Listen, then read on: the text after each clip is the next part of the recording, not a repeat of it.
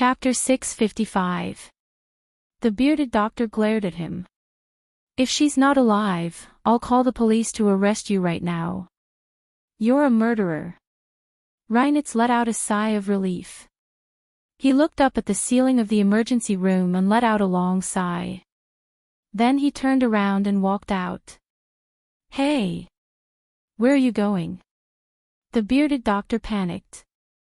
Although she's still alive, she could die at any moment. Such a high blood pressure defied all the basic medical knowledge the doctor had learned. He couldn't understand how she could still be alive. Reinitz didn't even turn around. I'll go make a call. Please wait a moment. After leaving the emergency room, Reinitz took out his phone and dialed a number. He said calmly, I need a helicopter. Yes, I have a seriously ill patient here. I'll give you 20 minutes. Be there immediately. After making the call, Reinitz put away his phone and found the clinic's on-call room. He politely asked the chubby nurse to borrow the landline phone. The nurse was dazzled by his handsome face. Although he was thin, had stubble on his chin, and his clothes weren't very neat, he stared at her steadily. His blue eyes seemed to have a magical power, and the nurse couldn't help but do as he said. This is the phone. SS, please use it.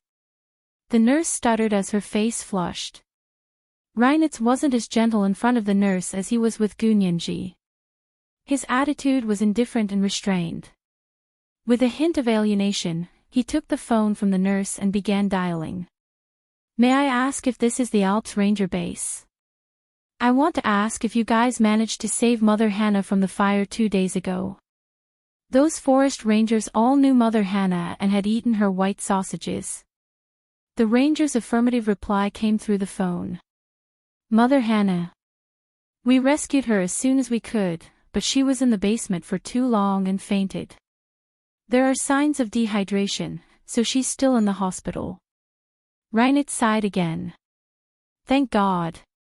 Please help me transfer Mother Hannah to Berlin's St. Joseph Hospital. Yes, contact them and tell them my name. They will take her in. After making the call, he covered the phone with his hand and pondered for a moment before dialing another number. At this hour, it wasn't a special agency, nor was it a 24-hour ranger base. No one picked up, so he left a voice message. Mr. Hans, I'm sorry. I quit. I won't come to work tomorrow. After Reinitz said this, he put down the phone and pushed it back to the nurse. The nurse looked at him with her mouth open. After a while, she said, Sir, why did you resign? Are you sick? Reinitz glanced at her and didn't say anything. His expression was cold and dignified. The nurse was frightened by his gaze and didn't dare ask again. She lowered her head and pretended to fill out forms. Reinitz walked into the emergency room expressionlessly and saw that the bearded doctor was still looking at Gunyanji's data. He walked over to remove the blood pressure monitor and stethoscope from Gunyanji's arm. Since she's in danger, I already called the hospital in Berlin. They agreed to send a helicopter to pick her up. Berlin was the capital of Germany and had the best hospitals in the country. Of course, a village doctor like the bearded man couldn't compare. As soon as Reinitz said this, the bearded doctor looked relieved and said, Then you have to be careful. Her data has stabilized, but you have to remember not to let her emotions fluctuate too much. Otherwise, if her blood pressure rises again, even the Virgin Mary won't be able to save her. Reinitz didn't say anything and sat quietly in the cherry armchair in front of Gunyanji's bed. He leaned forward and rested his elbows on his knees. His hands were clasped together to support his chin as he stared unblinkingly at Gunyanji's snow-white face. Half an hour passed quickly, and the roar of a helicopter could be heard in the sky. The bearded doctor pushed the door open and said, The plane has arrived. How are you going to take her up? Reinitz stood up and straightened his clothes. We have someone coming to pick her up. Before they could finish speaking, a few doctors in white coats and masks pushed a simple mobile hospital bed in and nodded at Reinitz. Where is the patient? Reinitz walked to the bed and carefully carried Gu Nianji horizontally and placed her on the mobile hospital bed. Let's go. The doctors who got off the helicopter quickly pushed Gu Nianji onto the helicopter, and Reinitz followed. Soon, the helicopter turned its propellers and took to the sky, flying straight to Berlin. An hour later, they landed on the top floor of the Charlotte Hospital building in Berlin. Charlotte Hospital was the best hospital in all of Berlin and also the best and most expensive hospital in all of Germany. Reinitz carried Gu Nianji, who was wrapped in a blanket, out of the helicopter. His expression was extremely cold. He didn't speak to anyone and walked straight to the elevator on the top floor to the VIP room 1 on the 18th floor. The room was equipped with the most advanced medical equipment and various instruments in all of Germany. It was comparable to the best Johns Hopkins Hospital in the United States. He carried her all the way to the VIP room 1 and placed her on the clean, snow-white bed. The conditions here were obviously much better than the small clinics in the countryside near the Alps. 2 female nurses walked in and said to Reinitz, "Sir, please leave us for a moment. We need to change her into the hospital gown." Reinitz nodded. "I'll be at the door." He then walked out. The 2 female nurses helped Gu Nianji take off the nun's uniform, as well as the tattered sportswear and underwear underneath. They directly put the hospital gown on her. It was actually a striped gown that covered her from head to toe. After changing, the 2 nurses pushed the door open and said to Reinitz, "You can go in now." As soon as Reinitz entered, Germany's most famous neurosurgeons and neurologists also came to Gu Nianji's room to examine her. All sorts of instruments were connected to her brain, heart, and pulse. Her blood pressure, heartbeat, and brain waves were all carefully measured. However, when the doctors were about to draw Gu Nianji's blood, Reinitz stopped them. "That's all for today. She's still very weak. She can undergo a blood test when she's better." Of course, the doctors could only listen to Reinitz. "Okay, sir." The doctors looked at the data displayed on the instruments and didn't think it was too outrageous. Temperature 38 degrees Fahrenheit, low fever. Blood pressure normal. Heartbeat normal. Pulse normal. Do we need to do a CT scan? We'll do it when she wakes up. Reinitz didn't want Gu Nianji to be tortured again. "You just need to tell me how is her health condition." "So far, everything is normal. She's just a bit weak, probably caused by hunger and thirst." The doctor was confused. "May I ask, is she a patient from Africa?" Malnutrition caused by hunger and thirst is probably only found in the African region of the world. Reinitz shook his head. "No." However, he didn't explain further and said to the doctors, "Give her 2 bottles of nutrient fluid to quickly replenish her nutrients." It was mainly glucose, which could quickly replenish her energy. "Then when will her fever go down? Is it because of the infection in her body? Do you need an aspirin?" Reinitz asked again. He was a bit worried about Gu Nianji's persistent low fever. The doctors said that it was probably due to malnutrition that caused the body's immune system to drop. As long as she was replenished with nutrients, when she recovered, the low fever would naturally go down. They all advocated that anti-inflammatory drugs should be avoided if possible. Reinitz glanced at Gu Nianji and nodded silently. "Okay, we'll see tomorrow." It was already past 2 in the morning. After the doctors left, Reinitz specifically asked someone to send his clothes from his apartment. After the change of clothes arrived, he went to take a shower in the bathroom of the special care VIP single ward. After shaving in the bathroom, Reinitz remembered Gu Nianji's nun uniform. For the past 2 days, she had worn this wrinkled and dirty nun uniform all the way here. The black nun uniform made her small face look even more pitiful. Reinitz changed and walked out of the bathroom. He picked up his phone and began shopping for clothes for Gu Nianji. He didn't know much about women's clothing brands, so he randomly searched online and found a designer brand, Fraser. This brand's women's clothing had good cuts and simple styles, and was sought after by high-income young women. Each piece was like a work of art. It combined Scandinavian style with German practicality. The pictures also looked especially suitable for Gu Nianji's lively temperament. Reinitz looked at them one by one and smiled knowingly. He tapped on his phone screen repeatedly and bought dozens of clothes for Gu Nianji. He bought almost all of Freiser's new designs for this season. Blouses, pants, skirts, dresses, windbreakers, matching shoes, scarves, and headwear. Reinitz remembered that Gu Nianji had beautiful long hair. It was black and shiny like seaweed and had natural curls. He hesitated for a moment when it came to underwear, but in the end, he opened the most famous lingerie website in Germany and bought a dozen sets of bras and underwear from Gu Nianji. He remembered that Gu Nianji said she was a D cup, so he bought them all D cups and the underwear in the smallest size. She was so thin that her waist wasn't even as long as his palm. He didn't know if the underwear would be able to hang around her waist. Reinitz even had the urge to buy juvenile brands for Gu Nianji, but they were too ugly and didn't fit his taste, so he gave up.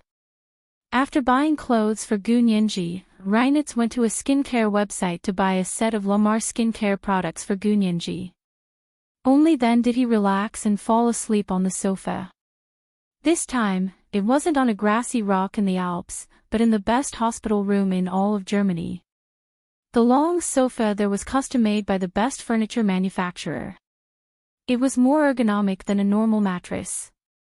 Reinitz slept very soundly. When he woke up, it was already 5:00 the next day. The 15 hours of sleep had finally allowed him to recover. When he opened his eyes, the first thing he saw was Gu Nianji sleeping on the hospital bed. Her black hair and snow-white skin contrasted so strongly and vividly.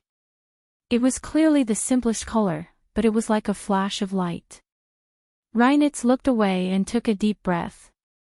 He got up from the sofa and walked over to Gu Nianji's hospital bed to look down. Gu Nianji hadn't woken up yet. She was still asleep. The equipment connected to the hospital bed showed that her vital signs were all normal. It was as if the explosive blood pressure data he saw in the village clinic last night had been an illusion. Reinitz slowly reached out and held Gu Nianji's hand. He was about to bend down when he heard the sound of the ward door behind him. Someone had come in. He quietly tucked Gu Nianji's wrist under the thin blanket and straightened up. Turning around, he saw an old man with a head of white hair but a rosy complexion. He looked very well standing in front of him and smiling at him. "Reinitz, I knew you wouldn't let me down." Reinitz smiled and nodded slightly at the old man. "Mr. Lidishi." "Yeah." Lidishi leaned on a cane and slowly walked over to Gu Nianji's hospital bed. Standing in front of her hospital bed, Lidishi clasped his hands on the cane and looked at Gu Nianji like he was looking at a rare work of art.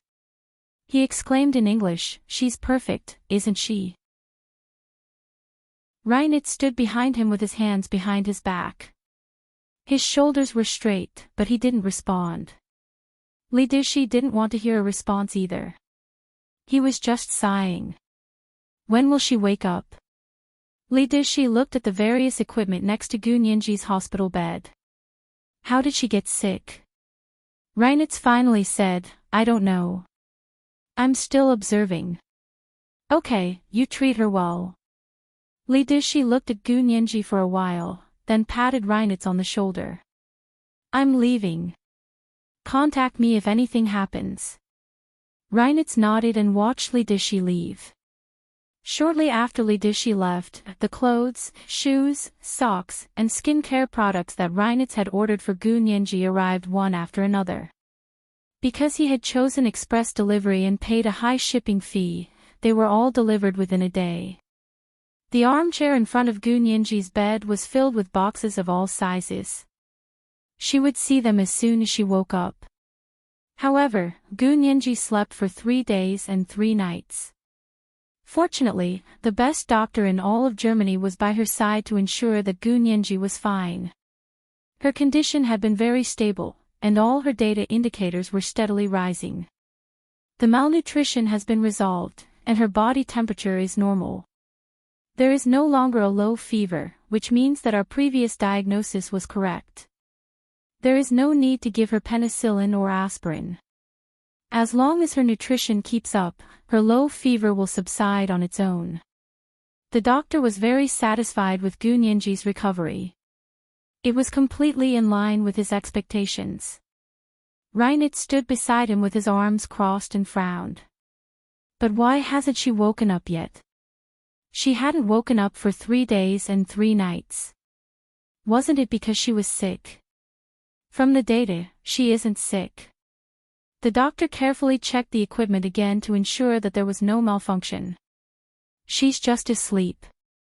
Reinert looked at him in confusion. Reinert, you have to know that the human body is like a sophisticated instrument. It has its own rules. The human body is most able to repair itself when it's asleep, so don't worry. This girl is just too weak and tired, so she needs more time to recover than others. The doctor gave his own medical explanation. Reinert didn't really believe it, but he didn't continue arguing with the doctor. He nodded. That better be the case. After the doctor left, Reinert sat on the sofa and took out his phone to look at the news. There were 2 particularly sensational events in Munich recently, and the entire German media was reporting on them. The first was the Munich tourism department collecting videos from a certain area of the Königssee for a competition. The requirements were complete and unedited, and they said it was to promote the Königsee's tourism resources. The second was a large reward for 2 cars, and the license plate numbers were given. Although it was already over, because of the large reward, there were also many people who received the reward. Therefore, there were even more people who spoke up. It was a hot topic on the internet, and there were news and comments about these 2 pieces of news everywhere. Reinert looked at the 2 license plate numbers and frowned imperceptibly. His fingers rubbed the phone for a while before Reinert finally opened his contact list and called the relevant department. Some news should be deleted from the internet after it's over. Do you want to keep it for Christmas? He spoke to the other side without any reservations. The other side immediately accepted his suggestion and began to secretly delete all comments and news related to these 2 pieces of news. At the same time, they buried the 2 pieces of news to the bottom.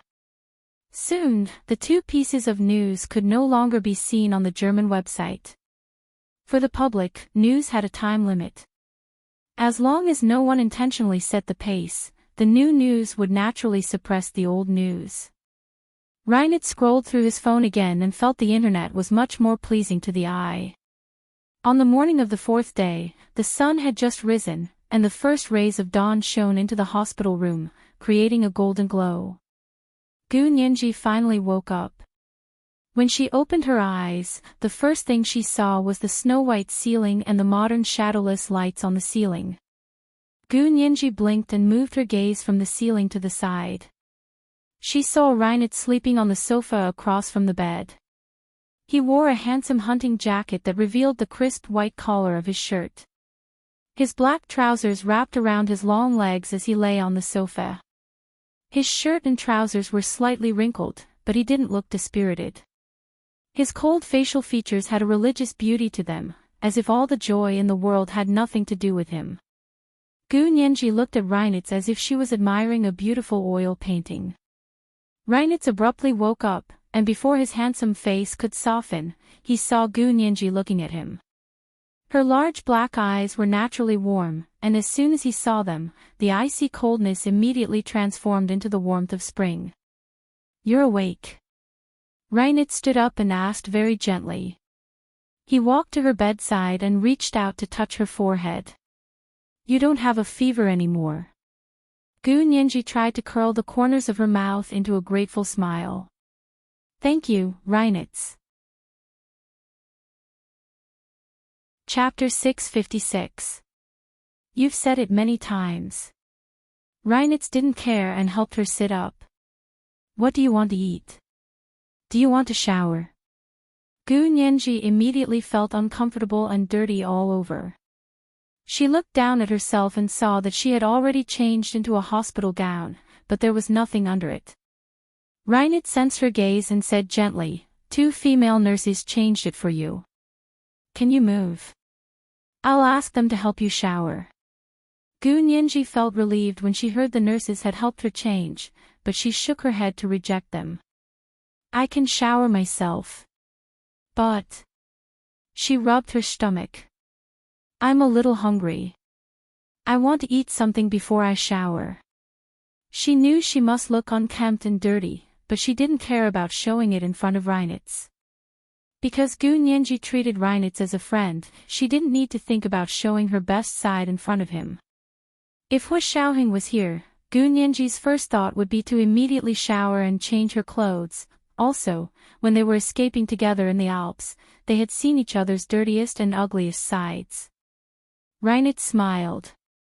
"What do you want to eat?" "I want to eat McDonald's."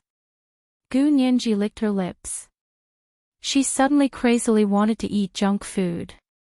It was high in calories and tasted good, so it was more suitable for her current situation. Reinert said, "I'll get someone to buy it for you, but you can only eat fish and chips. If you want to eat something else, I'll take you to eat when you're better." Gu Nianji nodded and said happily, "Sure, you saved me. I want to treat you to a meal to express my gratitude. Just treat me to a meal." Reinert looked at her, his blue eyes smiling. "That's not enough, right? Then what do you want? Tell me. As long as I can do it, I'll definitely agree." Gu Nianji shrugged nonchalantly. "As long as you can do it." Reinert swallowed the words he wanted to say and smiled. "Treating me to a meal is definitely not enough. You have to treat me to at least 3 meals. "No problem." Gu Nianji extended her hand. "Come, let's high-five." Reinert reached out with a smile and high-fived her 3 times. "Remember, you owe me 3 meals." Of course, of course." Gu Nianji's energy gradually recovered, and her speech became more lively. Seeing Reinert reminded her of Mother Hannah. She couldn't help but ask, "Oh yeah, do you have any news about Mother Hannah?" "Oh, yes." Reinert smiled as he handed the phone to Gu Nianji. "Look, this is the latest photo of Mother Hannah. She's recuperating at St. Joseph's Hospital in Berlin. When you're better, we can go visit her together." "In Berlin?" Gu Nianji frowned. "That's so far away. Isn't it inconvenient?" Reinert couldn't help but laugh. "Serious, you're in Berlin?" "I'm in Berlin." Gu Nianji was shocked. "I'm not in a small town near the Alps near Munich. How can there be such a good hospital there?" Reinert pursed his lips. He still had lingering fears about what happened back then. "You were too sick, so I found a hospital in Berlin to bring you here." Gu Nianji scanned the room and confirmed that she was indeed in a very high-class room. She hadn't seen many of the equipment before. Gu Nianji's heart skipped a beat. She remembered her strange healing abilities and excellent body constitution.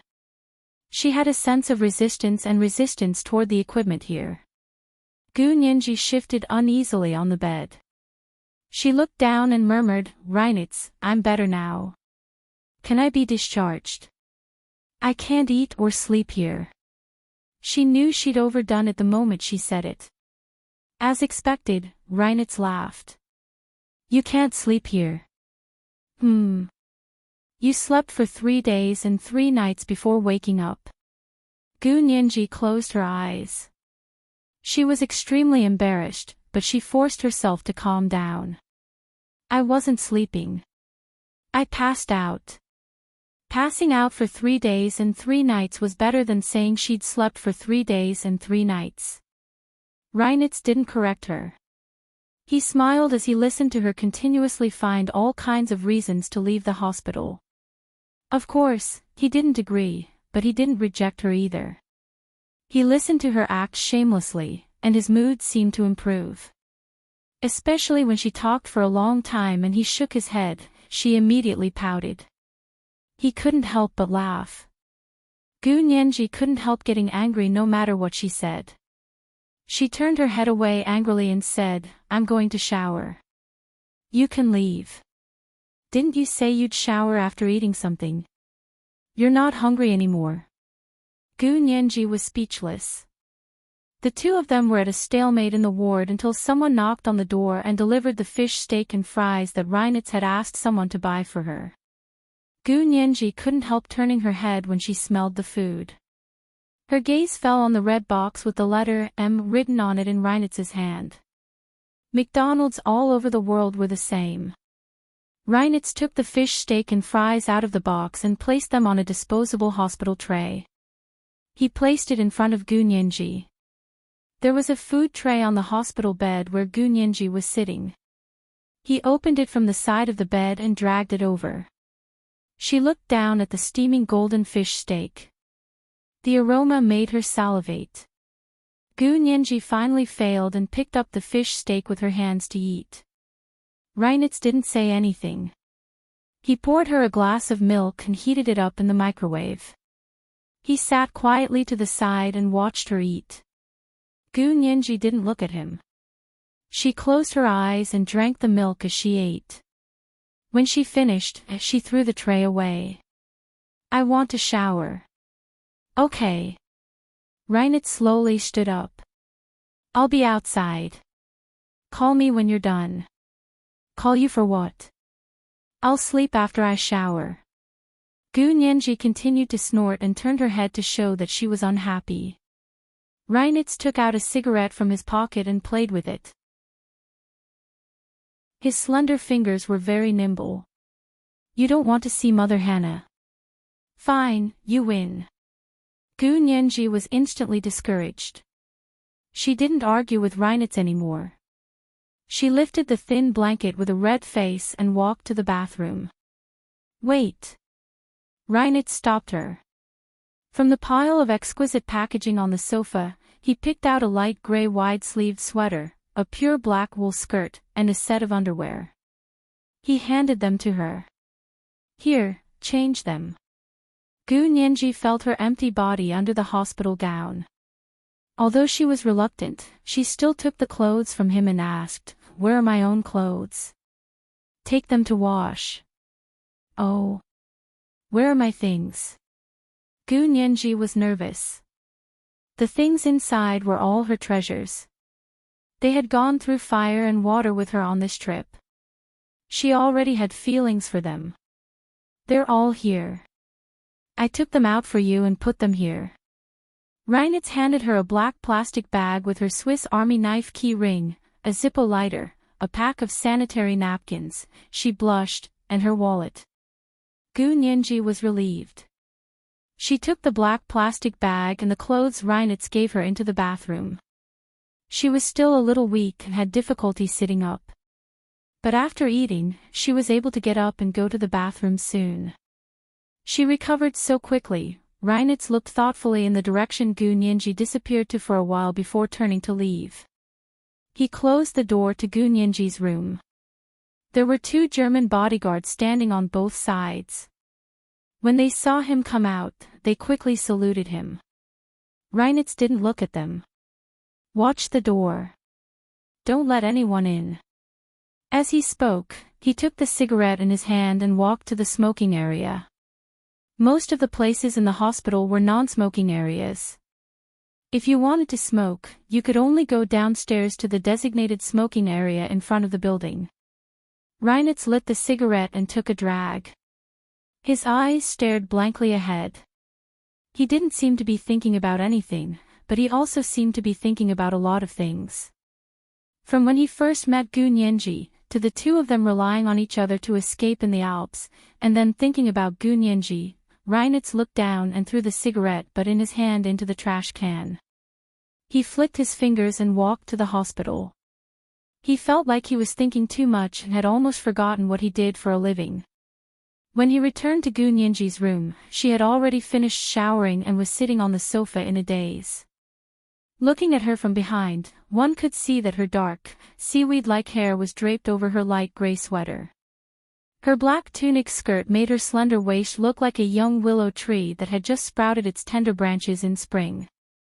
Reinitz admired Gu Nianji's reassuring figure at the door for a while before knocking on the door and coughing softly.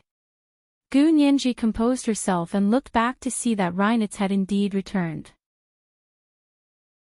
She stood up and walked briskly towards him.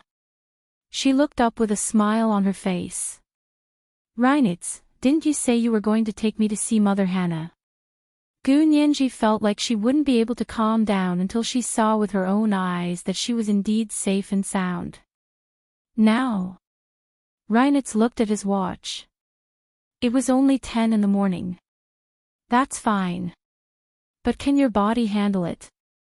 "I'm fine." Gu Nianji spun in a circle.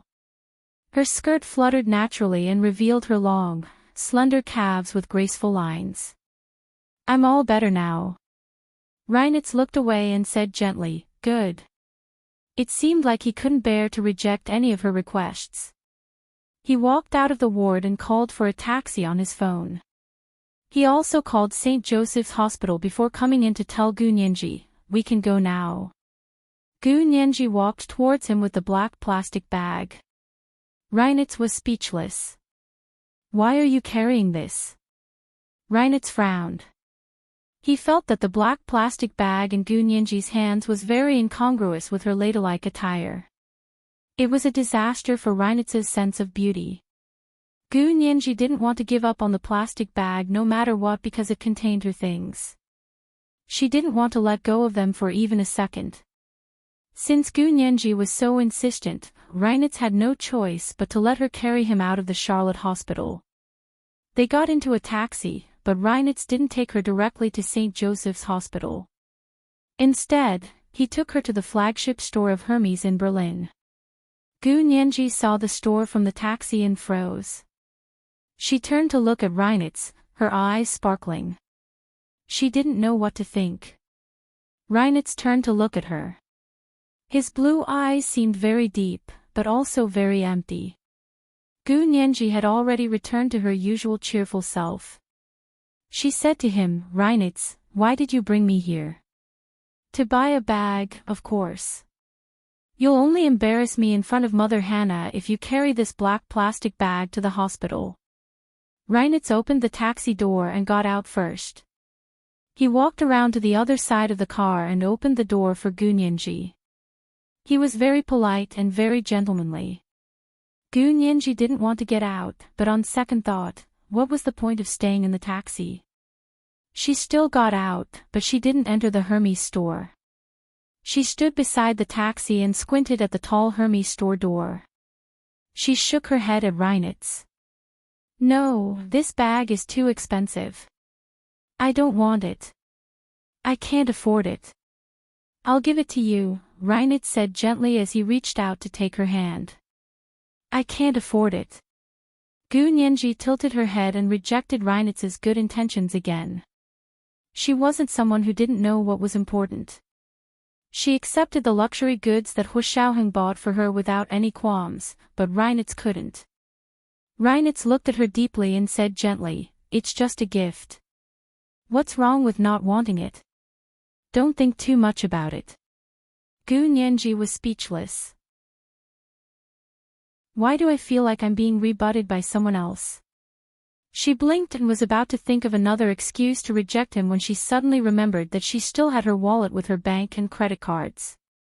Although the credit limit wasn't as high as Hu Xiaoheng and He Jichu's cards, it was more than enough to buy a Hermes bag.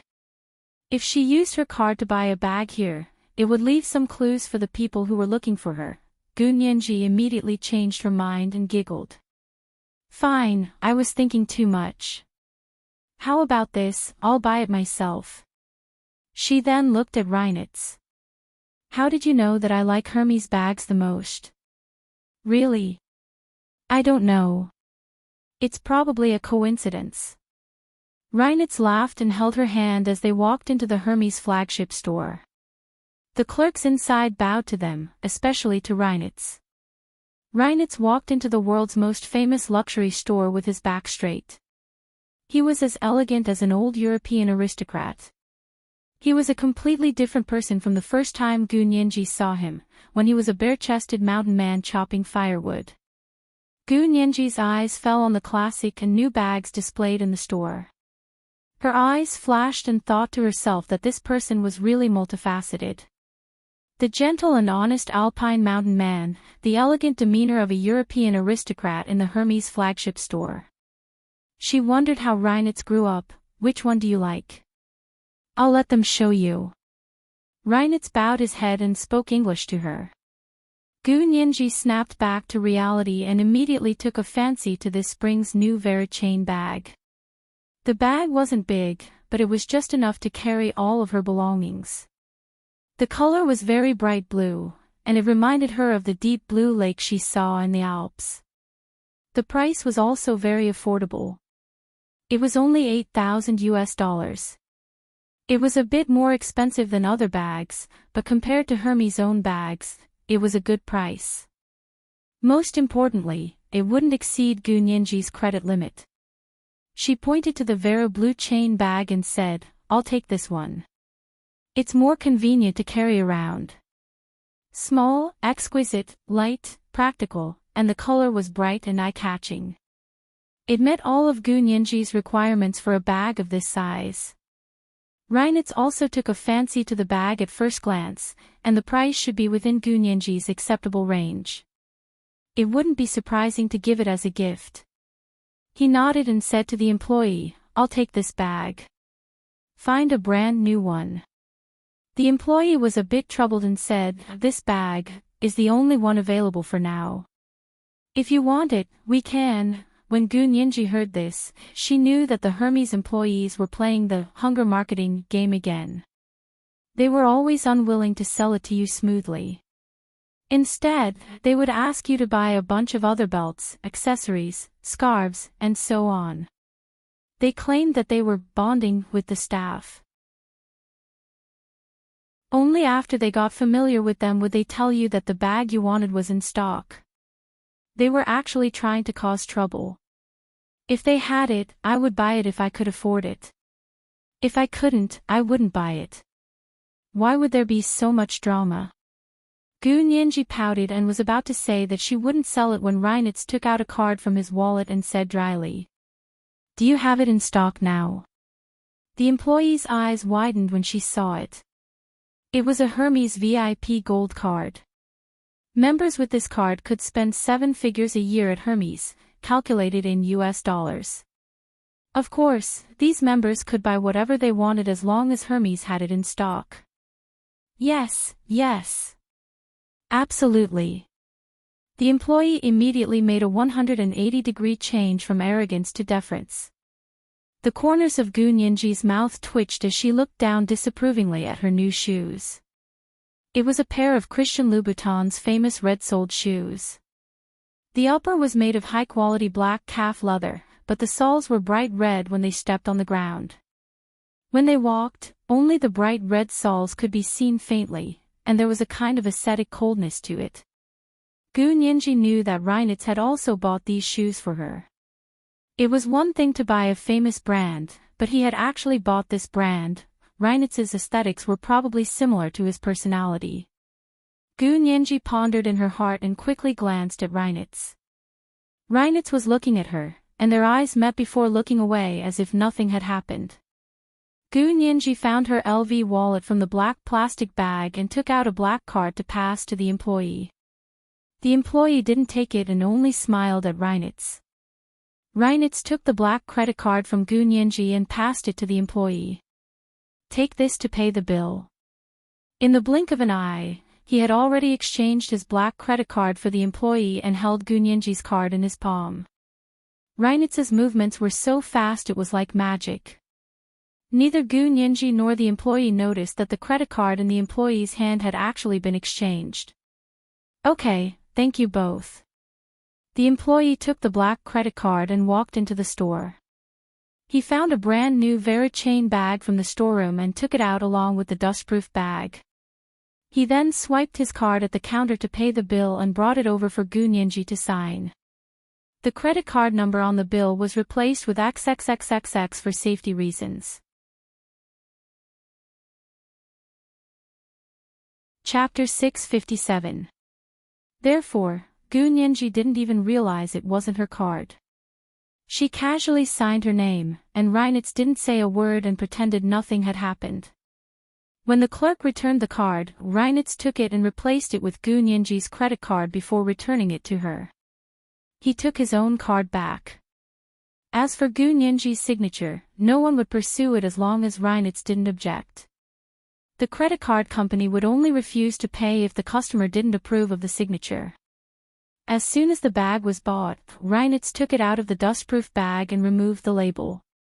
He directly put the contents of the black plastic bag Gunyanji was carrying into the new small bag. Gunyanji slung it over her left shoulder and looked very matching with her dress. Only then was Reinitz satisfied and took her to St. Joseph's Hospital to see Mother Hannah. They took a taxi to the entrance of the hospital. After getting out, Gunyanji looked up at the tall hospital building and asked Reinitz nonchalantly, "Since you're so rich, why did you take a taxi?" Reinitz shrugged and said nonchalantly, "I wanted to hide it from you, but you saw through me. I'll get someone to drive my car over later." Gunyanji was furious. "I saw through you. Can you be any more fake?" She treated Reinitz as a friend who had gone through thick and thin with her. Even if he was hiding something from her, it was an indisputable fact that he had saved her. But was there a need to hide something so blatantly? Reinitz was amused by her and bowed slightly to her. He said very gentlemanly, "It was my fault." "Serious, don't be angry." Gunyanji pursed her lips and thought about what reason she had to be unhappy with him. She had a lot to hide from him too. "I'm not angry. Let's go see Mother Hannah." Gunyanji didn't want to continue the topic and urged him to go see Mother Hannah at the hospital. Reinitz took her into the hospital and found Mother Hannah's room. It was also a single room, but it wasn't as big or luxurious as Gunyanji's. It was a very ordinary room, and Mother Hannah was sleeping on a bed in the middle of the room. Her forehead and wrist were wrapped in white bandages. Gunyanji felt bad and asked Reinitz quietly, "Didn't you say Mother Hannah was fine?" "She was fine." "He was obviously injured," Reinitz shrugged. "It's just a minor injury. I was burned by the fire, but it's not serious." Gunyanji glanced at him and walked to Mother Hannah's bedside. She reached out to hold her hand and sighed in relief when she felt that it was still warm and dry. Perhaps her movement had woken Mother Hannah. Mother Hannah opened her eyes and frowned in confusion when she saw Gunyanji. Then she saw Reinitz behind Gunyanji and immediately smiled. "Reinitz, you're here."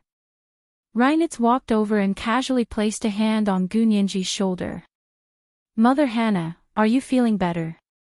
Mother Hannah nodded. "I'm fine, but the doctor won't let me leave the hospital." "Tell them I want to go home. Stay here for a few more days. We'll talk about it after you've recovered." Reinitz tucked her in and said, "She's serious. Don't you remember Mother Hannah?" "Aw. She's serious." Mother Hannah exclaimed in surprise and reached out to Gunyanji. "Come to Mother Hannah. You look so beautiful in a dress. Mother Hannah doesn't recognize you at all." Gunyanji walked over with a smile. "I thought you forgot about me. I'm going to cry in front of you." "How could I? I even asked Reinitz over the phone how you were.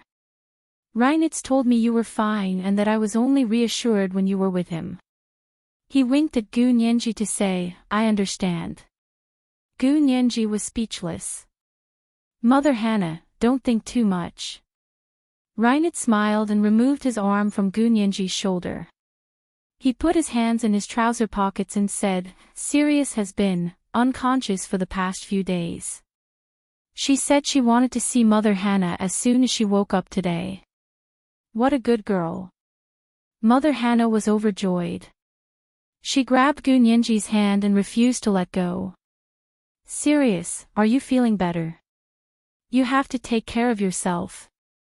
I'm fine. Don't worry, Mother Hannah. I'm all better now. Gu Nianji smiled and held her hand. I'm relieved to see that you're fine today. Even if I go home, I can go home in peace. Hearing that Gu Nianji wanted to go home, Mother Hannah's expression froze for a moment. She quickly glanced at Reinitz and saw that he was unmoved. She pursed her lips into a smile and said to Gu Nianji, "Isn't Berlin good? Isn't Reinitz good? Why don't you stay here for a few more days?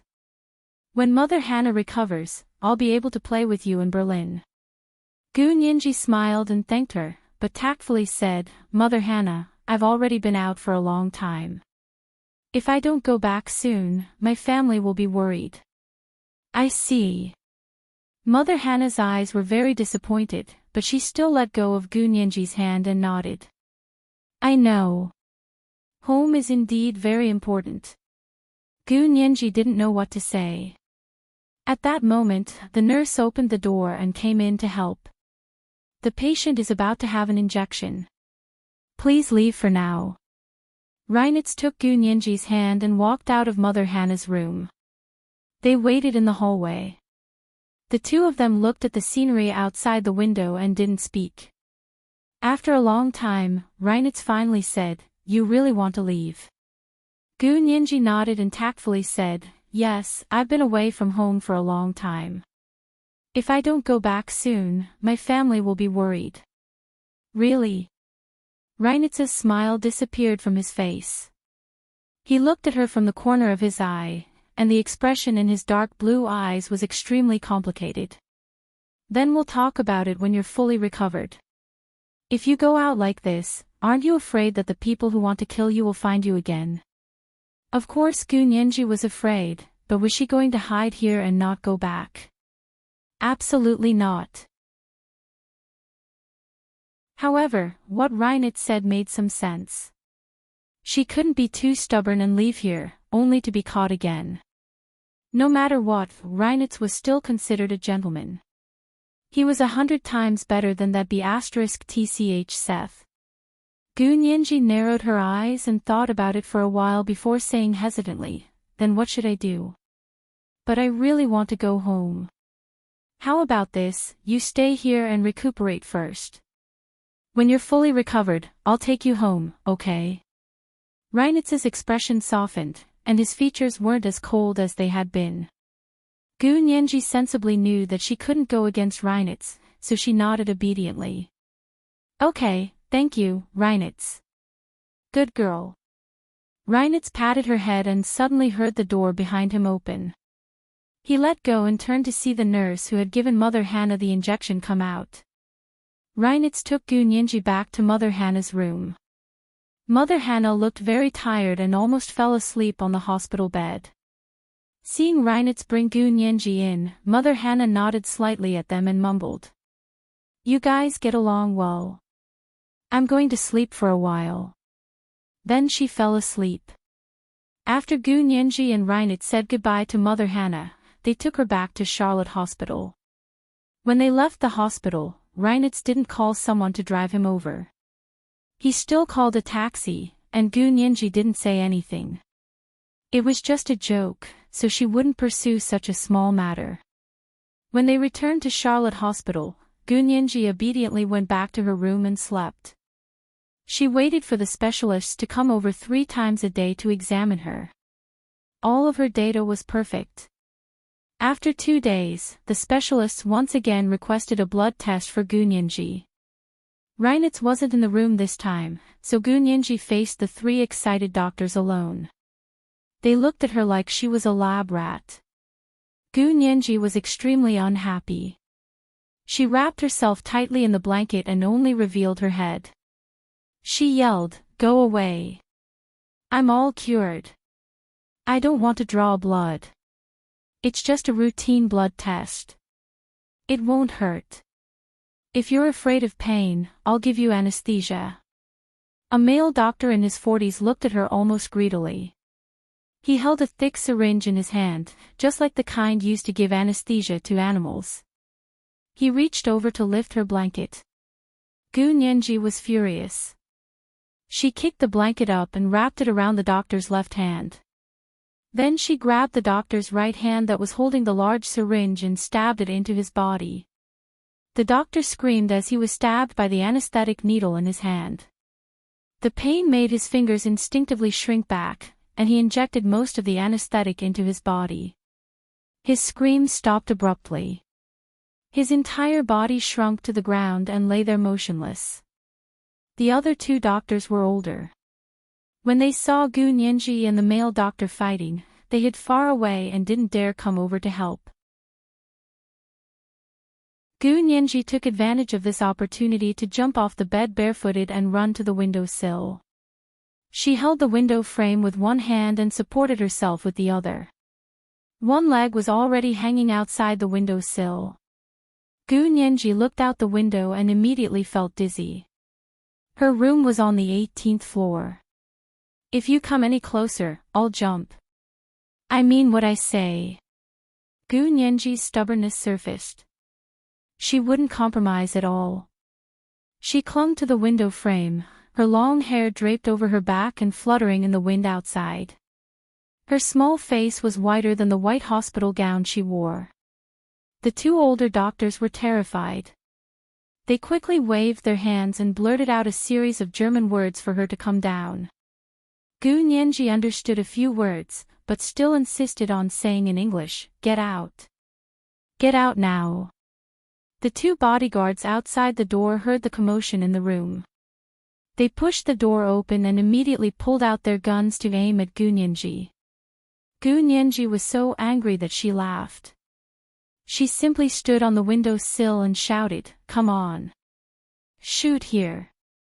Or I'll jump." The two doctors were really anxious now. They rushed up together and hugged the arms of the two bodyguards that were holding the guns. They said repeatedly, "Don't shoot. Don't shoot. She's very precious. Absolutely don't shoot." The two bodyguards quickly said, "Let go.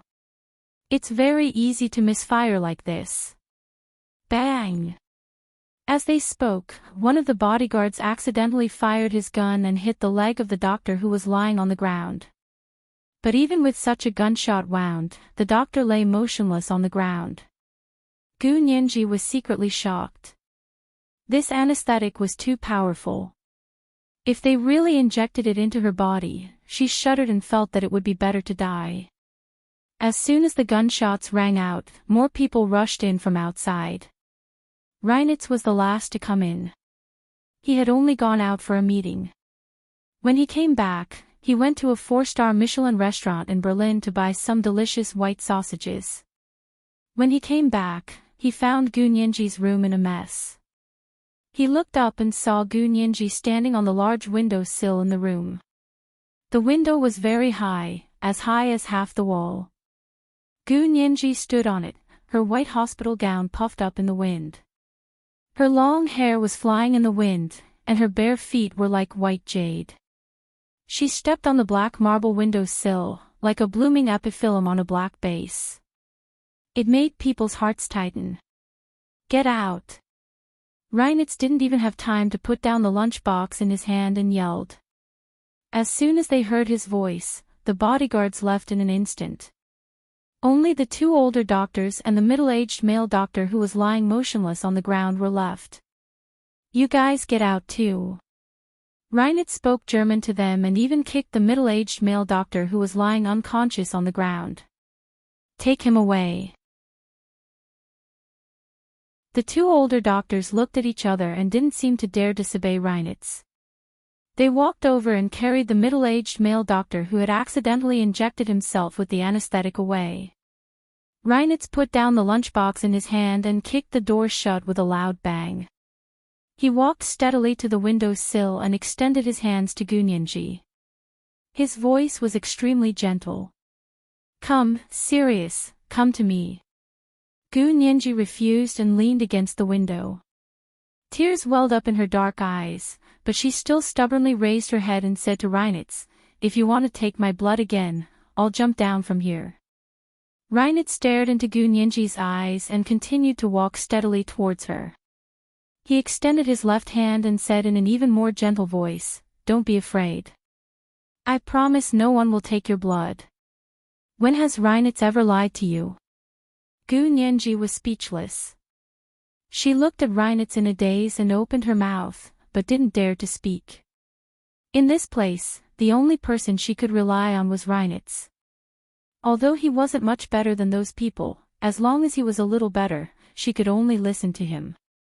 Reinert finally walked to the window and stopped, still holding out his hand. "Sirius, come down." Gu Nianji began to sob. Slowly, she let go of the window frame.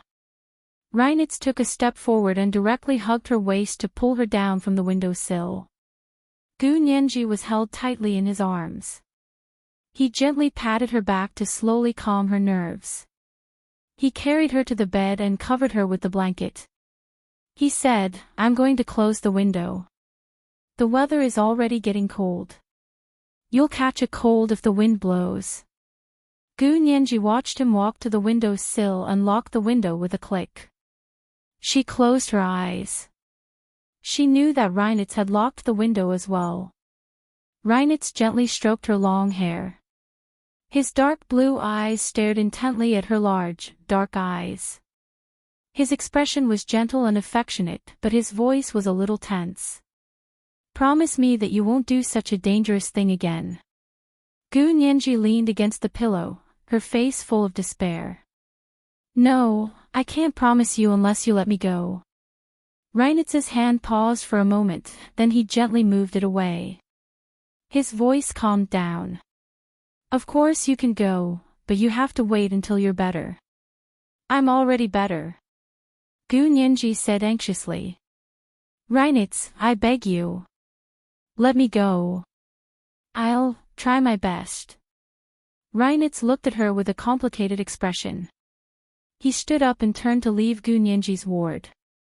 There were several more bodyguards outside Gu Nianji's ward. There were now 8 people patrolling outside her ward daily. They were all armed bodyguards. The doctors who wanted to take her blood for a blood test didn't come either. Gu Nianji was alone in the ward. She couldn't do anything other than read the newspapers and magazines that those people gave her. She couldn't go online, make phone calls, watch TV, or go out. Her ruddy little face turned pale at a speed visible to the naked eye.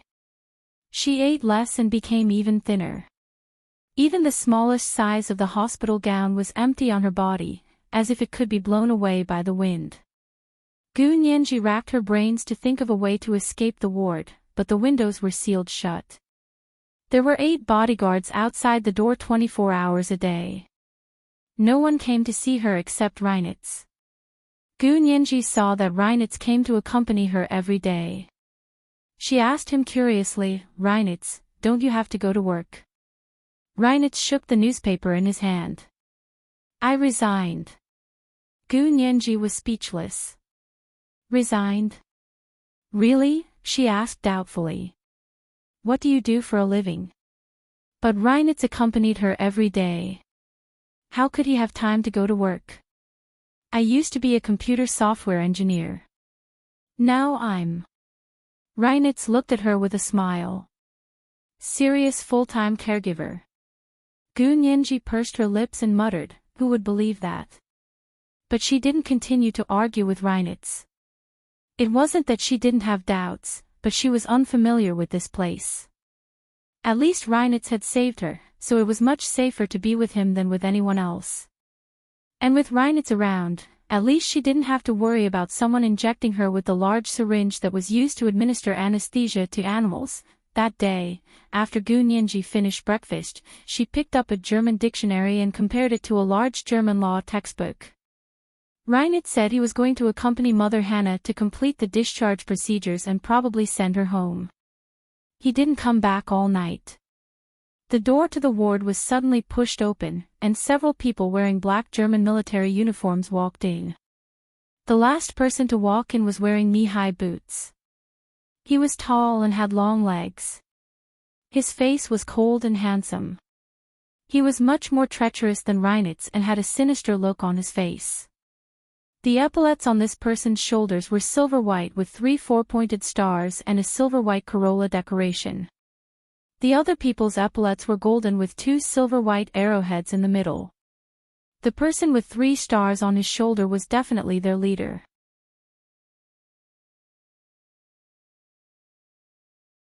Chapter 658. Gu Nianji had some understanding of Germany's military ranks. She knew that the silver background with 3 stars and a silver corolla decoration was the rank of colonel in the army.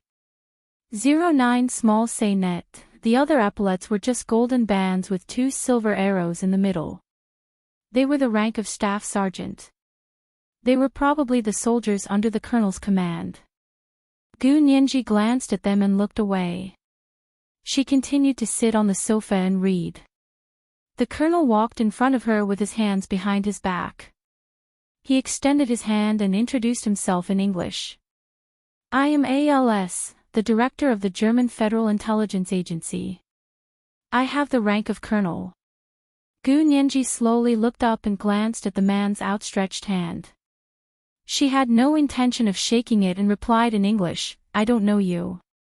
You came to the wrong door. Wrong door. Ha. ALS laughed and sat on the sofa across from Gu Nianji. He clasped his white-gloved hands together and looked at her with interest. Nianji, Gu Nianji. That's your real name, right? Gu Nianji's entire body trembled. Although she was still looking at the textbooks in front of her, her hands were already shaking. How did this person know her real name?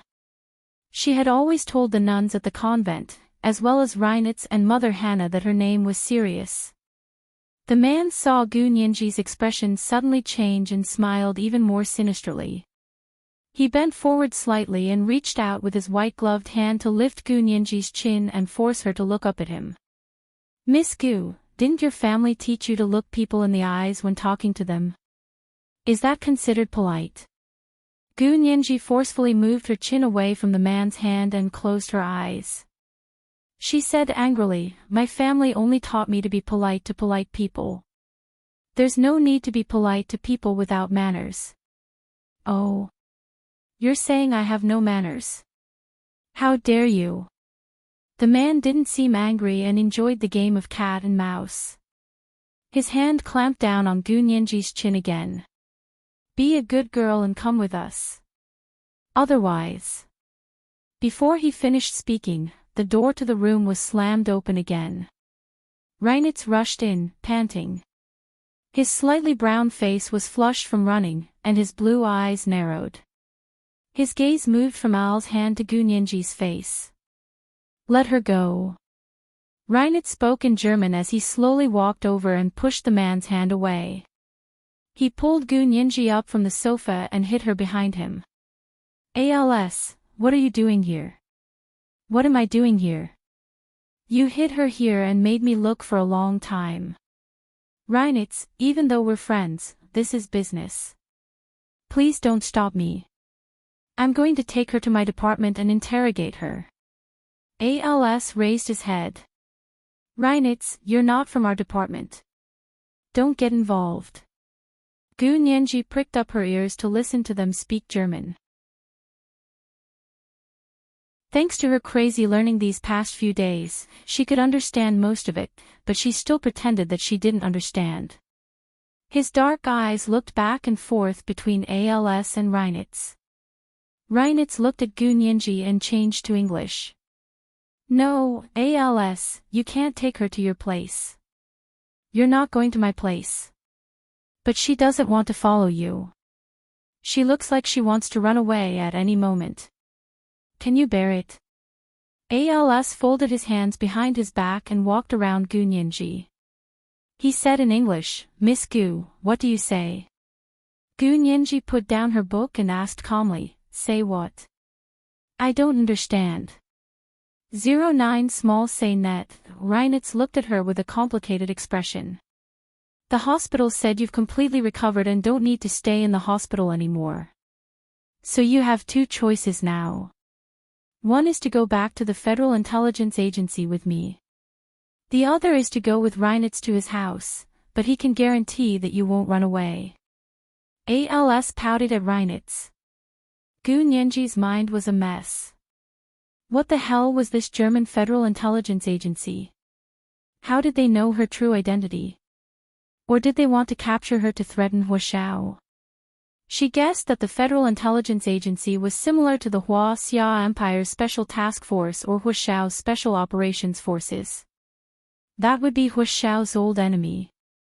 Gu Nianji looked down to reveal her snow-white neck.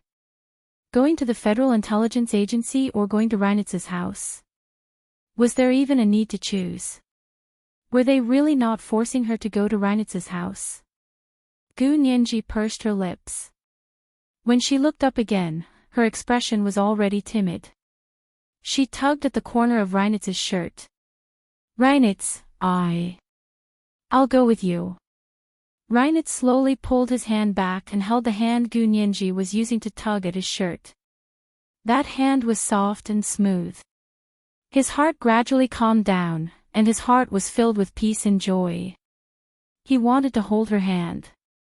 Even if he knew she was lying to him, Reinitz knew what kind of person Gu Nianji was much better than ALS. Actually, seeing the timid expression on her delicate and intelligent face made him want to laugh. If he hadn't seen Gu Nianji on the Alps with his own eyes and killed the enemy's motorcycle with just one bullet, he would definitely have been fooled by her little appearance. Reinitz didn't bat an eyelid, but there was a strange feeling in his heart. He actually liked to see her act like a helpless little bird to him. Are you sure you want to go with Reinitz? ALS saw the two of them holding hands from the corner of his eye. He nonchalantly turned his head to look at the sealed window and smiled. Who are you to him? How can he take my target away from my hands? The corners of Gu Nianji's mouth twitched. Her mind quickly pondered what ALS meant. Did you hear that? Who are you to him? How can he take you away? ALS turned around and asked Gu Nianji's face. According to the law, only immediate family members have the right to take away the person in my hands. Gu Nianji's heart sank. Immediate family. How could a man and a woman who weren't related be considered immediate family? Only husband and wife could be considered immediate family. What kind of joke was this? Gu Nianji's face flushed. Just as she was about to shake off Reinitz's hand, he instinctively held her tightly and said to ALS, don't scare her. She's already my fiancée. If she goes with me, I guarantee she'll stay in Germany. Gu Nianji's eyes widened and she quickly shook her head. Reinitz pulled her into his embrace and pressed her head tightly against it. He whispered in her ear. Expedient measures. You shut up. Gu Nianji knew it was fake, but she still felt uneasy. Also, why would she stay in Germany? She was a citizen of the Xia Empire.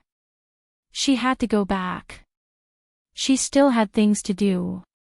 She poked Reinitz's chest unwillingly to get him to let go of her. 09 small say net, Reinitz let go of her and used his eyes to tell her not to talk anymore. Gu Nianji could only purse her lips and turn around to hide behind him. She hung her head and didn't look at the two men anymore. ALS shifted his gaze to Reinitz and sneered. You guarantee it. What guarantee do you have? Your life. Reinitz didn't speak for a long time. His porcelain-like handsome face had a solemn expression. He nodded slowly. Yes, my life. I guarantee it with my life that she won't leave Germany. Gu Nianji suddenly raised her head and stared at Reinitz's back. Her gaze was so intense that it seemed like she wanted to burn a hole in his back. She wanted to struggle, but Reinitz reached out and held her hand even more tightly. The meaning in his hand was self-evident. He wanted her to calm down and not speak nonsense. He wanted her to entrust everything to him. But how could Gu Nianji entrust everything to a man she had known for less than 10 days? There was only one person she truly trusted with all her heart in this life.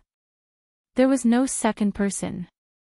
However, ALS was eyeing her like a tiger watching its prey. Gu Nianji also knew the severity of the situation. If she wasn't careful, she would be placed under house arrest by the Federal Intelligence Agency. If that happened, she really wouldn't be able to do anything. Therefore, she didn't say anything. However, she decided to find a chance to have a good talk with Reinitz. Not only was it expedient to say that she was his fiancée, but she also wouldn't stay in Germany. Also, Al's words were completely unreasonable. She wouldn't listen to him. Ignoring Reinitz's warning gaze, Gu Nianji stubbornly raised her head and said to ALS, "Colonel, what you're doing is unreasonable and illegal. I'm not a German citizen. You're forcefully keeping me in Germany. This is illegal detention. My family and country will not let you off." ALS suddenly turned around and walked in front of Reinitz. He pushed him away and sneered at Gu Nianji, who was standing behind Reinitz. "You're talking about the law with me. Do you know who I am? Do you know what organization I work for? I don't care who you are or what organization you work for. This is a time of peace, and the Xia Empire and Germany are not at war. You have no right to place another country's citizen under house arrest. ALS, even though you're a colonel, I still have to say that you're ignorant of the law. Do you think you can't break the law just because you're a colonel? Do you think you're above the law just because you're a Federal Intelligence Agency official? Do you dare say that to your parliament, government, and citizens?" Gu Nianji raised her head slightly. She wasn't afraid at all. ALS looked at her and suddenly burst into laughter. "Ha ha ha ha. As expected of our Federal Intelligence Agency's A-rank target. You have guts. You have knowledge. And eloquence. But Miss Gu, did you know? No one has ever dared to speak to me like that. Do you want to be the first? But I don't like to be lectured by others like that. Tell me, do you want to die?" Gu Nianji shook her head in disdain. "So what? Kill me if you have the guts. Kill you. Do you know that as long as I want to, I can make you suffer 1,000 times worse than death?" ALS took a step forward and grabbed Gu Nianji's chin again. This time, he used 50% of his strength. Gu Nianji's chin was immediately swollen from his grip. Reinitz couldn't bear to watch from the side and grabbed Al's hand. "That's enough. ALS, you have my word. I'll do what I say. Why are you making things difficult for her?" ALS let go. Gu Nianji rubbed her chin and glared at him. She thought to herself, "I'm not a gentleman if I don't get my revenge. As long as I can make it back alive, I'll definitely get my revenge. What are you looking at? Do you really think I don't dare to hit you?" ALS glared at her as well. "I can kill you and bury you in the mountains. Do you think anyone will come to me for you?" Gu Nianji gave him a look of disdain. If it was really that simple, they would have killed her in the mountains a long time ago. "I'm right here, and I'm unarmed. It's not strange if you want to kill me. The Germans were able to start 2 world wars. Do they need a reason to kill a woman and a child? What a joke." Gu Nianji rolled her eyes and crossed her arms. She brought up the most important historical fact that the Germans couldn't touch. As expected, whether it was ALS or Reinitz, their expressions were especially ugly. However, no one argued with her. Even the sergeants looked at each other uneasily. It was obvious that their morale was shaken. Gu Nianji was even more certain now. These people were German soldiers and government officials. They wouldn't be like the mercenaries who chased her in the Alps and didn't care about the consequences or their reputation as long as they could kill her. These people wouldn't kill her. They weren't after her life. Gu Nianji's mind raced as she analyzed Al's psychological state of mind. ALS was almost speechless from her rebuke. He glanced at Reinitz, then covered his mouth with his fist, cleared his throat, and said, "All right, no matter how glib your tongue is, I don't care. Tell me, Reinitz's fiancé. Will you go to jail with me, or will you go to his house with Reinitz?" He added, "But remember, if you run away, I'm going to jail with Reinitz." Reinitz pursed his lips and looked away. It was like he didn't hear what ALS said. Of course, Gunyanji wouldn't go to jail. She snorted and said, "If you go to jail, why do you want me to go with you?" "Of course, I'm going with Reinitz." "You?" ALS was furious. He raised his hand and swung it at Gunyanji's face. He didn't expect this woman to have such a sharp tongue. She deserved a beating. Reinitz grabbed Alza's arm and warned him, "ALS, stop it. That's enough." ALS angrily pushed Reinitz away. He lowered his head and walked out in a huff. His subordinates dispersed in an instant. Only Gunyanji and Reinitz were left in the ward.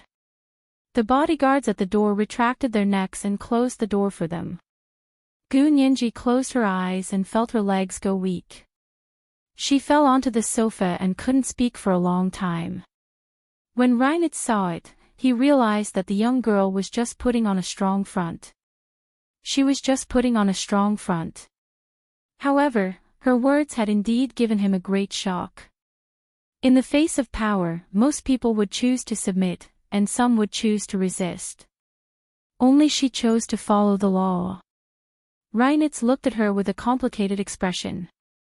After a while, he took out his phone and made a call. He then took out a bucket of iced milk from the fridge. He poured a cup and warmed it in the microwave before bringing it over to her.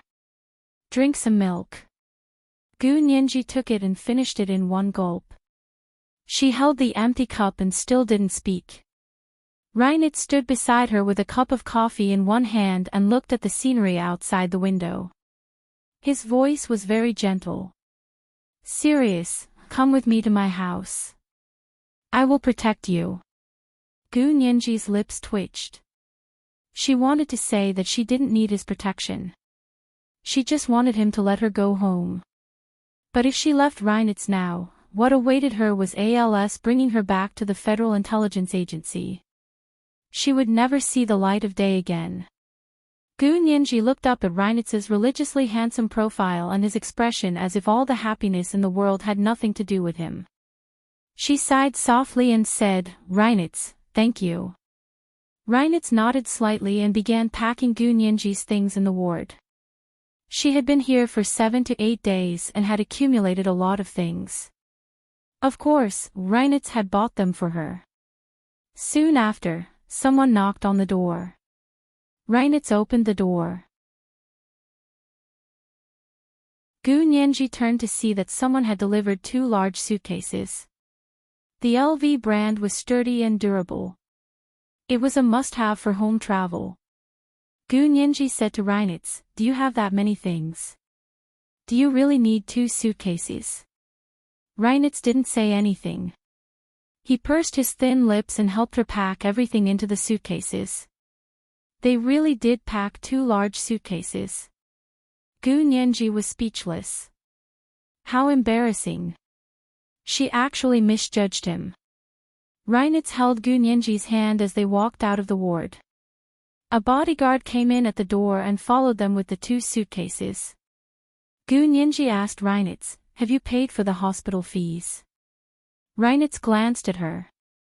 "If not, will you pay for it?" "I think ALS should pay for it, or the German government should pay for me." Gunyanji shrugged. "You guys are holding me hostage here. Are you not even willing to pay for the hospital fees? Aren't you being too stingy?" Reinitz felt it was a bit strange to hear that. He walked a few steps and looked straight ahead. "No one is holding you hostage. You need our protection here. If we let you go, you'll be hunted down in a few days." Gunyanji frowned. "Reinitz, I didn't expect you to speak the same language as ALS." She felt like her freedom was still restricted. It was just that her prison warden had changed from Al's prison warden to Reinitz. Reinitz laughed. "Als must be very happy to hear you say that." Gu Nianji pursed her lips and didn't say anything else. She followed him to the parking lot. Reinitz walked to a red Aston Martin and opened the door. He smiled at Gu Nianji. "This is my car. You don't have to take a taxi." When Reinitz took Gu Nianji to another hospital to visit Mother Hannah, they had called a taxi. At the time, Gu Nianji had even asked him if he had his own car. Gu Nianji looked at the flashy, luxurious sports car and then at Reinitz. She shook her head. "I didn't expect you to be like this, Reinitz." Reinitz was speechless. He wasn't a lecherous person, didn't drink, didn't gamble, and didn't do drugs. How could he not drive a good car with this little hobby? The two of them sat in the car, and the bodyguard put the 2 suitcases in the SUV in the back. They followed the Aston Martin out of the Charlotte Hospital parking lot and drove to the outskirts of Berlin.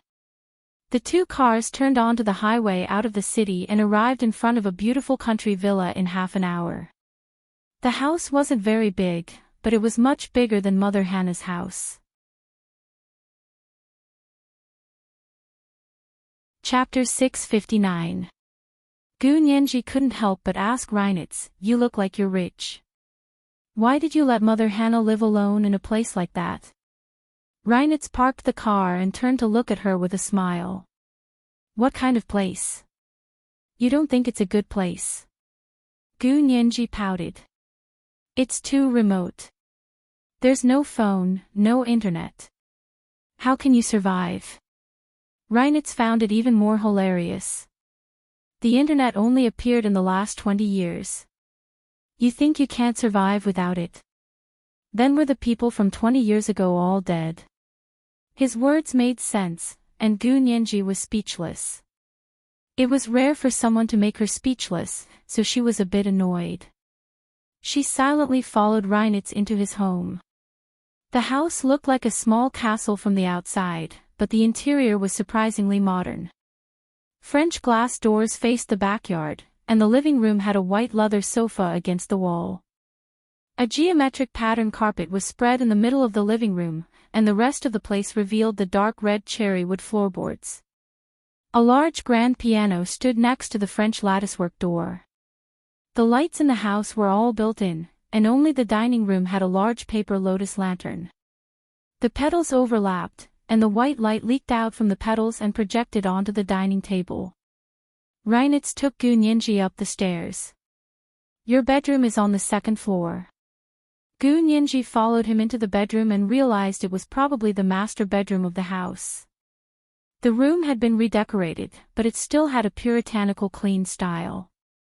It was probably Reinitz's former room. When he didn't speak, he gave off the feeling of a puritanical abstinence. Gu Nianji refused to stay in Reinitz's bedroom and shook her head. "I'll stay in the guest room. This is the master bedroom, so it's not appropriate for me to stay here." Reinitz looked down at her, his dark blue eyes carrying a hint of hope and expectation. He was silent for a while, then said, "Serious, Als said that you have to be my immediate family member in order to live with me, and I'll protect you." Gu Nianji raised her brows. "So?" He took out a small gold velvet box from his suit pocket and opened it. Inside was a pear-shaped diamond ring of at least 3 carats. The angle of the cut was perfect. As soon as he took it out, it glowed faintly in the sunlight coming through the bedroom window. This was a sign that the diamond was very pure. Gu Nianji took a step back. "Reinitz, what are you doing?" Reinitz walked up to her and held her hand. "Just to trick Als, you have to be my fiancé for the time being." As he spoke, he took out the ring and put it on Gu Nianji's left middle finger. This was an engagement ring, which meant that this person was already taken.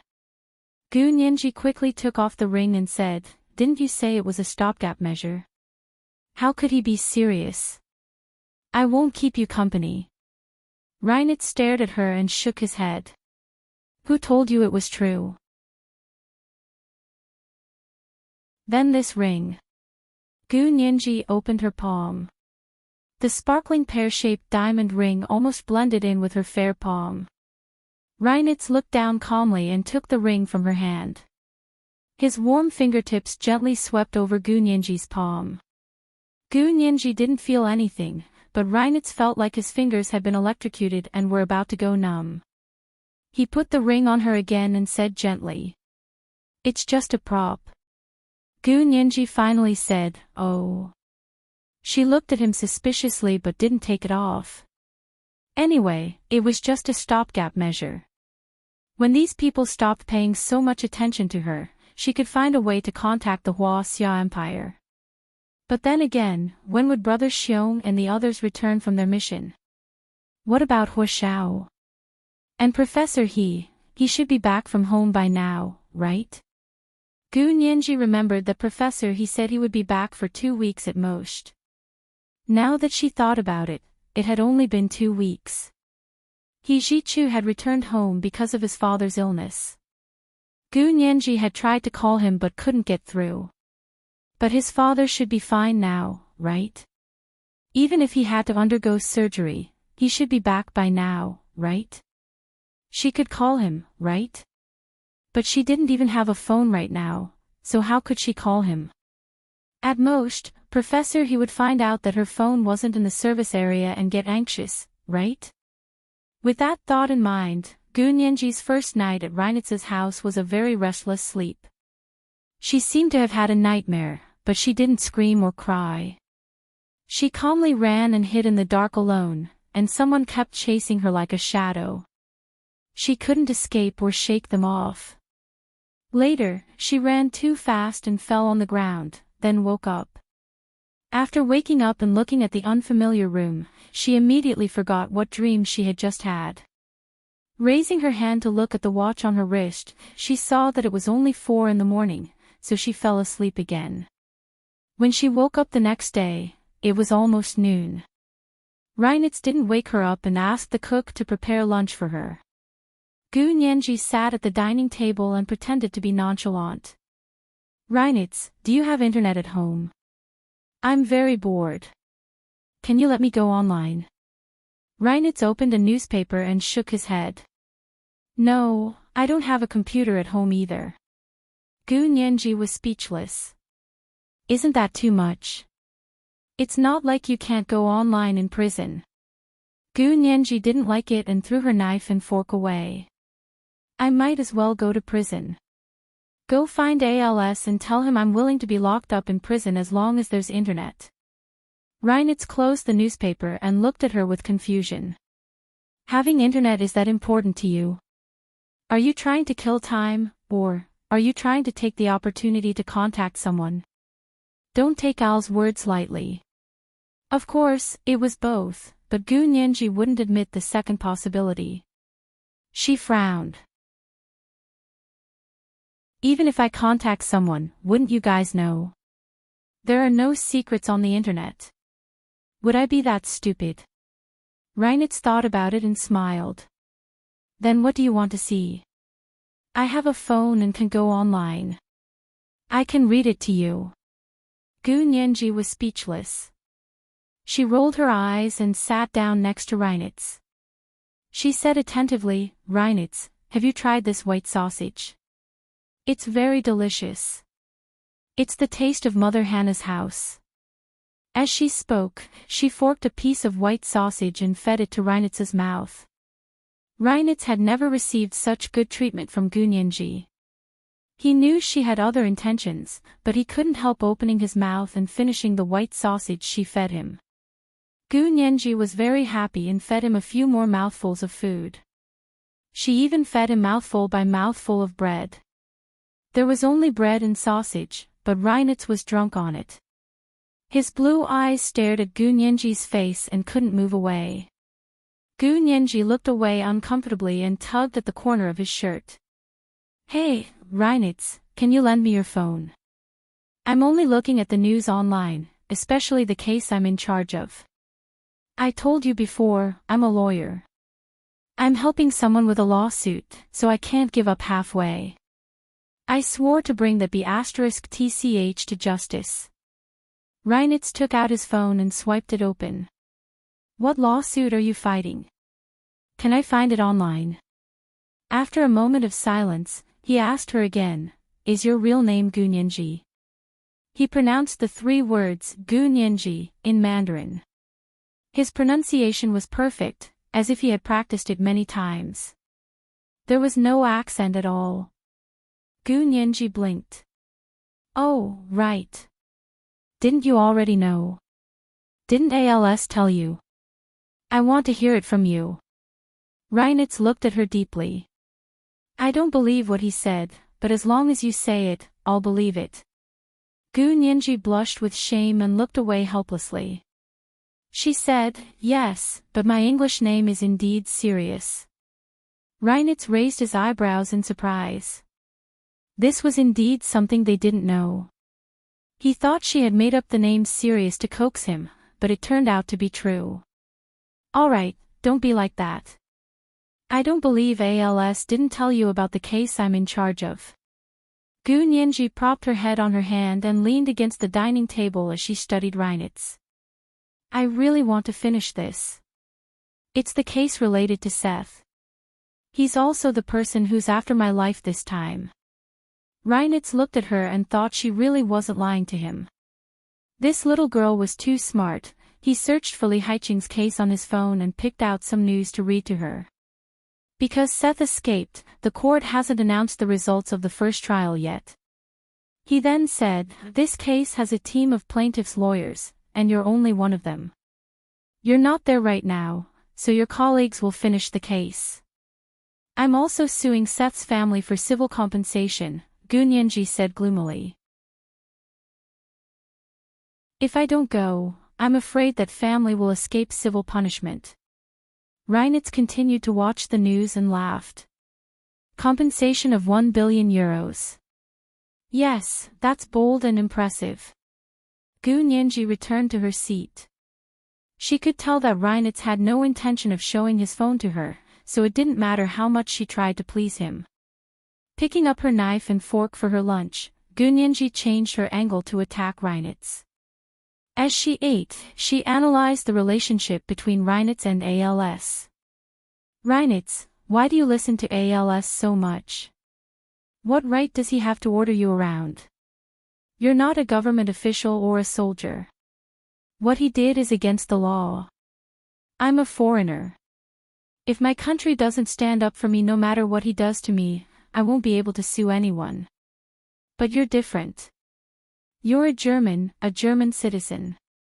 If he dares to mess with you, you can sue him until he's sent to military court and sent to military prison. Reinitz stopped looking at his phone and looked up at her steadily. The expression in his eyes seemed to be encouraging her. Go on, keep talking. Gu Nianji winked at him. You know I'm a lawyer, and a very successful one at that. If you want to sue him, I can defend you for free.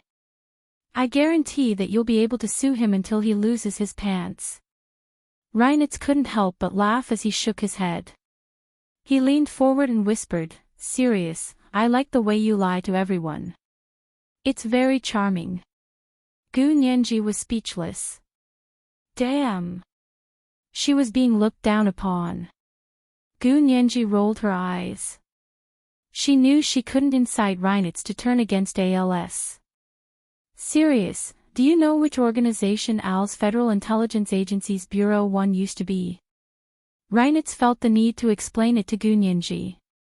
Otherwise, she wouldn't even know how she died in the future for trying to poach ALS. Which one? Gu Nianji ate her oatmeal and put in some condensed milk. It was sickeningly sweet. The Gestapo. Gu Nianji's hand trembled.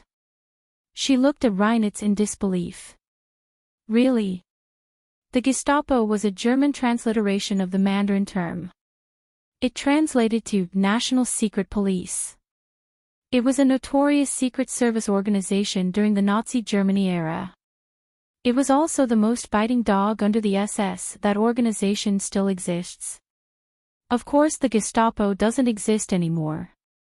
Reinitz shrugged. But its organization and personnel were completely inherited by the Federal Intelligence Agency. So, don't be too careless. Gu Nianji was silent. She knew that Reinitz had a deeper meaning behind his words. He must be well aware of what she meant just now. That was why he was subtly reminding her not to try to drive a wedge between him and ALS. ALS was much more powerful than she imagined. ALS allowed you to live with me on account of our many years of friendship. But don't think that he has completely let go.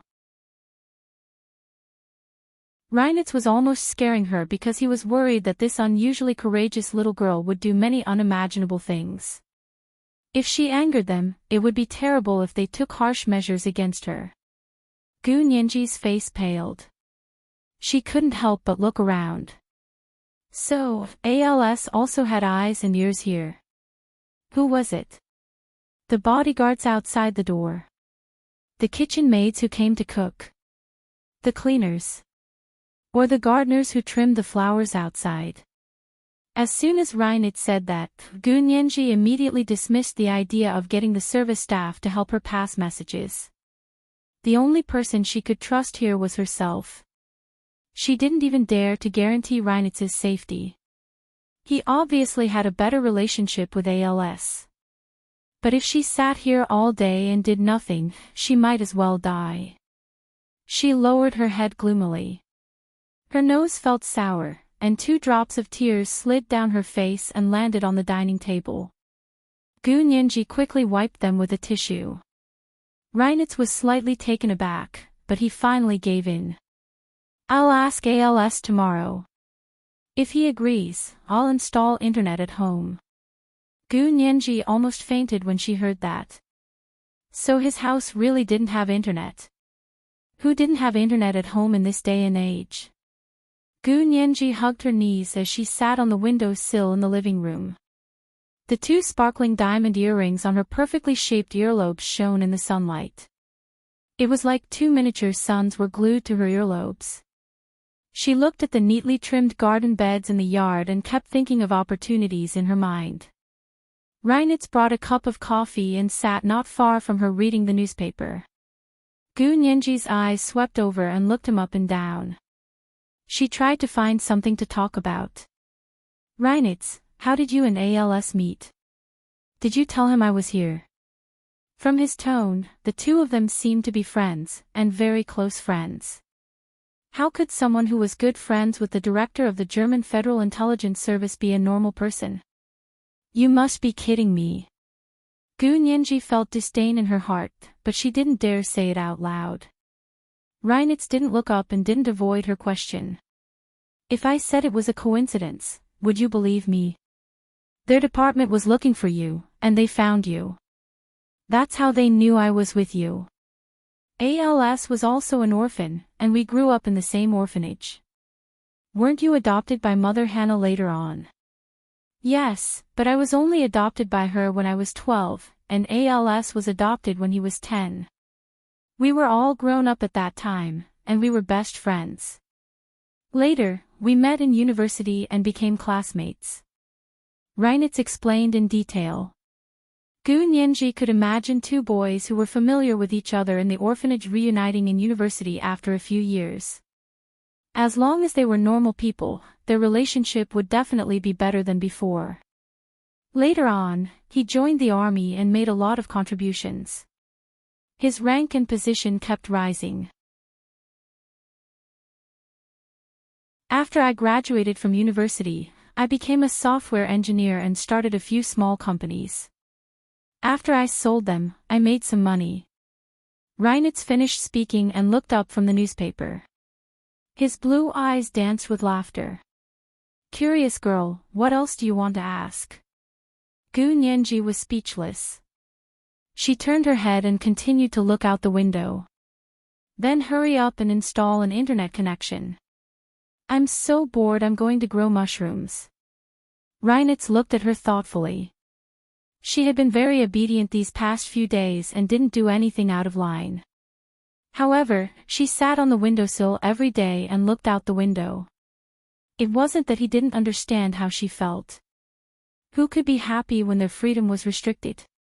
But Reinitz shook his head and thought that maybe he should use another method. She was a flower that only bloomed under the sunlight in the wild, not a potted plant in a greenhouse. After that, Reinitz often went out and said that he was preparing for a new company and starting a new business. Gu Nianji didn't really believe him, but she had no choice but to believe him. Moreover, did it matter whether she believed him or not? ALS sometimes came to visit Reinitz, but when he came, Gu Nianji never came out of her room. She didn't want to see him or talk to him. In her eyes, he was like a prison warden who came to visit regularly. The internet connection was installed, but Gu Nianji went online and realized that it was under strict surveillance. She didn't even dare to contact Yin Shixiang and the others because she would expose them if she did. At that time, she realized that even with the internet, she only dared to read some general information. At most, she would pay attention to the progress of Li Haiqing's case. There was still no news of Seth, who had escaped. What did you say? That woman disappeared. She even castrated Seth. The round-faced, straight-haired woman couldn't suppress her anger. Are you pigs? Useless. Useless. Don't tell me that we gave you so many resources and even the Copernicus satellite tracking system, but you still lost her. Boss, it's not that we're useless. That woman had help in the Alps. A man, very powerful, took her away on a motorcycle. A few of us couldn't catch up to them even on motorcycles. We even fell off a cliff and lost a few people. Help. How could she have help in the Alps? The woman was so angry that she laughed. She knew very well that Gu Nianji's biggest helper, Hu Xiaoheng, was still trapped in the United States by her scheme. Don't find such a ridiculous excuse just to shirk responsibility. This was the 20th chapter with 5,000 words. There were a total of 20 chapters today, and 100,000 words. Asking for monthly votes. They had worked so hard for 2 months to save up so many chapters, and now they were all being thrown out. Don't forget your monthly votes.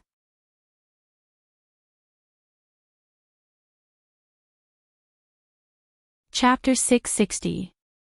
So you must request for monthly votes. Important things must be repeated thrice. Please vote for monthly votes Acts 2. Please vote for monthly votes Acts 2. Please vote for monthly votes Acts 2.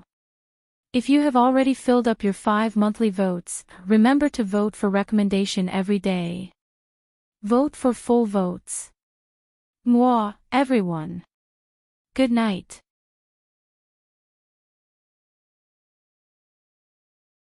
Chapter 661. There really was a helper. I wasn't the only one who saw it. Everyone saw it. There's even a video. The man yelled and wanted to send the woman a video. Video? Fine, send it over. The woman suppressed her anger and began to receive the video. The video was very blurry, and it was obviously taken from a moving target in the dark. However, she could still clearly see 2 people on a motorcycle. A man and a woman sat in the back, wearing helmets. The slender figure in the back was most likely Gu Nianji. The man on the motorcycle in front of her didn't turn around, but she could see that he had a broad back and long legs. He wasn't anyone she knew. There really was someone helping her. The woman's pupils constricted, and her heart was filled with shock and uncertainty. The man on the motorcycle couldn't be a helper left behind by that person, could he? The woman with the round face and straight hair rubbed her head and thought for a while before shaking her head. Probably not. With that person's meticulousness and ruthlessness, if he had left someone behind, he would have caught all of them in one fell swoop.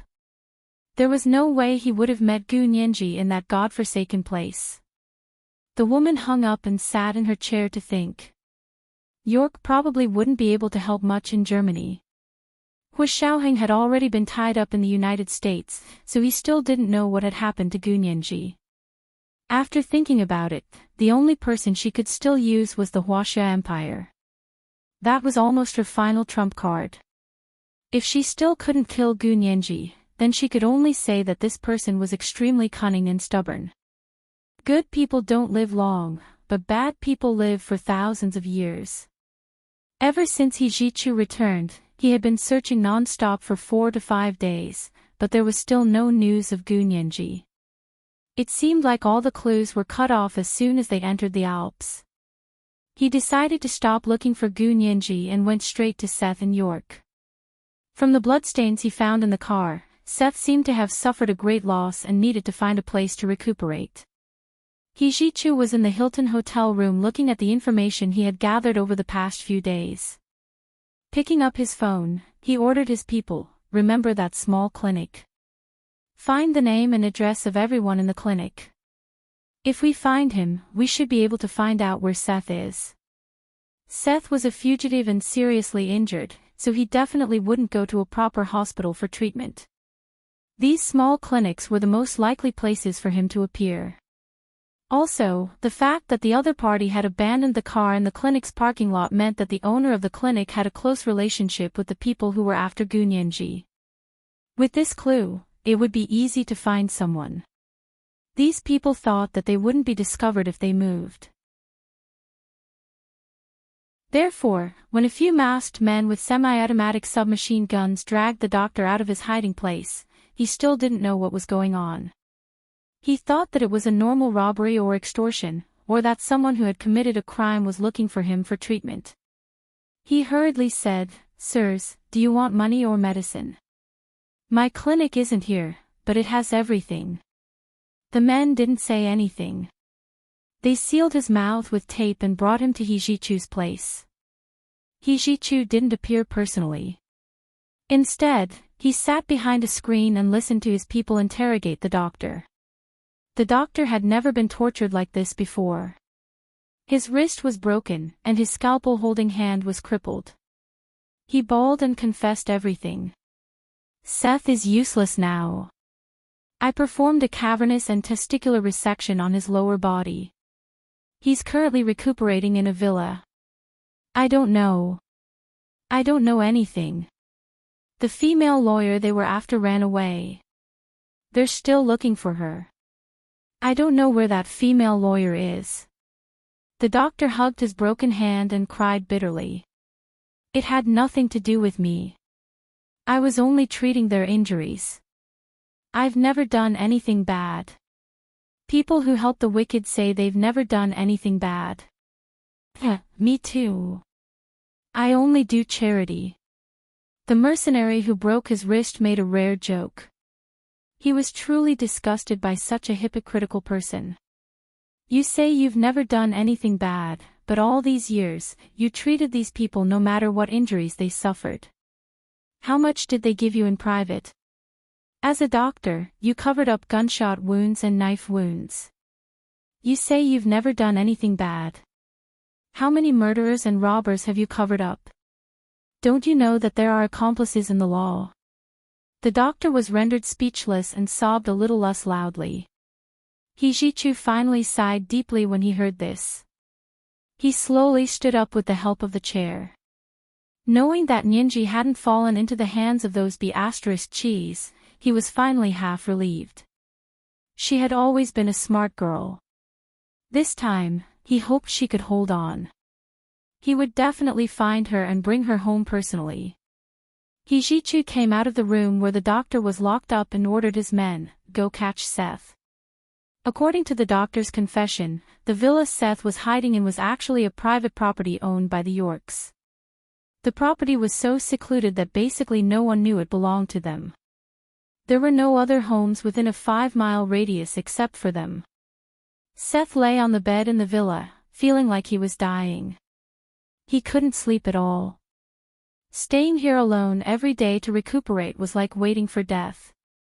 No one else came here. Other than his mother, Ramona, and stepfather, York, who brought him food and a change of clothes every 3 days, no one else came here. He didn't want to see anyone either. Now that he was in this state, he was neither human nor ghost. It was better to be dead. Whenever he thought of that vicious female lawyer, he gritted his teeth and wanted nothing more than to cut her into 1,000 pieces. He swore that when he recovered, he would make that female lawyer's death be worse than that female exchange student's. Seth fell asleep in his rage, but was woken up by a sharp pain. Opening his eyes, he realized he wasn't in his bed but in the basement of his house. A group of burly masked men dressed in black surrounded him in a circle, and there were 4 or 5 black wolf dogs at his feet barking at him. A man wearing a black cloak and a low-brimmed hat slowly walked over and stepped on Seth's face. His voice was cool and indifferent. "Are you Seth?" It was a standard Hanoverian accent. Seth thought it sounded familiar, but he couldn't see the man's face clearly. "Is that so?" the man asked again. "Yes. Yes." Seth stuttered. He raised his head and tried to see the man's face clearly, but he couldn't. The man's face was hidden in the shadow of the dark hat, and he seemed to be wearing sunglasses. Sweat trickled down his face, and he suddenly felt fear. The man didn't say anything threatening and just stood straight in front of him, but it made him feel endless fear. Looking up at the man's black cloak, Seth felt the darkness grow larger and larger until it was boundless and enveloped his entire body. It was as if a catastrophe was about to befall him. The man in the black cloak was He-Ji-Chu.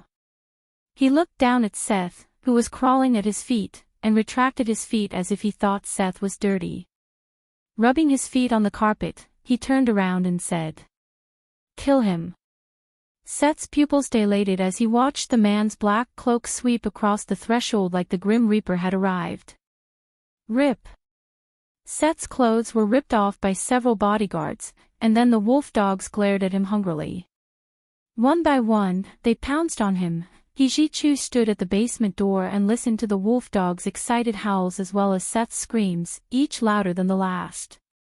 The bodyguards watched impassively until Seth was on the brink of death from the wolf dogs before stabbing him in the chest.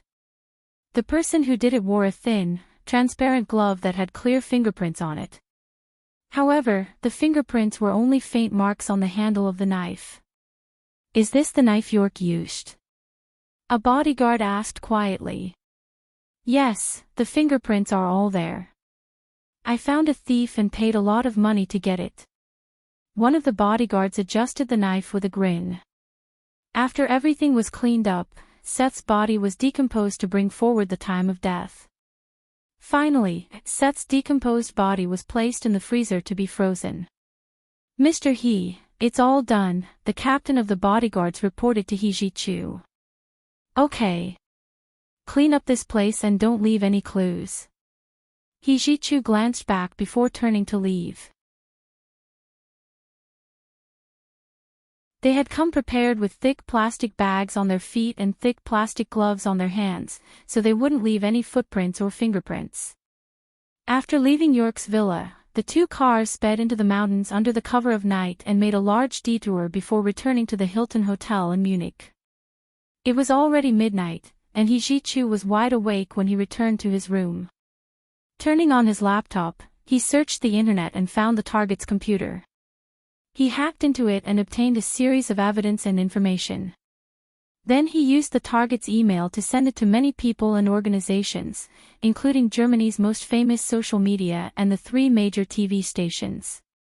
The email sent by He-Ji-Chu through the target was too shocking. That day, almost all the media in Germany, including the internet, TV stations, newspapers, and magazines, had the same explosive news.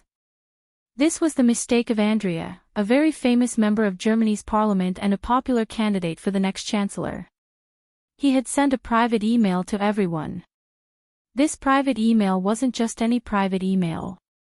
It was a discussion between him and his trusted subordinates on how to buy votes and bribe elections.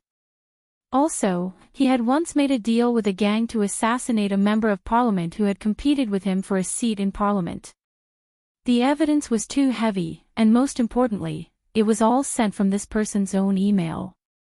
The German National Security Agency quickly followed up and applied for a subpoena to the parliament member's home to search for evidence. The parliament member's computer, phone, tablet, and all smart electronics were confiscated and searched by professionals. This time, the evidence was too abundant, and there was no one to cover up for him. Everyone related to him couldn't wait to draw a clear line with him, afraid of being implicated by him. And among the evidence, York, who could cover up everything in the Roslau area, appeared many times. Whether it was helping the parliament member bribe elections or helping him connect with the gang to assassinate another competitor, he was never absent. When this incident was exposed, York was immediately silenced in Roslau. The mayor there immediately transferred him from his position as police chief and made him the principal of the police academy to avoid this storm. Smith and the others found out and laughed in anger. He can still be the principal of the police academy after something like this happened. That's a position no worse than being the police chief. Exactly. These Germans won't shed a tear until they see the coffin. Hijichu stared coldly out the window and thought it was time to release the second wave. Less than 2 days later, the official social media account of the Munich District Court suddenly posted several screenshots of emails. The content was the second judge in charge of Li Haiqing's case and York's insider trading. York asked the judge to acquit his stepson in exchange for agreeing to help the judge run for the next parliament. As soon as the screenshots were posted, they were immediately reposted nationwide. The judge kept delaying the first trial verdict for Li Haiqing's case, and everyone previously thought it was because there was insufficient evidence. As soon as the email screenshots were posted, everyone knew there was insufficient evidence. He was colluding with York in an attempt to get away with it. By the time the Munich District Court found out about the incident on their official social media account, the entire screenshot had already spread like wildfire throughout Germany. Even the Parliament and the Ministry of Justice began subpoenaing and hearing the judge. Although the judge vehemently denied it and said the email screenshots were photoshopped, the German Ministry of Justice's technical department recovered the deleted emails on his phone and proved the screenshots were not fake. As for why they were stupid enough to leave evidence in black and white, it was because the two of them couldn't trust each other and were afraid the other would go back on their word. Therefore, they had to use some form of record to keep each other in check. If you dare expose me or abandon your deal with me, I'll expose you. This kind of mutually destructive method was the only way to ensure their interests were aligned. They just didn't expect there to be such a powerful hacker in the world who could sneak into their emails and screenshots of all the emails. Soon after, the second judge in charge of Li Haiqing's case was suspended for investigation and transferred away from the case. Both cases were related to York. And after it was revealed that he had bribed the first parliament member and colluded with the mafia, he was only removed from his position as the police chief and became the principal of the police academy. This kind of shady person from the inside out became the principal of the police academy. Are you kidding me? All of Germany's social media was talking about this topic. York was in the limelight and even the most popular internet celebrity wasn't as popular as him. Under everyone's condemnation and some people adding fuel to the fire, York was removed from his position as the principal of the police academy. At the same time, his German bank account, Swiss bank account, and deposit balance were exposed. Faced with the astronomical number of zeros in his bank account balance, the amount of money that York couldn't earn even if he worked as the police chief for 500 years. The Germans were really angry. For many Germans, corruption and bribery of officials was what they hated the most. Although they sympathized with the case of the foreign female student, they never felt the same way. Therefore, even if York was dealt with lightly, these people didn't really care. At most, they would just watch the show and make a fuss. But it was different now. York had touched the bottom of the Germans' lives. For a moment, social media and traditional media were unanimously condemning York and calling for him to be severely punished. Once these bank accounts were exposed, York was immediately suspended for investigation. All of York's officials in the Roslaw region were implicated and forced to step down. The Roslaw region held an early election. The prosecutor and police moved box after box of information from his and Ramona's residence, and all of his properties were searched. Hijichu used the reason that they had a civil claim against York's family and immediately requested that all of York's and Ramona's assets be frozen, including his Swiss bank account. Many people knew that the Swiss bank never got involved in such matters and rarely voluntarily handed over or froze their own depositor's bank account. But as soon as Hijichu requested it, the Swiss bank agreed immediately. When the German officials saw that even the Swiss bank had to bow down to Hijichu, their hearts began to pound. They no longer dared to go against him. Just as everyone was investigating York's assets in full swing, the most important part of the show began. The police found Seth's frozen body in one of York's country houses. Everyone knew that Seth had absconded, but they didn't expect that he hadn't escaped Germany at all and had died a long time ago. As soon as this matter was exposed, York was no longer a normal political matter but a criminal case. There were only York, Seth, and Ramona's fingerprints and footprints in that house, and Seth's autopsy proved that he had died 20 days ago, the day he supposedly escaped from the hospital. He had also died a horrible death. Not only was there the blood of a wolf dog in his body, but his stepfather's fingerprints were also found on the knife wounds. This result was accidentally revealed by someone. Ramona, who had always claimed to be ill and kept quiet, immediately changed her mind when she found out. When she saw her son's body, she cried so hard she almost fainted. Many people believed that York killed Seth because his stepson was too good at causing trouble for him. Killing him was in line with York's style of doing things. Even Ramona believed it, because when York quarreled with her, he had said more than once that her son would be better off dead. Not to mention all the direct and indirect evidence found on York's body. York had killed her beloved son, Seth, and she would no longer remain silent for him. Once Ramona changed her mind, York's case was almost certain. She had been married to York for more than 10 years. She knew everything about York. With so much evidence, York's power was already gone. No one would protect him anymore, so there were only people who would kick him when he was down. York was very irritable in the detention center because he had created so many miscarriages of justice. Now that the tables had turned, it was his turn. This is the first chapter with 5,000 words, and there are more to come. Please give me monthly votes and recommendation votes. Thank you for your monthly votes yesterday. Today's third chapter has 15,000 words. If you can vote more, I will continue with the third chapter tomorrow.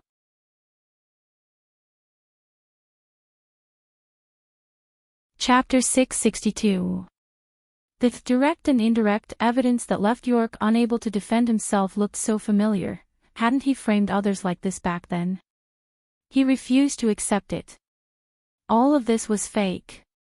All of it was fake. He didn't know how it all happened. Did it start from when Seth tortured and killed Lee Hai-Chin, or when they planned Seth's escape and kidnapping the female lawyer? After thinking it over, he believed it had something to do with Seth's kidnapping of the female lawyer. He remembered how much manpower, money, and resources the mastermind had expended in order to successfully kidnap the female lawyer. If that person hadn't interfered out of nowhere and they hadn't attacked the female lawyer, Seth would have escaped to North Africa by now, and none of this would have happened. Therefore, if he wanted to escape, he could only find that woman. York slowly thought about it as he sat in the detention center's cafeteria. He finished all the food on the plate in front of him. Although nothing he ate tasted good, now wasn't the time to go on a diet. He needed to survive in order to redress his grievances.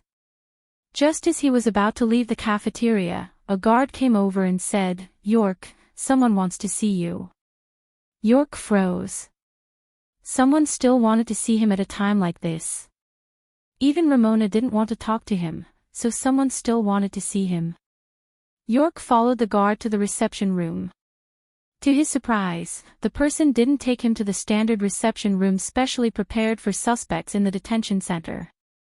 In the standard reception room, the visitor and visitor were separated by a thick layer of bulletproof soundproof glass.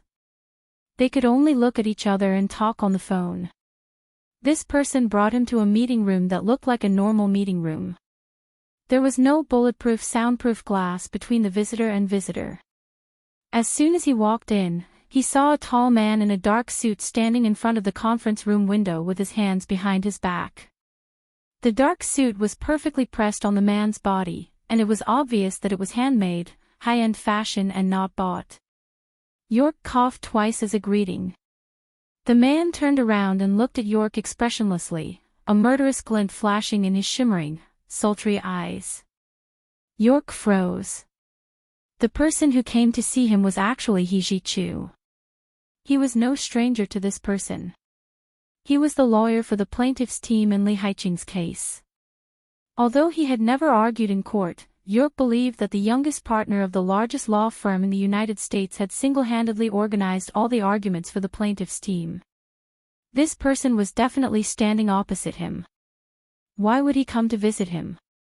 York sneered. He was no longer as calm as before. Mr. He.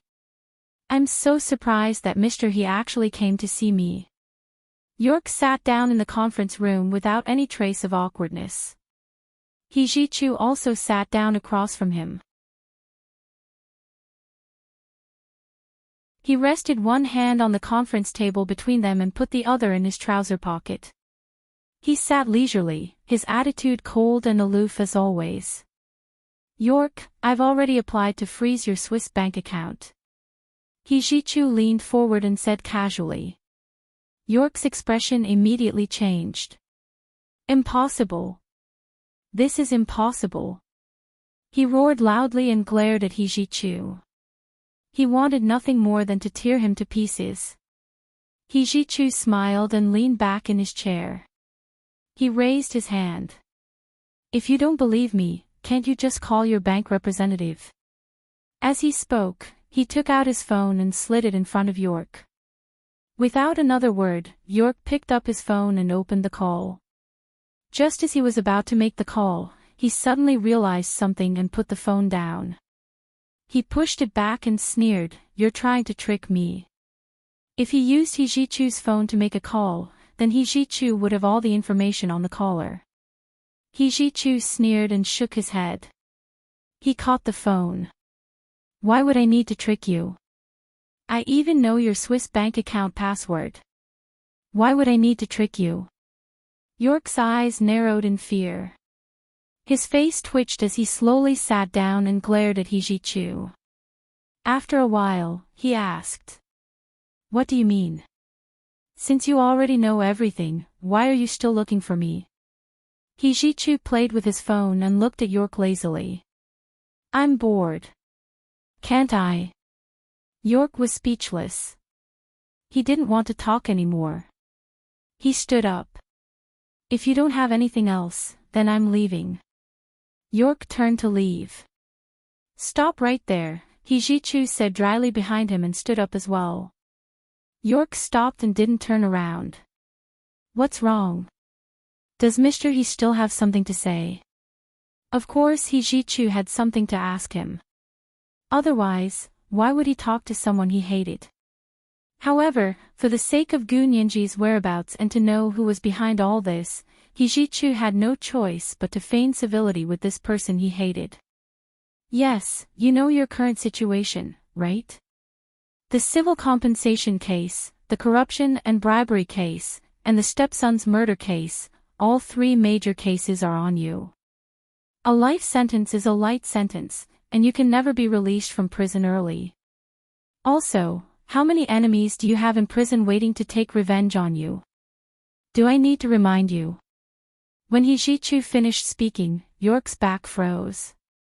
He had forgotten how many enemies he had in prison. Cold sweat dripped down York's back. He didn't feel so confident anymore. But what exactly did He Ji-chu want to do? York turned around and stared at He Ji-chu, but he couldn't see any clues from his cold face. Mr. He, what do you mean? York unknowingly used honorifics against He-ji-chu. He-ji-chu took 2 steps to the side and walked to a place not far from York with his hands behind his back. What I mean is very clear. Who cooperated with you to let your stepson Seth kidnap lawyer Gu? Tell me, and I can help you get out of this. York glared at He-ji-chu. After a while, he suddenly laughed. So that's how it is. But Mr. He, my memory isn't very good. I have to think about it carefully before I can remember who cooperated with me. He wasn't willing to tell He-ji-chu right away. He-ji-chu was burning with anxiety, but he couldn't let York see that he was anxious. Otherwise, they wouldn't be able to continue this discussion. He nodded faintly and said, "Very well then. Let me know when you remember. I'll also tell you that I don't like people bargaining with me. If you want to say it, then say it. If you don't want to say it, then forget it. I've already stated my conditions. If you don't accept them or think of better conditions, I'm sorry, but I won't be able to keep you company. Goodbye." He-ji-chu left without hesitation. York, on the other hand, was stunned. He instinctively called out to He-ji-chu, "Mr. He. Let's talk." He-ji-chu didn't stop walking. Without turning his head, he said, "If you've thought it through, then talk. If you haven't thought it through, don't force it." York was speechless and hesitated. He didn't know if he should make this exchange with He-ji-chu. Also, he hadn't contacted that woman yet, so he had to sound her out first. If that woman didn't help him, it wouldn't be too late for him to betray her. After all, that woman was too powerful. Not only did she have money, she directly gave him 100 million euros in cash and deposited it into a Swiss bank account, but she also had power. She could mobilize the Copernicus satellite tracking system. With this kind of power, if York wanted to betray her, he would have to think carefully. Otherwise, he would really lose himself. After He-ji-chu left, York returned to his room in the detention center and didn't do anything for the whole day.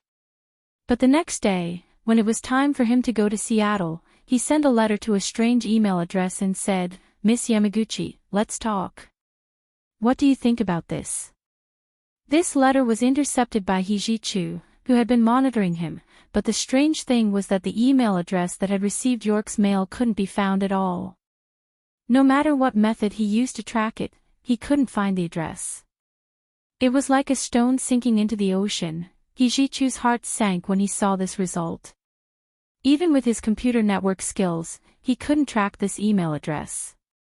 Could there be a computer expert more powerful than him in this world? Looking at the name of the person York had sent the email to, it seemed to be a Japanese woman. Did the Japanese have such advanced computer network skills? He-ji-chu didn't believe it. He sat in front of the computer thinking for most of the night and finally thought of a possibility. He couldn't help but look even more grim. He remembered his faint worries from before, and now the appearance of this strange email address seemed to confirm his suspicions. No wonder he couldn't track it, oh no. He-ji-chu stood up from his desk abruptly. If the other party really was evenly matched with him, then if he hadn't guessed wrong, York was now in grave danger. He picked up his phone and immediately called the detention center where York was being held. "I have something urgent to talk to York about. Please let him answer the phone." The guard on duty was very unhappy to be disturbed from his sleep and said, "Who are you? It's so late. If you have anything to say, talk tomorrow." "My surname is He. Look at York's visitor records. I went to see him the day before yesterday." He-ji-chu suppressed his nervousness and said in a low voice.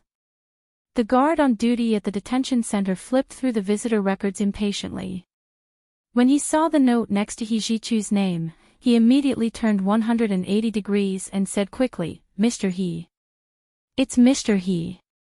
Please wait a moment. I'll get York to answer the phone right now." The guard on duty immediately woke up and jogged to the room where York was being held. He took the key and opened the large metal door. He shouted loudly, "York! Come out and answer the phone." It was already 2 or 3 in the morning. York must have fallen asleep because there was no sound at all. The guard on duty had no choice but to turn on the lights while swearing.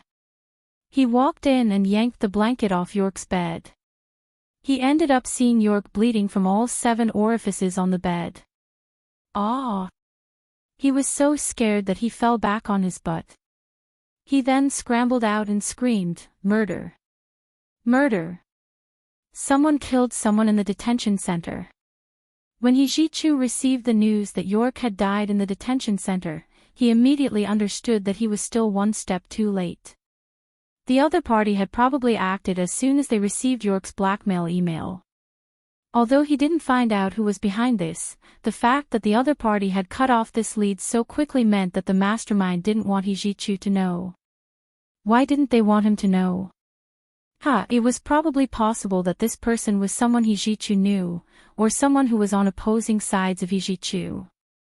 Hijichu didn't have many friends, but he had many enemies. He narrowed his shimmering almond-shaped eyes and quickly thought about how to find Gunyenji. Seth and York's lead had been cut off, and Gunyenji's phone must have been lost as well, so he couldn't use GPS to track her. Where exactly was she? Was she in the Alps? From the looks of it, the worst-case scenario was that she was trapped in the Alps. However, it wasn't winter, so it was a little better. If it was winter and the mountains were sealed off by heavy snow, then there would be no way out. Hijichu thought about it for a long time and made 2 decisions. 1. He immediately sent people into the Alps to search. He had to find Gunyenji even if he had to search every inch of the Alps in Bavaria. 2. He had to do something. He had to appear more in front of the media and the public. He had to stand in a high and conspicuous place so that no matter where Gunyenji was, she would know he was back and waiting for her. After that, Hijichu acted out of character and no longer kept a low profile or avoided the media. He frequently appeared on major German television stations to accept interviews and do programs. He also opened his official account on German social media. The profile picture was Gunyenji's back, and his comment was "waiting for you to come home." At first, Smith and the others didn't understand why Hijichu suddenly liked all kinds of exposure and appeared under the media's searchlights. Later, when they saw Hijichu's social media account, they finally understood. So he wanted to stand at the highest point so that the lost person would know where to find him. Hijichu was already extremely attractive. His looks were perfect for everything, and his sparkling, amorous, almond-shaped eyes paired with his cool and indifferent expression made for a very charming and contradictory temperament. Coupled with his fluent Hanoverian German and his regal demeanor, it was the icing on the cake. The German public was infatuated, and groups of fangirls and fangirls flooded social media every day. Gunyenji should have seen such a large-scale exposure, but unfortunately, her network blocked all news about Hijichu, so she couldn't see the whirlwind Hijichu created on the German internet. She didn't like watching TV, and Reinitz didn't have one at home, so she couldn't see Hijichu's glory on TV. That night, when Gunyenji was already asleep, ALS quietly came to visit Reinitz. The 2 of them drank draft beer under the moonlight and thought about Hijichu's recent unusual behavior. "Reinitz, do you think that he is still looking for her?" ALS pouted in the direction of Gunyenji's bedroom upstairs. Reinitz took a sip of draft beer and didn't say anything. Under the silvery moonlight, his expression was indifferent, as if he had nothing left to live for. His dark blue eyes were devoid of emotion. After a while, Reinitz finished his draft beer and said dryly, "Can he not look for her? If he had lost her, he would find her even if he had to go to heaven or hell, that's true. She is his capable subordinate. She brought him from the Hua-Xia Empire to Germany, but there was no one there when she returned. Who would let her go?" ALS gave Reinitz a thumbs up. But you had the foresight to block all information about He Jichu in advance.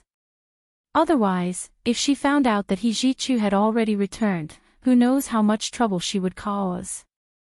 ALS had only recently learned of He Jichu's other identity in the United States. Even the Supreme Commander of NATO, Secretary General Philip, had to curry favor with him. Fortunately, the Federal Intelligence Division was a different organization. They didn't have to follow those spineless government officials to lick He Jichu's boots. Gu Nianji was in their hands, and they wouldn't let her go. But they didn't want to cause trouble. If they were not careful and allowed Gu Nianji to contact He Jichu, then He Jichu would directly ask for her from the Intelligence Division. At that time, they really didn't dare to say whether they would let her go or not. It's just a small program. It's not difficult at all, Reinert said coldly. But Sirius isn't used to being locked up in a room. If she goes out and gets information about he from someone else, you have to think about how to deal with it. ALS poured himself another draft beer and said nonchalantly, how can I deal with it? Don't I still have to listen to the higher-ups? If they can't handle his pressure, what do you think I should do? Reinert smiled and didn't say anything else. He lit a cigarette and took a drag. As the smoke lingered, his vision became a bit hazy. That day, the Huaxia Imperial Ministry of Internal Affairs Overseas Citizens Office finally saw a report of a citizen going missing abroad. The citizen's name was Gu Nianji. She was one of the lawyers for the plaintiff in the case of Li Haiqing, a female German exchange student who had caused a stir a while ago. Minister Bai from the Ministry of Internal Affairs had taken special care of this case, and even the legal team was hired by Minister Bai's family. Now that they saw that the only Huaxia imperial citizen in the legal team had gone missing, the people from the Overseas Citizens Office were shocked. They quickly picked out the report from the Huaxia Imperial Consulate in Munich and reported it to the higher-ups. It was already late at night when the report was reported to Minister Bai Jianqing of the Ministry of Internal Affairs. His daughter, Bai Yueran, was helping him organize official documents in his office. When Bai Yueran saw the report, she stood up immediately and hurriedly pushed open the door to Bai Jianqing's small office. Father, Gu Nianji has gone missing in Germany. I have to tell General Ji this news as soon as possible. She should have notified Hu Xiaoheng immediately, but he was still overseas on a mission and had no news. Bai Yueran knew that she couldn't use any means to disturb Hu Xiaoheng. This was an iron rule. If she didn't obey, she would only be court-martialed and await the strictest trial. Therefore, the fastest way was to notify General Ji. General Ji had more authority than Hu Xiaoheng and a higher military rank. He could also mobilize more resources to find Gu Nianji. Bai Jianqing looked up from the thick stack of documents and removed his reading glasses. He frowned. What did you say? Who went missing? Gu Nianji. Bai Yueran composed herself. Do you remember? The little girl Hu Xiao rescued from my aunt's magnetic field experiment 7 years ago. She was Gu Xiangwen's youngest daughter. This is the second installment of 5,000 words. There's more to come. Please give us monthly votes and recommendation votes. Thank you all for your monthly votes yesterday. Today, there are 3 installments of 15,000 words. If you all can vote more, we'll continue with the 3rd installment tomorrow.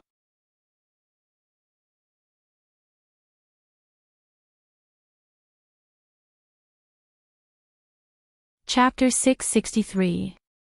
Oh, it's her. I remember now. Didn't she study law and go to Germany to help with the case? Bai Jianqing knew a bit about her background. Yes, that's her. But she went missing in Germany. Bai Yueran was a bit uneasy. Although she was only the head of the legal department in the Special Operations Forces, the discipline and way of doing things had greatly affected her. She also knew Gu Nianji's importance. Although her father, Gu Xiangwen, was more important than her now, who knew what the Special Operations Forces thought. She was someone Hu Xiaoheng cared about. Okay, go quickly and talk to General Ji. Tell him not to worry. I'll have the Ministry of Foreign Affairs urge the local police to find her immediately. Bai Jianqing picked up the phone and called the Minister of Foreign Affairs. Bai Yueran nodded. Thank you, father. She turned to leave. Bai Yueran left home and immediately drove her car to the military compound where General Ji lived. She was the head of the legal department in the Special Operations Forces. Her security level was relatively high, and she was appreciated by General Ji. She had a pass that allowed her to enter the compound at any time, so it was fine even if she went in at night. General Ji was still awake. Although he was old, he was still used to staying up late. Late at night was the time when he was most energetic and clear-headed. He was buried in a document when the internal line on his desk rang. There were 3 phones on his desk, 1 black, 1 red, and 1 gray. The one that rang was the gray internal line. General Ji didn't even raise his head as he took the phone. Hello. Bai Yueran's calm and clear voice came through the phone. General Ji, I'm Bai Yueran. I have an important report to make. I'm waiting at your door. Although Bai Yueran could enter the main military compound, she couldn't enter General Ji's house as she pleased. She had to get permission from the guards at the door, and the guards at the door had to get permission from General Ji or his family before they could let her in. General Ji's expression immediately turned serious. Yueran. Come in. The guard at the door could hear the conversation between General Ji and Bai Yueran. He nodded and recorded their conversation before letting Bai Yueran in. When Bai Yueran entered, General Ji had just come down the stairs. As soon as he saw her, he said, Yueran, you're here. Come and sit. Bai Yueran stood in the middle of the living room and waited for General Ji to walk over before presenting the report written by the Deputy Consul of the Huaxia Imperial Consulate in Munich to General Ji with both hands. She said quietly, we just received a report that Gu Nianji has gone missing in Germany. General Ji hadn't expected to hear this news in the middle of the night.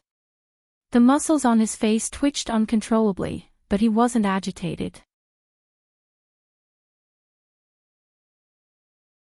He silently sat down on the sofa, took out the reading glasses hanging in his jacket pocket, and began to carefully read the diplomatic briefing.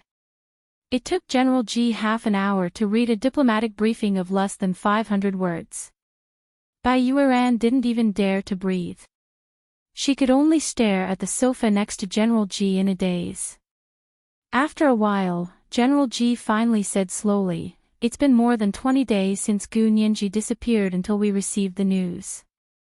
How was it? Is there any news from the consulate over there?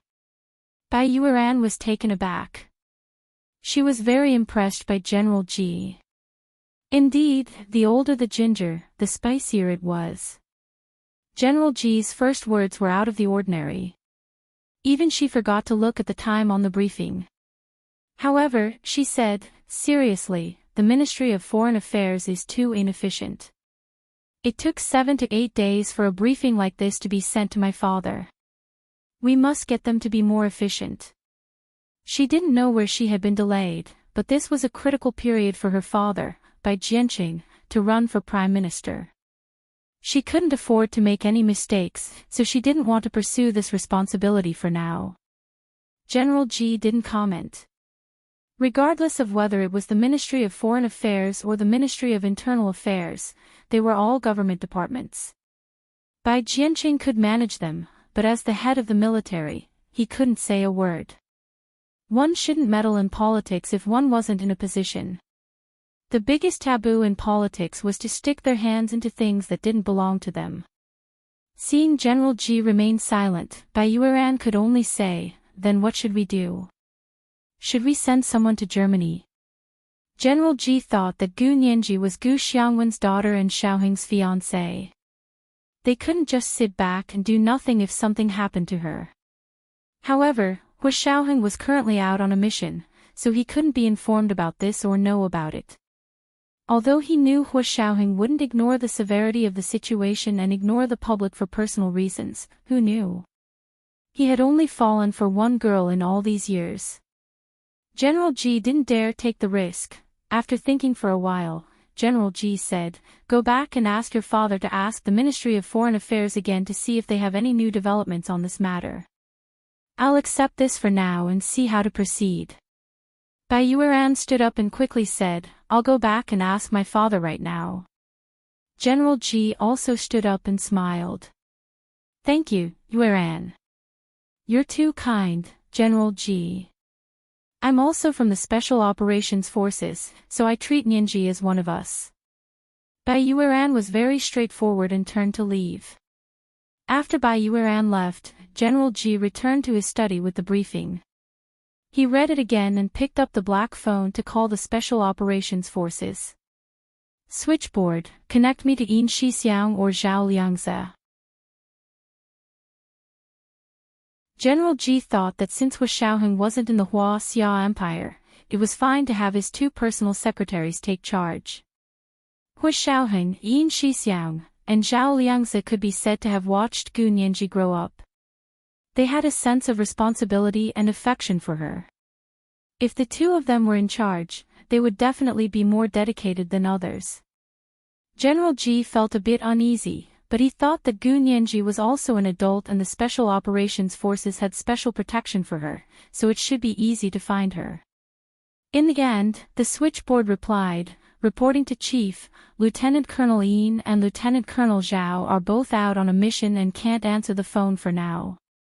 General Ji's hand tightened as he secretly felt that something was wrong.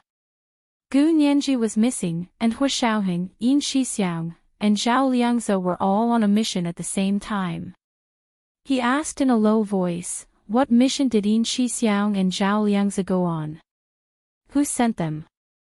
The switchboard knew that this was General Ji, the highest commander in the military. However, the Special Operations Forces was a bit special, so even General Ji couldn't ask about certain things. If he wanted to know, Speaker Long had to be present at the same time. The switchboard operator said tactfully, "General Ji, this is the work procedure of the Special Operations Forces. When they come back, they will report to General Ji." At this point, General Ji also understood. He had been anxious earlier and hadn't thought about this. Now that he was reminded, he immediately came back to his senses and nodded. Understood. Yin Shixiang, Zhao Liangze, and the others weren't around, so General Ji felt that he had to take responsibility for this matter. The next day, General Ji called for a special meeting of the Supreme Military Council and told the 7 people present about Gu Nianji's disappearance. He then said, "This young girl once made a huge contribution to our country. I think it's a bit strange that she suddenly disappeared now. What do you think?" Everyone remembered when Gu Nianji first appeared, she was carrying a small backpack with immeasurably valuable engine blueprints that were for fighter jets. It's very strange indeed. A general sitting next to General Ji frowned. But she's not an orphan anymore. Shouldn't we report this to her family first? Has her father woken up? To these people, the most important person at the moment was no longer Gu Nianji, but her father, Gu Xiangwen. Gu Nianji had only brought them a blueprint, but if Gu Xiangwen woke up, it would be a priceless treasure. He would have countless blueprints, inventions, and all sorts of high-end technology that could help the Hua Xia Empire break through technological bottlenecks. But they still unanimously agreed to use the highest standards to rescue Gu Nianji, not for any other reason, but because she was Gu Xiangwen's daughter. They didn't think that Gu Xiangwen would continue working with them if he woke up and discovered that his beloved daughter was missing. Of course, in General Ji's heart, Gu Nianji had another identity. She was the girl Hu Xiaoheng liked, and he wanted to help Hu Xiaoheng find his fiancée. However, General Ji didn't explicitly mention this. After all, only he and his personal secretary, Secretary Chao, knew about Hu Xiaoheng's marriage report. General Ji glanced at the people in the meeting room. Guanchen, you'll be responsible for this. Go to the hospital today to see if Gu Xiangwen has woken up, then think of a way to talk to his sister about this. Huo Guanchen nodded. I'll go after the meeting. This should be done quickly. It looks like it's been dragging on for quite some time. Yeah, so you have to be quick. I'll provide you with everything you need, and you'll be in charge. Just let me know if you need anything. I'll be your strong support. General Ji said solemnly. After everyone left, General Ji revealed everything to Huo Guanchen. Guanchen, there's one more thing you need to know. What is it? Huo Guanchen looked at General Ji in confusion. Is it about Gu Nianji? More or less. General Ji looked around and said in a low voice. Xiaoheng already submitted a marriage report before he left the country. It was approved by the military and also passed Nianji's background check. So, she's already your daughter-in-law. This time, she's in trouble, so you have to help her as much as you can. Huo Guanchen froze. Ha! Xiaoheng wants to marry her. No way. This. How is that possible? General Ji, you're not joking, are you? How can I joke about something like this? General Ji was displeased. No one else knows about this, and Xiaoheng doesn't want anyone else to know either, so you have to keep it a secret. Otherwise, I don't know what Xiaoheng will think. Huo Xiaoheng pursed his lips. His heart was in turmoil. His own son had already submitted his marriage report, but he was the last to know. Even General Ji knew before him. Moreover, Gu Nianji had grown up with Xiaoheng. What would people think if he really married her? However, he also knew that Gu Nianji was Gu Xiangwen's biological daughter. So for Gu Xiangwen's sake, no one would say anything, nor would they allow others to say anything. If Gu Nianji wasn't Gu Xiangwen's biological daughter, he would have opposed it no matter what. Huo Guanchen swallowed his anger and promised General Ji, "Don't worry, General Ji. I'll definitely gather the best people to investigate this matter according to the highest standards." General Ji patted his shoulder. "I'm most at ease leaving this matter to you." From General Ji's perspective, whether it was for official or personal reasons, Huo Guanchen was the most suitable person to investigate Gu Nianji's disappearance when Xiaoheng wasn't in the country. After the meeting, Huo Guanchen returned to his office and immediately called his personal secretary in to assign tasks to them. He didn't say what it was, only that it was an important mission. He asked him to gather the relevant personnel from the military's public relations department for a meeting of the highest standards. After the meeting, he also had to communicate with the Special Operations Forces and get them to authorize it. Only the Special Operations Forces could carry out the best rescue. That was because the Special Operations Forces had a natural advantage overseas. His personal secretary took down his orders and went to prepare. After Huo Guanchen arranged the topics for the meeting, he took his private car to the hospital building of the Special Operations Forces headquarters. Gu Xiangwen was closely guarded there. Only Chen Lai and Yi Zidan were personally taking care of him. Yi Zidan was a nurse, which showed how much they valued Gu Xiangwen. Even when General Ji was sick, he wouldn't let Yi Zidan, who was second only to Chen Lai, be a nurse. When Huo Guanchen came to visit Gu Xiangwen, Gu Yanran happened to be there. It was the day she came to visit Gu Xiangwen once a week. He walked in with 2 personal secretaries. Seeing Gu Yanran there, he nodded at her. "Miss Gu." Gu Yanran recognized him as Huo Guanchen, Huo Xiaoheng's father. He was a general in the military and had a higher rank than Huo Xiaoheng. She walked over and extended her hand with a smile. What kind of wind blew General Huo here today? It's our honor to have you here." Huo Guanchen didn't want to shake her hand, but her hand was already in front of him. It wouldn't be good if he didn't shake it, so he shook it. "You're too kind, Miss Gu." I'm here to see how your father is doing and when he'll wake up. Gu Yanran smiled. You'll have to ask Dr. Chen and Dr. Yi about that. As they chatted, Chen Lai and Yi Zidan walked in. Hello, Chief. They quickly saluted Huo Guanchen. Huo Guanchen raised his hand. Hello, Dr. Chen, Dr. Yi. He walked to Gu Xiangwen's bed and studied it for a while before turning to ask Chen Lai, who was standing behind him. Dr. Chen, when will Mr. Gu wake up? Chen Lai spread his hands. Chief, your question has stumped me. He's been in a vegetative state for too long, and his bodily functions have atrophied too much. I've only just recovered some of his bodily functions. I really don't know when he'll wake up. Huo Guanchen sighed internally, but maintained a calm expression. Yes, I understand. You must do your best to save him, no matter the cost. Gu Yanran was touched and uneasy when she heard this. She whispered, Hua. Chief Hua, Dr. Chen and Dr. Yi are doing their best. It's my father's condition that's too bad. It's not their fault. Huo Guanchen had a good impression of Gu Yanran. She was generous to people and was a wealthy person. She had a large amount of assets at such a young age, and most importantly, she was considerate. Look at her attitude toward the medical staff.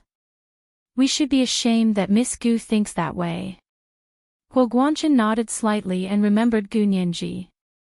Miss Gu, are you free? I have something to tell you. I happen to be free today, so I came to see my father. Gu Yanran nodded with a smile. Please go ahead. Please come with me. Huo Guanchen wouldn't say it in front of Chen Lai and Yi Zidan. He knew that Chen Lai was Hu Xiaoheng's close friend, so he was worried that Chen Lai would ignore the organization's rules and secretly spread the news to Hu Xiaoheng. Huo Guanchen definitely didn't want Gu Nianji's matter to affect Hu Xiaoheng's mission outside. Gu Yanran saw that Huo Guanchen wasn't willing to say it here, so she rolled her eyes and said, please. Huo Guanchen led Gu Yanran down the hospital building to the empty field in front of the hospital. Huo Guanchen and Gu Yanran were the only two people standing on the empty field. Huo Guanchen's personal secretary and guards stood at the four corners of the field in the distance. They were very vigilant and looked in all directions to prevent unauthorized people from approaching. In the empty field, Huo Guanchen whispered to Gu Yanran, Miss Gu, we just received news that your sister, Gu Nianji, went missing in Germany. Gu Yanran's mouth fell open, and her eyes were blank. What did you say? Who went missing? She looked at Huo Guanchen in confusion and didn't seem to understand. Your sister, Gu Nianji. Huo Guanchen slowed down and enunciated each word. He looked at Gu Yanran's confused face with sympathy. Gu Yanran closed her eyes and covered her mouth with her hand. When she opened her eyes again, they were filled with tears. She choked out, Huh? How could she go missing? She's a young girl and she's beautiful. She's unfamiliar with Germany. If she fell into the hands of those perverts, I can't imagine what kind of fate she'll suffer. Huo Guanchen quickly said, Don't be so pessimistic. Maybe she's just delayed somewhere. For example, her wallet and phone were stolen while she was traveling, so she can't contact her own people for now. He continued, Also, General Ji specifically ordered us to treat this matter with the highest standards. If you need resources, give us resources. If you need manpower, give us manpower. All personnel in Europe will be sent to Germany to look for her. Everything will be fine. Gu Yanran wiped her tears and said quietly, Thank you, General Hua and General Ji. You're right. My sister has been mischievous since she was young. If I find her, I'll definitely lecture her to not cause trouble for others in the future. How is this trouble? Huo Guanchen laughed heartily. She's Gu Xiangwen's biological daughter. Just this alone is enough for us to save her at all costs. Let's not talk about anything else. If we don't work hard, your father won't agree when he wakes up. Gu Yanran sighed. I'm sorry to trouble you and General Ji. The highest standards. Sigh, Nianji is so lucky. Although she's not my father's biological daughter, my father has loved her as much as he loves me since she was young. When my father wakes up, he'll be very grateful to you. This was the third installment of 5,000 words, and there were more to come. Thank you for your monthly votes yesterday. There were a total of 15,000 words today.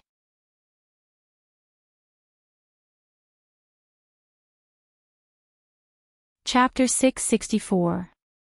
Gu Nianji wasn't Gu Xiangwen's biological daughter. This news was too shocking. Even someone like Huo Guanchen couldn't help but raise his eyebrows. However, his years of military experience hadn't gone to waste. His self-control immediately got the upper hand, and he didn't cry out. However, the strange feeling in his heart still showed on his face. Looking up to see Gu Yanran looking at him curiously, Huo Guanchen quickly clenched his fists to cover up his cough. Miss Gu, you just said that Nianji isn't Gu Xiangwen's biological daughter. That's impossible, right? He had never heard Huo Xiaoheng mention it, not even a word. How is it impossible? Gu Yanran was shocked, then suddenly realized. You didn't know. I thought Huo Xiao or Dr. Qin had already told you. She then muttered to herself, no way. No one really knows about this. I thought everyone knew. This is really. I was too talkative. As she spoke, she gently slapped herself, her face full of apology and guilt. However, Huo Guanchen immediately believed her when he heard that even Huo Xiaoheng knew. He also immediately understood why Huo Xiaoheng had hidden it from everyone. If he hadn't hidden it, his marriage application wouldn't have been approved so easily. Huo Guanchen had always been against it, so he didn't know that Huo Xiaoheng had already quietly approved it. If General Ji hadn't leaked the information today, he really wouldn't have known that Huo Xiaoheng had not only approved the marriage application, but also Gu Nianji's background check. The latter was the most difficult hurdle to overcome. This scheming bastard. Although Huo Guanchen was furious, he still felt a bit proud. This was because the person who had the entire Supreme Military Council running around in circles was his son, his biological son. Therefore, since he knew about this, he had to help him. Yeah, so is Nianji your father's daughter? I mean, legally speaking. Huo Guanchen quickly calmed down and asked with a warm smile, as if he was unaffected by the news. Yes, of course she is my father's daughter. Legally speaking, of course. Gu Yanran said firmly. She couldn't hide this, nor did she have any intention of being too extreme. Oh, that's good. Huo Guanchen chuckled. Although she's not his biological daughter, Mr. Gu loves her like his own. That's enough. It's worth it for us to use the highest standards to rescue her. Goodbye. Huo Guanchen left as soon as he finished speaking. His back was still straight, and Gu Yanran stared in his direction for a long time before turning to leave. Gu Yanran returned home sullenly and saw Yi Xian fiddling with his electronic devices again. She suddenly had the urge to talk to him. She sat over and hugged Yi Xian's arm. She rested her head on his shoulder and said gloomily, Xian, I'm very sad. What happened? Yi Xian didn't even raise his head. His fingers were flying as he quickly typed out various commands on his laptop. No one knew what he was doing. Perhaps he was hacking into someone else's computer, or perhaps he was just purely enjoying the fun of roaming the internet. I don't know if I did something wrong today. Gu Yanran looked down. Why do you think Nianji's luck is so good? What's wrong with her? Yi Xian glanced at her. She's lucky now. Did you know? General Hua and General Ji found out about Nianji's disappearance. Gu Yanran left Yi Xian's shoulder and leaned on the computer desk with one hand. They're going to use the highest standards to rescue her, even if they know she's not my father's biological daughter. Haha, whatever. Yi Xian laughed and spat out 2 words. You think they can rescue her just because they use the highest standards?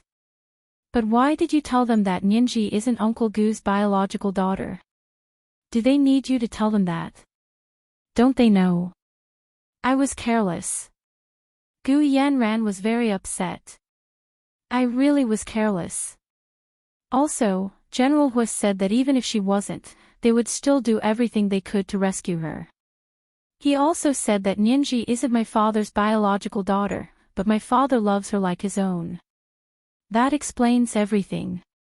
Yi Xian stopped typing on the keyboard of his laptop. He silently looked ahead and said, actually, General Hua is right. Do you remember how you used to complain to me that Uncle Gu loved Nianji more and not you? Yi Xian turned to hug Gu Yanran as he spoke. Do you remember how I comforted you? Gu Yanran's face flushed. Of course she remembered. Yi Xian had told her, you have me. It was also that night that she gave herself to him after he said that, Xian, luckily I still have you. Gu Yanran took the initiative to hug him.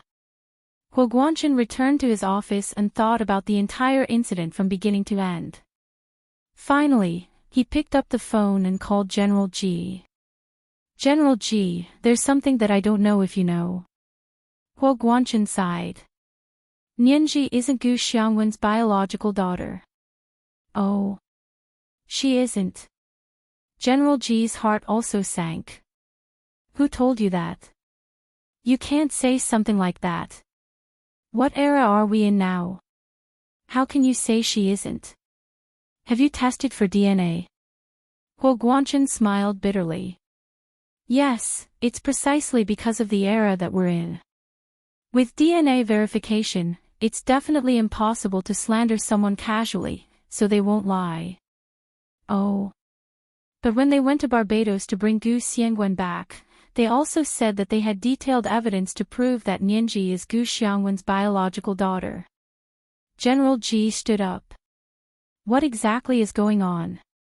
Huo Guanchen was also confused by General Ji's words. However, he carefully thought about the tricks his son had played and understood. He chuckled. Maybe we all misunderstood. At that time, they said that Nianji was Gu Xiangwen's daughter, but they didn't say that she was his biological daughter. I asked Gu Yanran, and she personally confirmed that Nianji is Gu Xiangwen's adopted daughter. An adopted daughter who had gone through legal adoption procedures, so of course she was Gu Xiangwen's daughter. Of course, he couldn't say that Hu Xiaoheng and the others had made a mistake or lied to someone. At most, it would just be a miscommunication that caused everyone to misunderstand. However, General Ji's brows furrowed. This was such an important matter, but Hu Xiaoheng hadn't mentioned it to him at all. What kind of tricks is this kid playing? However, this matter still needed to be verified to make sure that Gu Yanran was right before making a decision. Furthermore, General Ji's thoughts went even deeper. He believed that Hu Xiaoheng wouldn't hide it from him forever. When he got what he wanted, he would definitely tell him the truth. However, the truth was that no one wanted to be kept in the dark by someone they had raised with their own hands. Also, if he had known that Gu Nianji was only an adopted daughter, he wouldn't have been so eager to help Hu Xiaoheng pass her background check. Now that everything was done, he finally realized that he had been played. It was hard to describe how he felt. He really admired Hu Xiaoheng, but this matter still made General Ji very angry. He thought to himself, this kid actually dared to lie to me, his direct superior, for a girl. He didn't even tell me half of the truth and kept the other half to himself. This kind of bad practice shouldn't be encouraged. Just like a very dedicated gardener, what would you do when you see your carefully cultivated tree grow crooked? Of course, you would pick up a pair of scissors and cut off all the crooked branches. It took 10 years to grow a tree, and 100 years to nurture a person. It was so difficult to find a qualified and suitable successor. General Ji sighed as he made up his mind. Since Hu Xiaoheng cared so much about Gu Nianji, to the extent that he was willing to pay lip service to his direct superior, who had directly promoted him, then he really had to pay attention to Gu Nianji's influence on Hu Xiaoheng. Since ancient times, heroes had always had a weakness for the charms of a beautiful woman, but General Ji couldn't let him fail. Even if he had to cut off the beauty, he couldn't let him fail. This time, he would take it as a lesson to Hu Xiaoheng and pour cold water on Gu Nianji. He had to make her realize that to Hu Xiaoheng, the most important thing was always the interests of the country, the military, and the people. It wasn't love. It wasn't her. As for Hu Xiaoheng, he had to remember this time. Let's see if he still dared to avoid the important and dwell on the trivial, and hide and lie to him. However, General Ji also knew that this matter couldn't be blown out of proportion. If it did, it wouldn't just be his own dissatisfaction, but the anger of the entire Supreme Council. These people would not hesitate to remove Hu Xiaoheng from his position and replace him with their own people.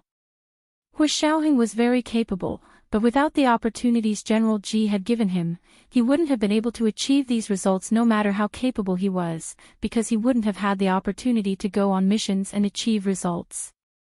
In the short time that Hu Guanchen spoke, General Ji had already gone over the entire matter a few times in his mind and determined the attitude he needed to display.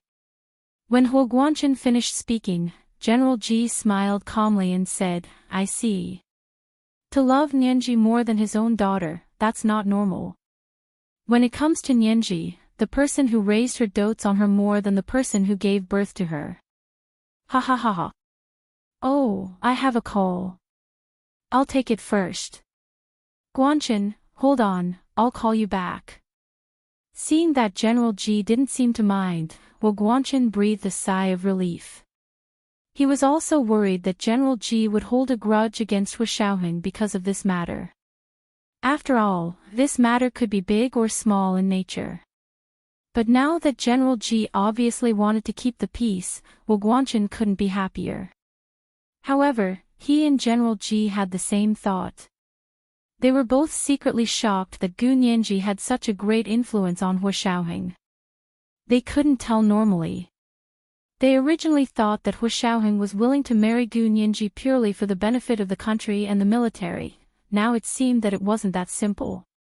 It wasn't wrong for a son to have his own thoughts now that he was older, but it wasn't the behavior of a man to place all his thoughts on relationships.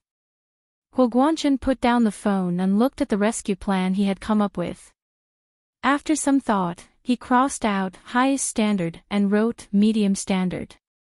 If he wasn't worried about Hu Xiaoheng and worried that Hu Xiaoheng would destroy him if something happened to Gu Nianji, Hu Guanchen wouldn't even want to use medium standard. He wanted nothing more than to call the Hua Xia Imperial Consulate in Munich and ask them not to give special treatment. Gu Nianji was just a normal citizen of the empire, so they could just follow the rescue procedures for normal citizens overseas and ask the local police to investigate. They couldn't interfere with other countries' internal affairs. Of course, he was only thinking about it. If he really did that, his son would definitely fall out with him when he returned. And their fragile father-son relationship couldn't withstand any more twists and turns. After putting down Hu Guanchen's internal call, General Ji looked at the files of the 3 members of the Gu family and called his personal secretary, Secretary Chao. The 3 members of the Gu family don't have a DNA record on their IDs. Go get it from Chenlai. Secretary Chao knew that the important people the military paid attention to all needed a DNA record. Otherwise, who could change their appearance and fake it? How could they verify the authenticity? Yes, Chief. I'll call him right away and ask if Dr. Chen has it. Secretary Chao nodded and took note of General Ji's task.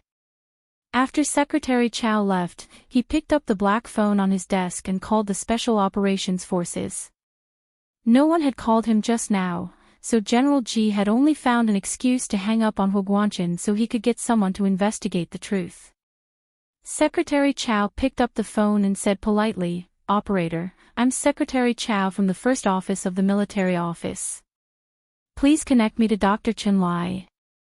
I have something to verify with him. The operator was so scared she didn't even dare to breathe. She immediately said, "Yes, Chief." She quickly transferred the call to Chen Lai's office, but it was Yi Zidan who picked up. The operator quickly asked, "Dr. Yi, is Dr. Chen there?" Yi Zidan smiled. "Dr. Chen is doing an experiment and can't leave right now." "What's the matter?" The operator let out an "ah" in disappointment. "But the bureau chief is waiting to speak to Dr. Chen." "Chief? Which chief?" Yi Zidan said anxiously. "We can't keep the chief waiting. It's Secretary Chow from the first office of the military office," the operator said nervously. She didn't want to keep them waiting. "Oh. Then take the call." "I'll talk to Secretary Chow," Yi Zidan said quickly and sat down on Chen Lai's seat.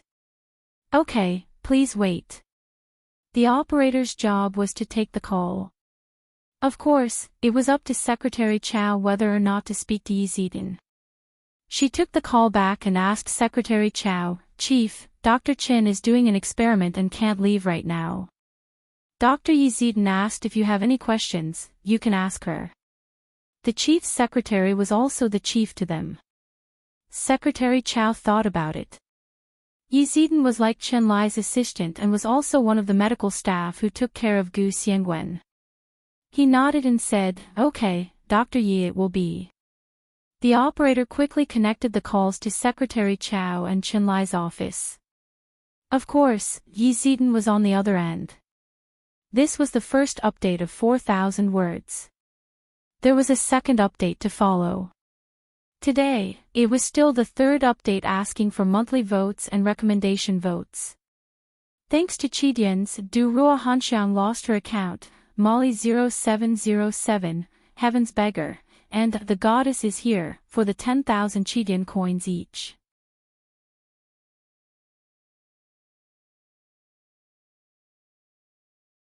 Chapter 665.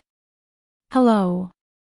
Yi Zidan immediately stood up to greet him as soon as the call went through. "Dr. Yi." Secretary Chow could sense the nervousness in Yi Zidan's voice and laughed heartily. "I wanted to ask Dr. Chen something." "Do you know?" "Please ask." "I'll tell you everything I know as long as I know." Yi Zidan looked around the office to make sure there was no one else around. She twirled the phone cord around her finger and tried to calm herself down. "Okay, it's like this. There are no DNA records for the 3 Gus in their files. I wanted to ask if Dr. Chen has them. If you do, please send a copy to the number 1 military office." Yi Zidan quickly said, "There are records. Are they not in the Gus files? Didn't Dr. Chen send them already?" "Oh, but not directly to General Ji. It's for Hu Xiao." Secretary Chow's heart skipped a beat. He understood what Yi Zidan meant. Even if something was wrong, it was Hu Xiaoheng's fault and not Chen Lai's. But what was Hu Xiaoheng's relationship with General Ji? It wasn't something this little doctor could sway. Secretary Chow laughed and said, "Oh, then we might have missed it. It's fine. As long as you still have records, send us another copy." After thinking about it, Secretary Chow said, "When Chen Lai finishes his experiment, have him personally send it to the number 1 military office. Just look for me directly." "Thank you, Dr. Yi." He hung up. Yi Zidan put down the phone and sighed slightly. She lowered her head and felt sorry for Gu Nianji. But this couldn't compare to her pursuit of the pinnacle of medicine. She wanted to become a national miracle doctor, even better than Chen Lai. But her talent was limited, her family background was average, and she didn't have Gu Nianji's good fortune. She had to rely on herself. If she didn't have luck, she would create it for herself. Yi Zidan turned on her computer and was fascinated by the breakthrough in virus research that Chen Lai had sent her. Chen Lai finished his experiment and came out. Yi Zidan quickly turned off the computer and said to him, Dr. Chen, Secretary Chow from the No. 1 Military Office, General Ji, just called you. He asked you to send them a copy of the DNA records for the 3 Gus. Chen Lai's heart sank. He immediately knew that he could no longer hide Gu Nianji's past. He and Hu Xiaoheng had been intentionally or unintentionally hiding the fact that Gu Nianji wasn't Gu Xiangwen's biological daughter. They wanted to wait until they could give Gu Nianji more protection in the future. It would be best if they could wait until Hu Xiaoheng and Gu Nianji got married. But now, it seemed like he couldn't hide it anymore. Who would be so shameless as to reveal this matter? Chen Lai didn't say anything. With a stern expression, he took out the DNA test report of the 3 Gu family members and placed it in a red, top-secret, document bag. He called a few soldiers from the Special Operations Forces to accompany him to General Ji's military office No. 1. General Ji's expression didn't change at all. He just sat alone in his office for half an hour without reading a single word of the documents in front of him. He didn't believe that Chen Lai hadn't done a DNA test on Gu Xiangwen and Gu Nianji. He also didn't believe that Hu Xiaoheng didn't know anything about this. Come to think of it, when he thought back to when Hu Xiaoheng had gone to Barbados to pick up Gu Xiangwen, it seemed like they already knew that Gu Nianji wasn't Gu Xiangwen's biological daughter. That was why the evidence they had was Gu Xiangwen's youngest daughter's DNA and dental records, not Gu Xiangwen's own. So how did they know that Gu Nianji was Gu Xiangwen's adopted daughter? And where did they get the information to prove that she was his adopted daughter? These legal documents seem to be from a long time ago, right? How did Hu Xiaoheng and his men know? There were so many questions swirling in General Ji's mind. The more he thought about it, the more suspicious he felt. Not long after, Secretary Chow came in to report, Chief, Dr. Chen Lai is here with the DNA test report of the 3 Gu family members. General Ji quickly raised his hand. Let him in. Chen Lai walked in anxiously with the document bag stamped, top secret. He stood in front of General Ji's desk and pushed his round glasses up the bridge of his nose. Sweat was beading on his chubby face like a layer of oil. General Ji didn't say anything. He sat behind the desk and looked up at Chen Lai through his reading glasses. The heavy pressure almost made Chen Lai's heart jump out of his chest, but he still stiffened his neck and persevered. He didn't bend under General Ji's gaze. After a long time, General Ji pointed to the chair in front of the desk. Sit. Chen Lai secretly sighed in relief. He placed the document bag stamped top secret on General Ji's desk and said, Chief, these are the documents you wanted. He then said, I was wrong in this matter. I will apologize to you. I should have reported this to Hu Xiao earlier, but I was busy with work and forgot. When I remembered, Hu Xiao had already left for his mission. I originally planned to hand it to him when he returned, but I didn't expect you to remember already. It's all my fault. It's all my fault. Please punish me. General Ji looked at Chen Lai and said with a dark expression, It's only your fault. You forgot to mention that Xiaoheng is such a meticulous person. How could he forget to ask? Are you blocking a knife for him, or are you handing a knife to his opponent? She actually wanted to cover for Hu Xiaoheng. Not betraying Hu Xiaoheng was commendable, but trying to play tricks in front of the leader was not a wise move. General Ji's expression was still dark as he took the document bag stamped, top secret, from the desk. He opened it and took out the 3 DNA test reports. The 3 reports were very well done. The data was detailed, and the comparisons were clear. The medical terminology and professional explanations were on par with each other. Even people who didn't know anything about the field could see it clearly. Gu Nianji was indeed not Gu Xiangwen's biological daughter. Gu Yanran was Gu Xiangwen's biological daughter. General Ji couldn't help but recall when Gu Yanran first came into contact with them, she had clearly expressed that she wanted Hu Xiaoheng's protection, at that time, if they had known that Gu Yanran was the biological daughter of the owner of the blueprints they were looking for, they wouldn't have rejected her like that. It could only be said that she had bad luck. Gu Nianji had good luck. She was a lucky general. General Ji didn't say anything after reading it. He put the 3 reports back into the document bag and resealed it. Then he stamped his own red stamp on the seal and dialed the internal line for Secretary Chow to come in.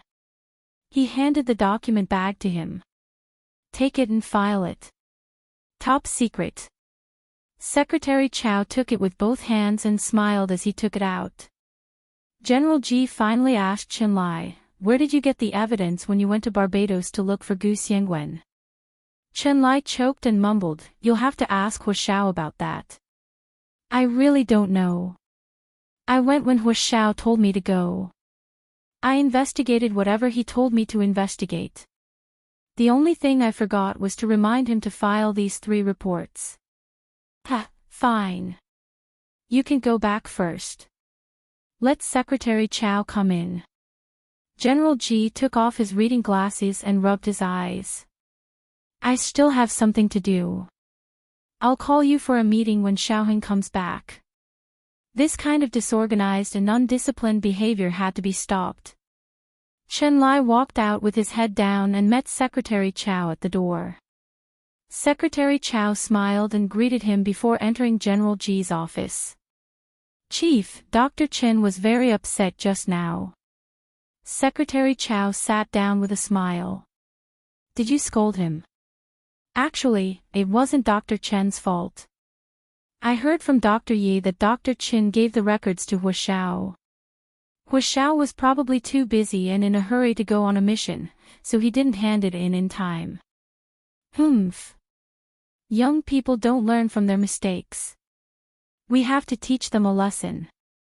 General Ji snickered and took out a document. "Do you think I don't know what his relationship with Xiaoheng is?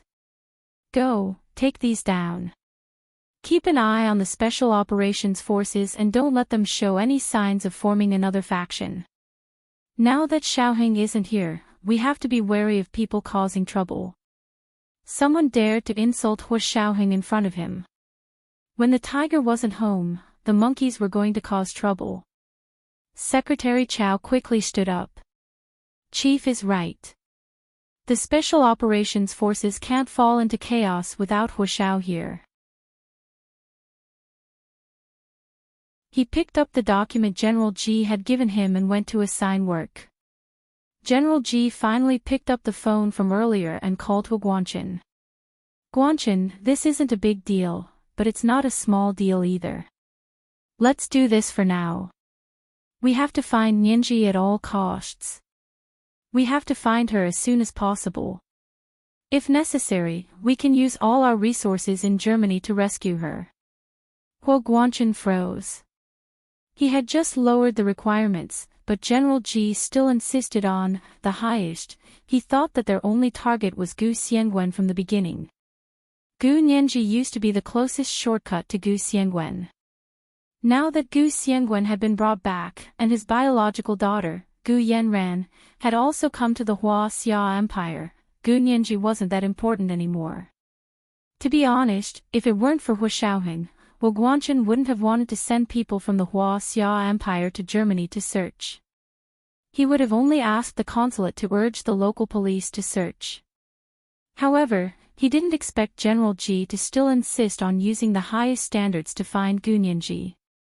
Of course, Hu Guanchen couldn't argue with General Ji.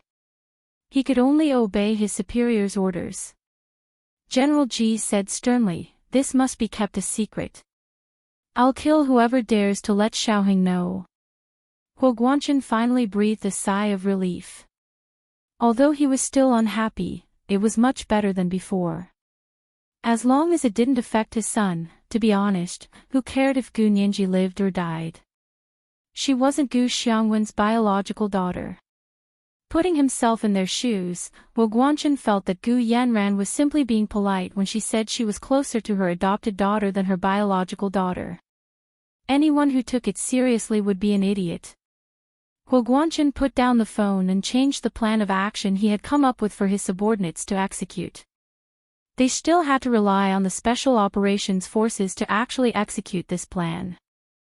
Hua Xiaoheng, Yin Shixiang, and Zhao Liangzhou weren't there. The Special Operations Forces was in charge of a deputy commander. He received Huo Guanchen's order and learned that Gu Nianji was missing and needed their help. He froze for a moment before immediately ordering his subordinates to investigate. We used to have Gu Nianji's GPS device here. Go check and see if it's still working. In the past, Gu Nianji received the highest level of security. Not only did she have the Special Operations Forces protecting her in secret, but Hua Xiaoheng also equipped her with a top-notch GPS device. As long as the device didn't leave Gu Nianji, it would be a matter of minutes to find her. The person in charge of Gu Nianji's security in the Special Operations Forces immediately went to check the memo to find the frequency and code of the device. He then entered it into the Special Operations Forces central control computer.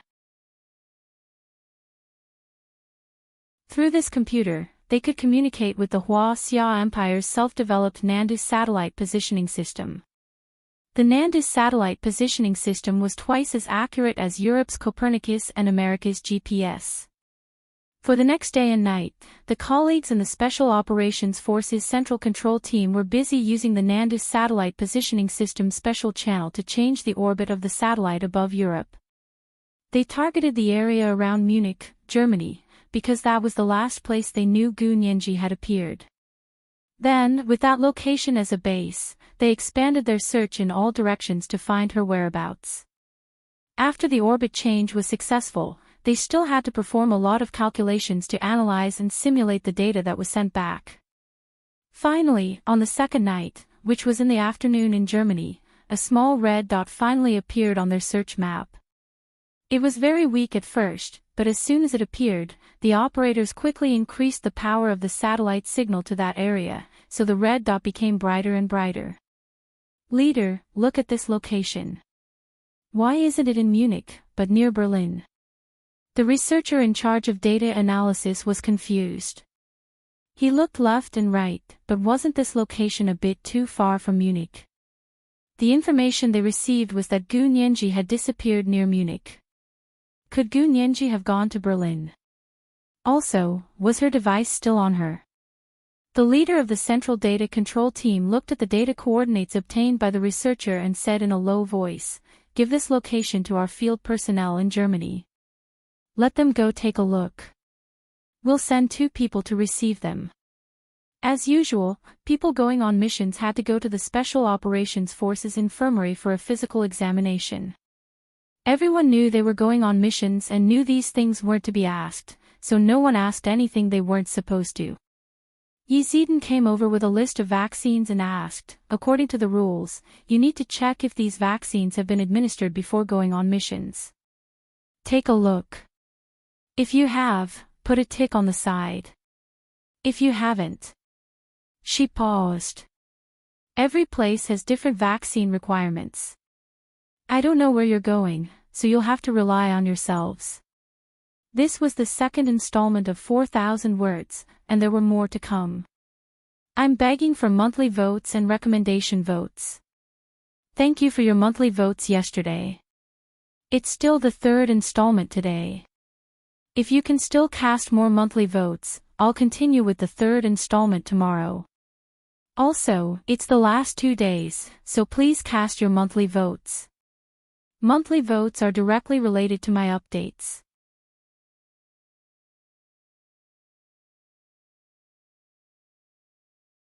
Chapter 666. For example, if they went to Africa, they would need a lot of vaccines, such as yellow fever, hepatitis A, hepatitis B, tetanus, cholera, and Ebola. If they went to Central and South America, in addition to the aforementioned vaccines, they would also need to get vaccinated against cerebrospinal meningitis, measles, mumps, and chickenpox. If they went to developed countries like Europe or North America, there would be fewer vaccines, but the mumps, measles, and rubella vaccines were a must. The two field agents looked at the booklet Yezidan had given them and pointed to the mumps, measles, and rubella sections. I think we've been vaccinated before. Could Dr. Yi please help us check if these vaccines have produced antibodies? It was common sense that getting a vaccine didn't necessarily mean it would be effective. For example, the hepatitis B vaccine couldn't produce antibodies even after being vaccinated several times. Yezidan instantly understood where the two field agents were going. Her heart skipped a beat, but she didn't say anything. She started to do a blood test on them to check their antibodies. After checking their antibodies and confirming that they had all worked, Yezidan stamped them and sent them out. After they left, Yezidan sent a message to a number. Mantis is about to move. They should know where Cicada is. Just as they were struggling, they received Yezidan's message and were overjoyed. They immediately replied, "Please inform me of Cicada's whereabouts." This stumped Yezidan. No matter how smart she was, she couldn't hack into the Special Operations Force's central control system. So she could only send a message. Follow Mantis.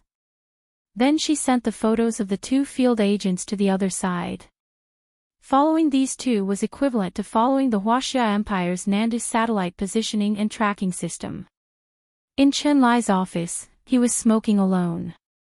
The room was filled with smoke, and as soon as Yezidan entered, she almost choked on the smoke and started coughing.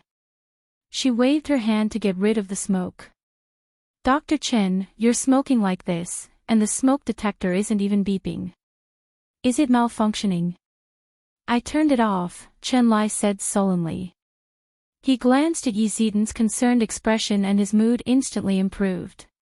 He put out the cigarette in the ashtray and raised his hand with a smile. "Fine, I won't smoke anymore. I won't smoke anymore."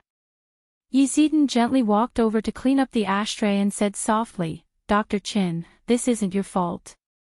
You've already told Mr. Hua. If he wants to hide it from the higher-ups." "Shut up." Chen Lai hadn't expected Yezidan to speak up for him like that and quickly stopped her. Although his heart was warm, he still knew the severity of the situation. He couldn't betray Hua Xiaoheng like that. Yezidan blushed at his scolding and quickly put down the ashtray. Tears welled up in her eyes as she choked out, "Dr. Chen, please calm down.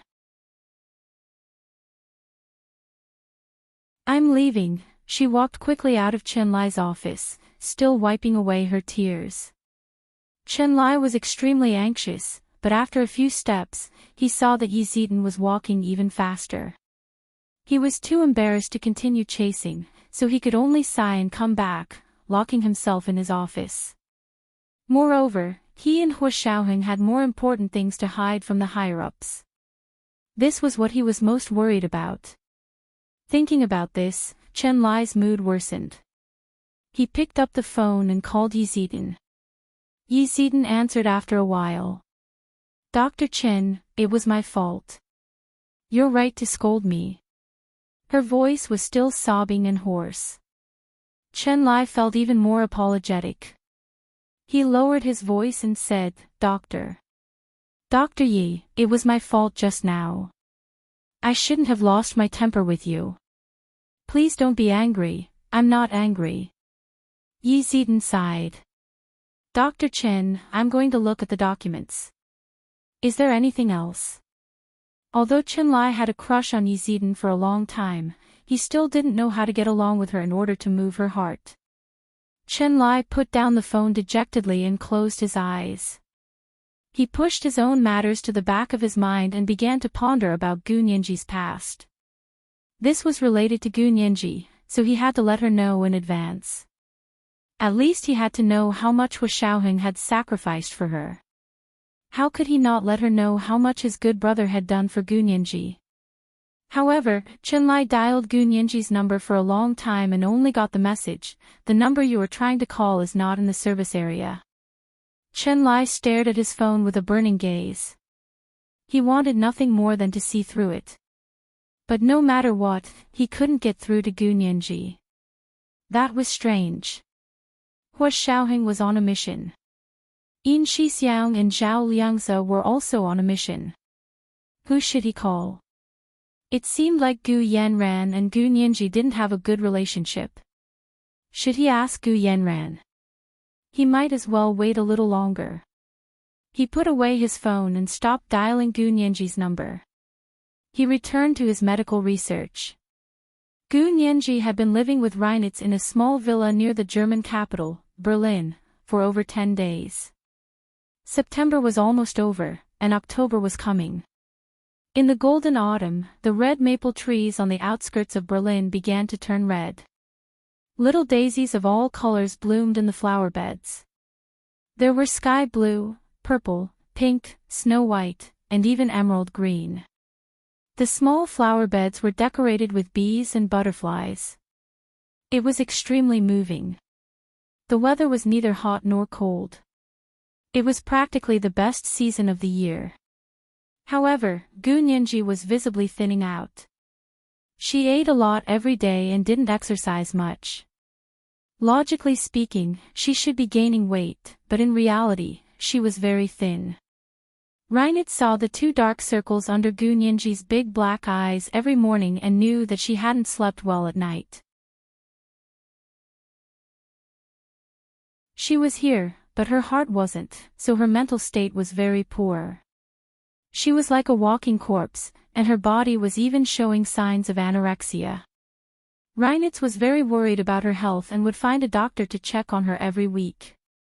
As long as they didn't mention drawing blood, Gu Nianji would obediently cooperate with the doctor. And with Reinitz watching, no doctor dared to mention drawing blood for her. Reinitz, Sirius's physical indicators are very normal. I don't see any signs of anorexia. The doctor asked in confusion. Although the symptoms you described are somewhat similar, the most important thing is, does she vomit after eating? The most typical characteristic of anorexic patients was that they vomited immediately after eating. It was almost a physiological reaction, so they didn't actually eat much, so their bodies didn't get the nutrients they needed. Naturally, they were frighteningly thin. Reinitz was speechless. He thought about it carefully and realized that he really hadn't seen Gu Nianji vomit. She ate a lot at every meal and ate very slowly. In a day, eating was the only way to prove that she was still alive.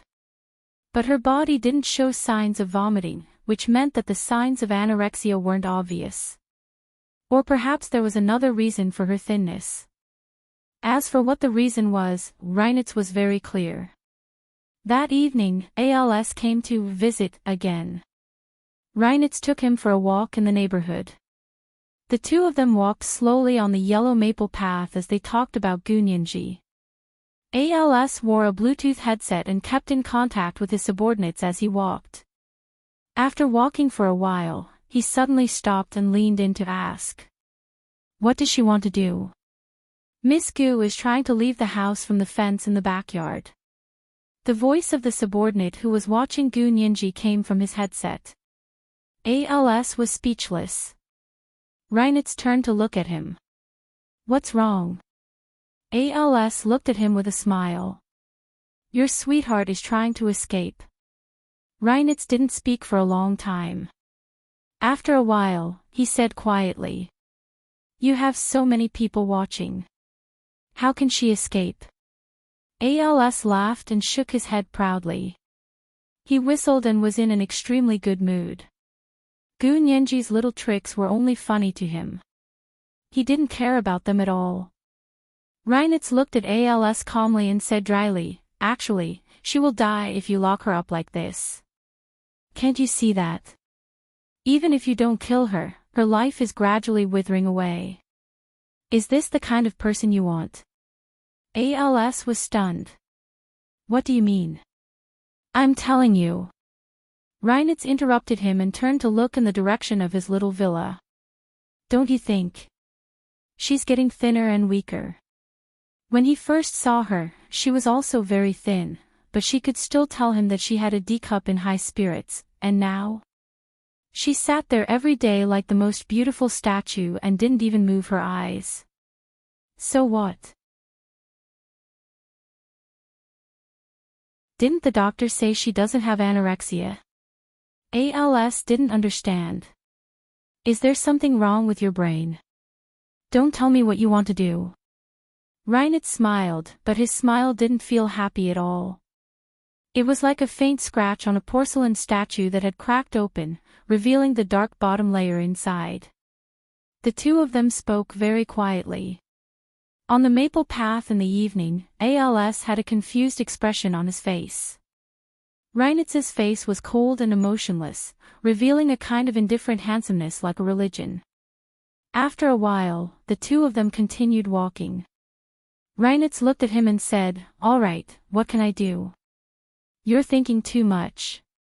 The golden chrysanthemums over there are in bloom. Don't you like them the most? Do you want to go take a look?"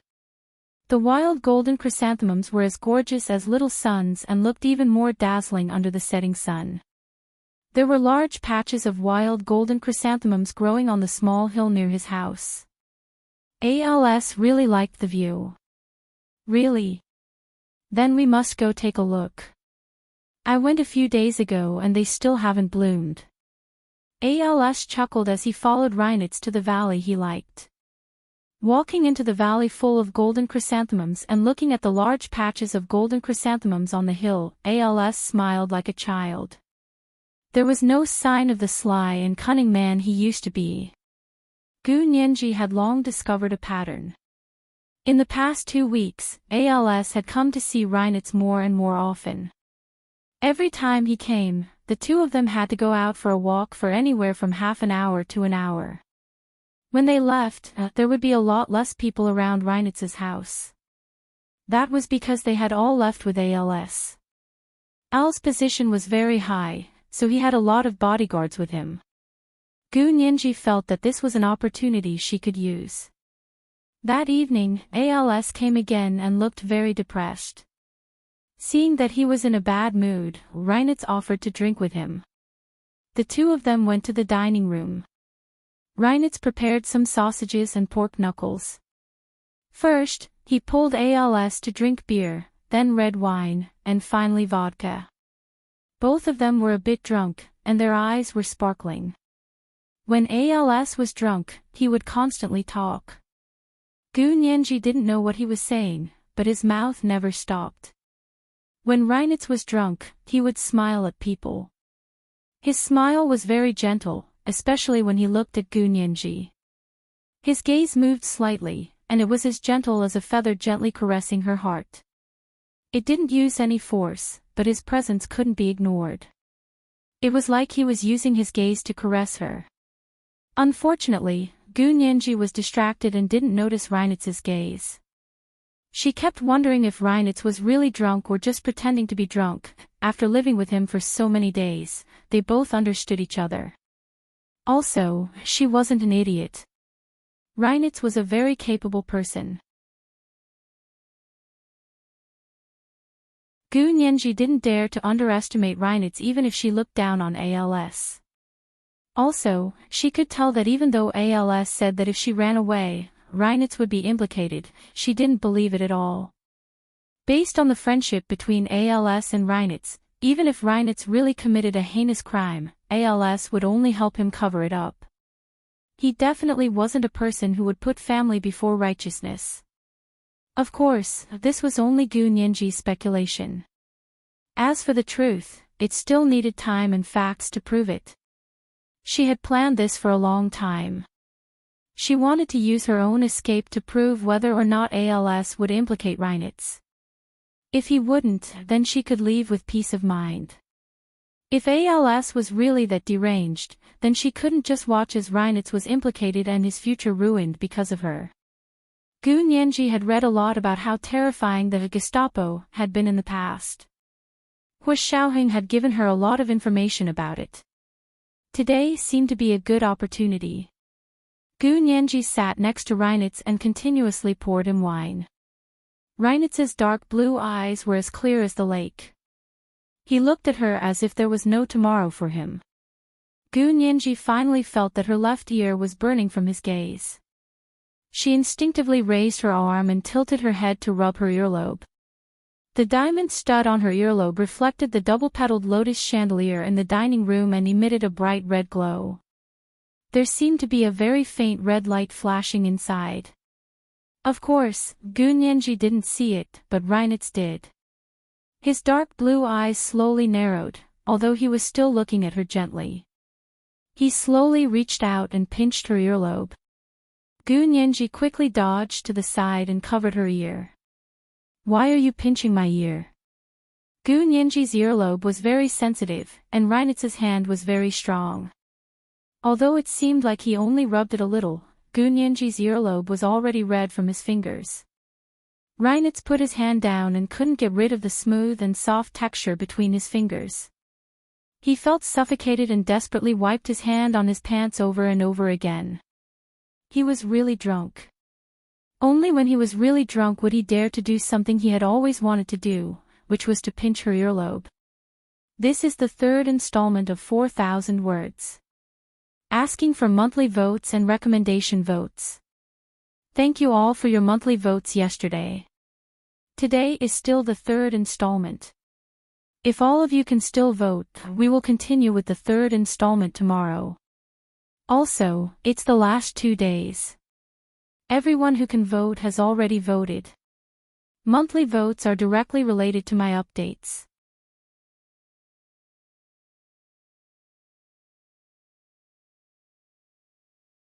Chapter 667. However, even though Reinitz was drunk, his drunkenness was different from other people's. He wasn't so muddled that he couldn't recognize people. He just couldn't control his actions. 09 Small Say Net, for example, using his fingers to do what he always wanted to do, which was to pinch Gu Nianji's earlobe. Then, when he felt like it wasn't right, he desperately wiped his hands on his pants. Gu Nianji coldly looked at Reinitz and Al's expressions to make sure they were really drunk. She then poured them another glass of wine and said, "You guys drink slowly. I'm going back to my room to sleep." It was actually only 8:00, and Gu Nianji never slept so early. However, Reinitz didn't say anything and watched her leave. He raised his glass and downed the entire glass in one gulp. After he finished drinking, he realized what Gu Nianji had poured him. It was a glass of beer, red wine, and vodka mixed together. The ratio was very precise, so not only was the alcohol high, but it was also very intoxicating. After he finished drinking, he slumped over the dining table. His head was dizzy, and he couldn't lift it. In the moment he lost consciousness, he thought that he had underestimated Gu Nianji. Meanwhile, ALS had already lost control of his own body. He was dancing around in the dining room and singing his favorite opera, The Magic Flute. Gu Nianji returned to her room. Her heart was beating like a drum, but she still looked calm on the surface. She deftly packed the things she brought with her and quietly sat on the bay windowsill. She watched the quiet night outside to calm her emotions. After a while, she pretended to be thirsty and tiptoed downstairs to find water. As expected, she saw Reinitz drunk and unconscious in the dining room. ALS was hugging a bottle of wine as he sat on the dining room floor and continued singing the opera. Gu Nianji smiled and came out to wave at Al's 2 guards at the door. As soon as they saw her come out, the 2 guards greeted her and asked, "May I ask where Miss Gu is going?" Gu Nianji shook her head. "Your superior is drunk. The house smells like alcohol." She then pointed to the door. "Aren't you going in to take a look? Your superior is so drunk he's already singing the opera." Pfft. The 2 young guards were amused by Gu Nianji's words. They came in to take a look and said together, "Then we'll take Mr. ALS and leave. Good night, Miss Gu." 09 Small Say Net, Gu Nianji nodded and said with a smile, "Good night, take care." She waited until the 2 guards carried ALS to the car and left before she turned around and went back into the house. Reinitz was still drunk in the dining room. He was sound asleep, his eyebrows furrowed tightly, one hand clenched into a fist and pressed it under his chin. His entire body was tense as if he was having a nightmare. Gu Nianji's emotions were very complicated. She looked at Reinitz for a while, then tiptoed upstairs to her room.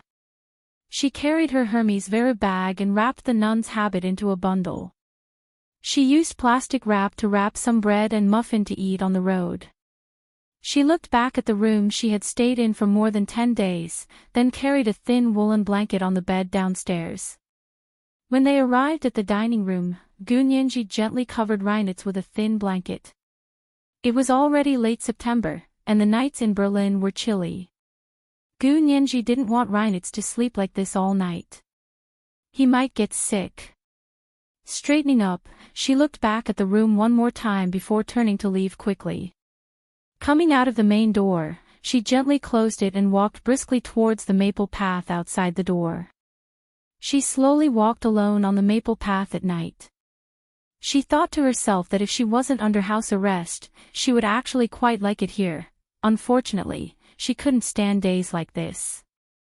Sometimes she also thought about how when she first started following Huashao, it was actually similar to being with Reinitz. There was also no freedom of movement. But the difference was that she was willing to follow Huashao and be his accessory. She only felt safe when she was with him. She wouldn't even want to leave if he kicked her out, let alone sneak away. It wasn't like now, when she tried every possible way to escape because she was unwilling to be under house arrest. Why did this change happen?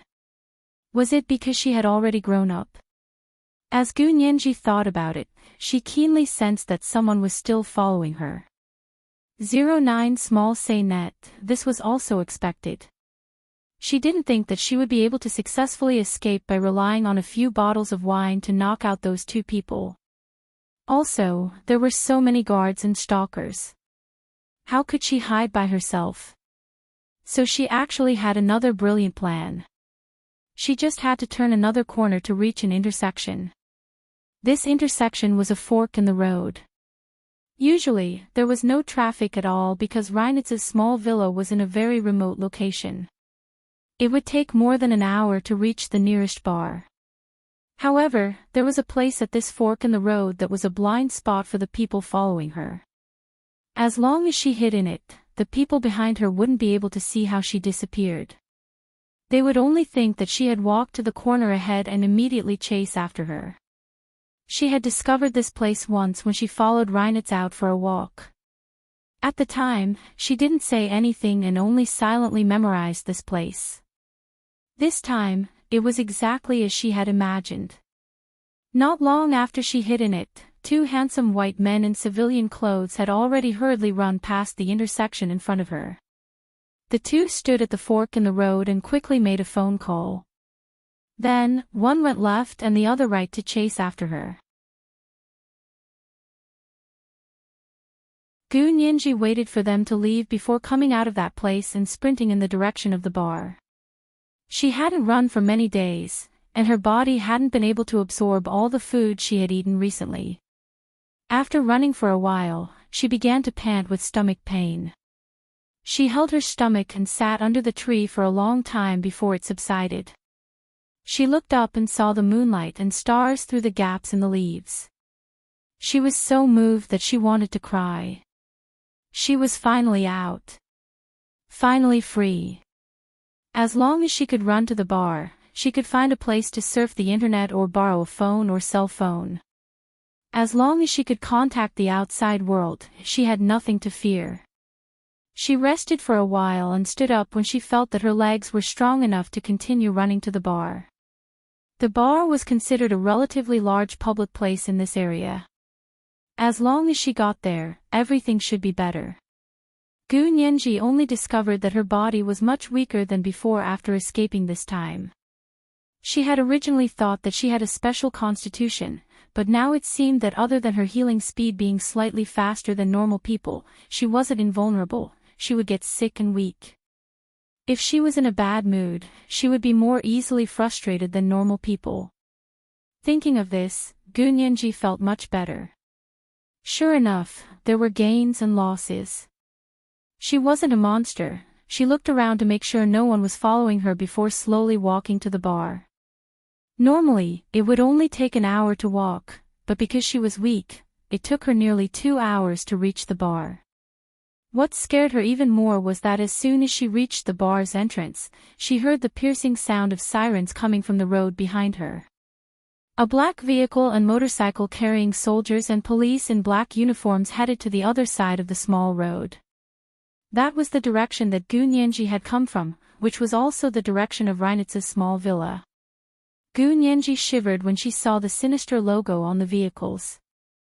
That was the logo of the Federal Intelligence Agency. It was a modified version of the Gestapo emblem. It was ALS. ALS must have chased after her. Gu Nianji didn't expect them to arrive so quickly. When ALS was dragged away by the 2 guards, he was already drunk and unconscious. But thinking about it again, she was also delayed for 2 hours because of her weakness, so there was really no other way. Gu Nianji gritted her teeth and pushed the door open to walk into the bar. It was already past 10 at night, and the bar was already closed. She didn't see any bartenders or customers outside. There was no one in the empty hall. Gu Nianji thought about it and walked to the back hallway. There was a small door at the back with 2 words written in German. Gu Nianji vaguely recognized the words, "Employees only." This meant that this was a place for employees only, and customers should not enter. But Gu Nianji couldn't care less. She pushed the door open and walked in. There was a beautiful blonde woman sitting on the sofa in the room. She turned around and glanced at Gu Nianji. Gu Nianji felt dizzy and instinctively looked away. She said awkwardly, "Excuse me, can I borrow your phone?" The woman raised her eyebrows and immediately smiled. She stood up and said, "Sure." Just as she was about to take out her phone to give it to Gu Nianji, she suddenly heard a roar from outside, followed by a series of orderly footsteps. The sound was so loud that the floor of the small bar shook. Gu Nianji was even more frightened, but she forced herself to look calm. She reached out to the woman to take the phone. Suddenly, someone shouted from outside, "Is anyone there? Come out. Police on a case. Everyone come out." Gu Nianji was so scared that her face turned pale. Didn't those cars already go there? How did they catch up so quickly? She looked at the blonde woman pleadingly and shook her head. The woman looked at her silently and said in German, "Are they here for you?" I. Gu Nianji stuttered a few words before speaking in English. "I was captured by them and placed under house arrest in another place. I just escaped. Please save me." So she looked at her imploringly, and in the eyes of the blonde, the pretty oriental girl before her was as timid as a frightened lamb. This kind of panic, this kind of fear, this kind of vulnerability. No one would feel threatened by such a little girl, right? Then, who were the people who placed her under house arrest and chased her? Were they from the mafia or the police? From the sirens of the police cars, it should be the police. The blonde woman looked at her blankly with a complicated expression. It seemed like she was considering whether to believe Gu Nianji or to hand her over.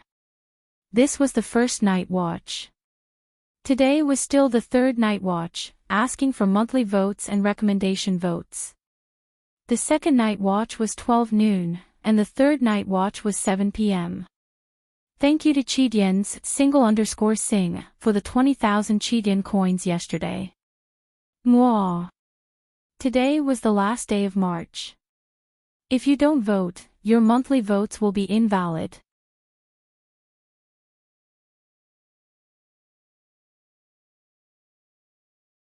Chapter 668. Gu Nianji looked sincerely at the woman in front of her. She could clearly see that this woman had a chivalrous aura, or perhaps it could be called a domineering aura. She was easily protective of weaker people or animals. She couldn't possibly be indifferent to her pleas. At this time, Gu Nianji felt that asking a stranger for help was even safer than going to Smith and the others. Who knew if the Trojan horse in Smith's phone was still a sex addict? If they still hadn't discovered the Trojan horse, then she would be walking right into a trap if she called them. The blonde woman looked at her again and seemed to have made up her mind. Gu Nianji was delighted. Hearing someone call her out again, the blonde woman quickly pushed the sofa away to reveal a tunnel under it. She said in English with a German accent, "Go down. We'll talk when I come back." Gu Nianji quickly thanked her and jumped down without another word. The woman covered the floor and pushed the sofa back. Then, she messed up her hair and loosened her collar, looking as if she had just woken up. She walked out flirtatiously and lit a cigarette in her hand. She said lazily, "What's the matter?" "Sir, my bar is already closed. But, if you want a drink, I can make one for you myself." She even winked at the handsome man. Standing in front of her was a tall, handsome man with feminine features. It was ALS. His eyes were still red, and it was obvious that he was drunk but had been forcefully awakened. "No need. Let me ask you, has an Asian woman been here before?" ALS took out his phone. There was a photo of Gu Nianji that he had taken at some point in time. She was sitting on the bay window. Her white veil fluttered in the wind, and her black hair flew. Her black eyes were bright, and she had a faint smile on her face. She looked like a forest elf. The blonde lady owner smiled when she saw it. "Oh, what a beautiful girl. Is she your lover?" ALS almost couldn't stand straight. He glared at the lady owner. "What lover? She's a fugitive." "A fugitive? Fugitive? Oh. What crime did she commit?" The blonde lady owner looked curious. "She's so beautiful. I wouldn't forget her if I saw her." "Sir, is there a reward for capturing her? You know, I have a small business here, and I often can't borrow money. If there's a reward, I'll ask my men to keep their eyes open. If they see this little girl, they'll immediately call the police, okay?" Only then was ALS satisfied. He nodded and said, "Yes, of course there's a reward, and it's a lot. It's enough to buy your little bar." "So many." The blonde boss lady's eyes shone with greed. She patted her snow-white, plump chest and promised, "I will catch her. No, I won't wait here. I want to go out and see if she's hiding at the foot of the mountain, or in the woods by the lake. There's also a big valley nearby. There are many caves in there that can hide people." The more she spoke, the more excited she became. She could not wait to call her staff to look for it. After all, money could move people's hearts. ALS looked as if he had been convinced by her. He nodded slowly. "I forgot about the valley nearby. Let's go." To the valley. He turned around and left. The sound of his tall military boots echoed on the floor of the bar. Hearing their voices gradually fade away, the blonde boss lady returned to the staff-only room. She closed the door and pushed the sofa away. She lifted a piece of floorboard under the sofa and said, "Come out." "They're all gone." Gu Nianji popped her head out from the basement stairs and looked outside. The blonde boss lady reached out for her and pulled her out. Gu Nianji climbed up from the basement and said quietly, "Thank you for helping me. I didn't think they would find me so quickly. It's okay. I'm closed today, so no one saw you. Don't be afraid." The blonde boss lady looked at her. "Tell me, what did you do?" "That man just now wasn't a normal police officer. He's a soldier. I recognized his epaulets. He should be a colonel." She paused. Such a young colonel, he must have done a lot of meritorious deeds. She glanced at Gu Nianji from the corner of her eye. Her expression became suspicious again. Gu Nianji smiled and told the woman about Al's identity. "That man just now, was he wearing a black uniform?" He was very handsome, but also very feminine. Oh, I think so. Why? Are you really his lover? The blonde lady boss's eyes widened, and her expression became thought-provoking. Could it be that he raped you, and you refused to submit to him, so he imprisoned you? What a sadistic love. I like it. Gu Nianji couldn't help but feel speechless. Why was this boss lady so unreliable? Her imagination was so melodramatic. Why didn't she go write web novels? Gu Nianji couldn't help but curse inside, but she still smiled weakly. She said timidly, "No. I offended a powerful person, and that person wants to harm me." Oh, that sounded even more melodramatic. Oh. The blonde boss lady's eyes widened. Powerful person. Who? Gu Nianji looked down. I don't dare to say his name. If I have the chance to escape, I'll definitely tell you who he is. She was so pitiful. She didn't even dare to say the name of the person who harmed her. The boss lady looked at her with pity. Okay, then don't say it. I believe you. What are your plans? Gu Nianji thought about it. It's already very late. Can you let me stay here for the night? I'll leave early tomorrow morning. Okay, that's not a problem. The boss lady was very forthright. There's a staff dormitory behind here. It was originally for my 2 guys on duty. But business is getting slower and slower. Everyone leaves before 10 at night, so there's no need to be on duty. Since there's no one staying here, you can make do with it for the night. Gu Nianji nodded and remembered her phone. She said to the boss lady, "Can I borrow your phone?" The boss lady quickly unlocked the fingerprint lock for her. Take it. Call your family. Gu Nianji nodded and took the phone.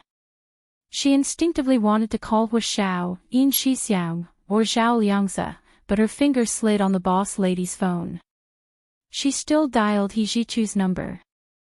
She didn't want to leave Hu Xiaoheng's, Yin Shixiang's, or Zhao Liangzi's numbers on other people's phones. Their numbers were top secret and couldn't be known by outsiders. There were many consequences when a person's phone number was known by others. None of the consequences were acceptable to people in Hu Xiaoheng's line of work. However, He Jichu's phone rang for a long time, but no one picked up. Even his voicemail didn't appear. It was like he couldn't be reached at all. Gu Nianji was confused. Was He Jichu not back yet?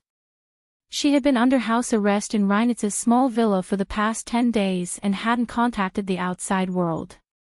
She didn't even see He Jichu's name appear in the Li Haiqin case. What was going on outside? Gu Nianji desperately wanted to return to Munich. But she couldn't do it now.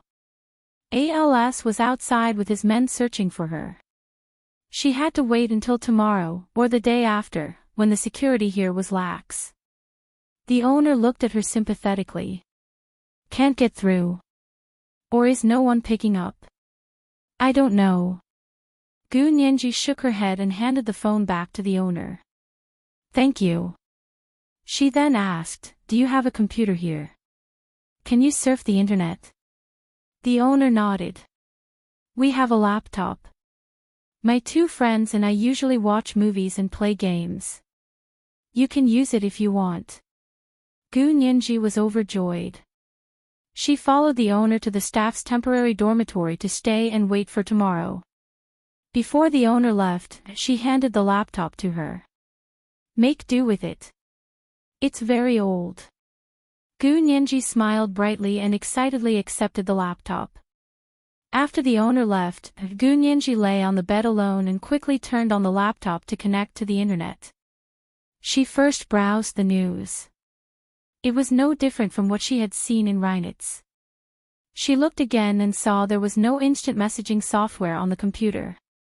She decided to download one and install it. At least she could still contact Ma Qiqi. There was an instant messaging software from the Xia Empire. He Jichu didn't use it, and neither did Hu Xiaoheng and the others. However, Ma Qiqi used it every day. Gu Nianji happily found the download page and clicked to download it. However, the computer required a password to download things to the hard drive. Gu Nianji angrily slapped the laptop. Did the security have to be so strict? The owner had already left. Gu Nianji didn't want to call her so late at night to ask for the password to download the software. That would be too much. At most, she would ask the owner when she came tomorrow morning. Turning off the laptop, Gu Nianji was a bit sleepy. She yawned and suddenly remembered there was a landline in the bar other than cell phones. That was why she had subconsciously wanted to call the owner's cell phone. All of Gu Nianji's sleepiness was gone. She crawled out of bed and went to the lobby of the bar. She found the landline and dialed He Jichu's number again. This time, she dialed the number in his room at the Munich Hilton. The phone rang 3 times before it hung up. She couldn't get through at all. Gu Nianji didn't give up and directly called the Hilton's lobby customer service. This time, it went through. However, just as she was about to speak, she suddenly heard a very quiet clicking sound. She immediately hung up with her heart pounding. She was very familiar with the clicking sound. Someone was eavesdropping on the phone here and was recording it. The clicking sound was the unique sound of an old-fashioned voice recorder when it started up. It was the second watch. Today was still the third watch, asking for monthly votes and recommendation votes. The third watch, 7 p.m. Today was the last day of March. If you don't vote, your monthly votes will be invalid.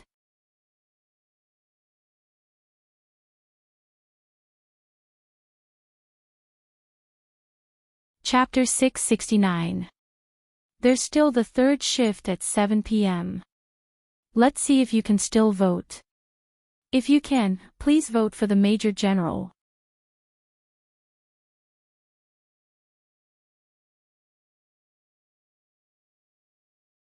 Chapter 670. It can't be. Who's tapping the phone? Could it be that ALS had already discovered her?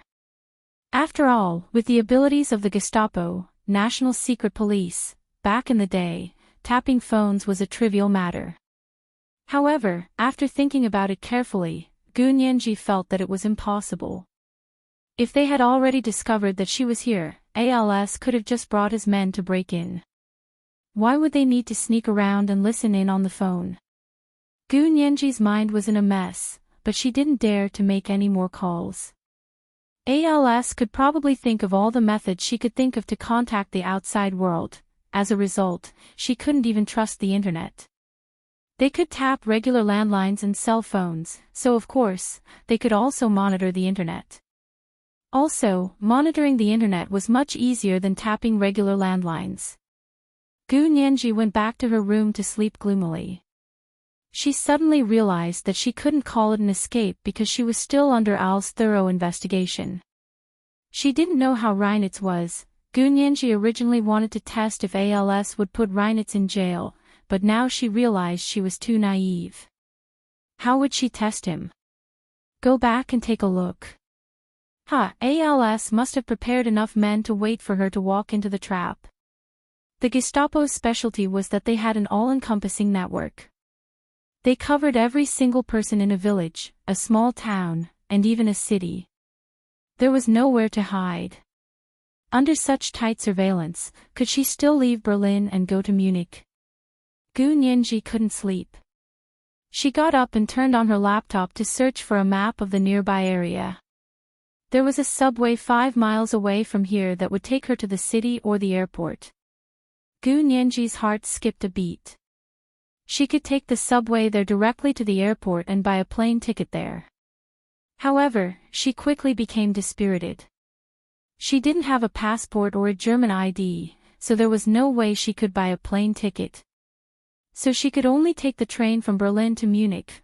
Gu Nianji decided on where she would go the next day before feeling sleepy and falling asleep. She woke up early the next morning and went to the small bathroom to wash up and change into the nun's habit. The people must have told ALS about her escape yesterday, so she could temporarily disguise herself with the nun's habit. There were probably nuns around here.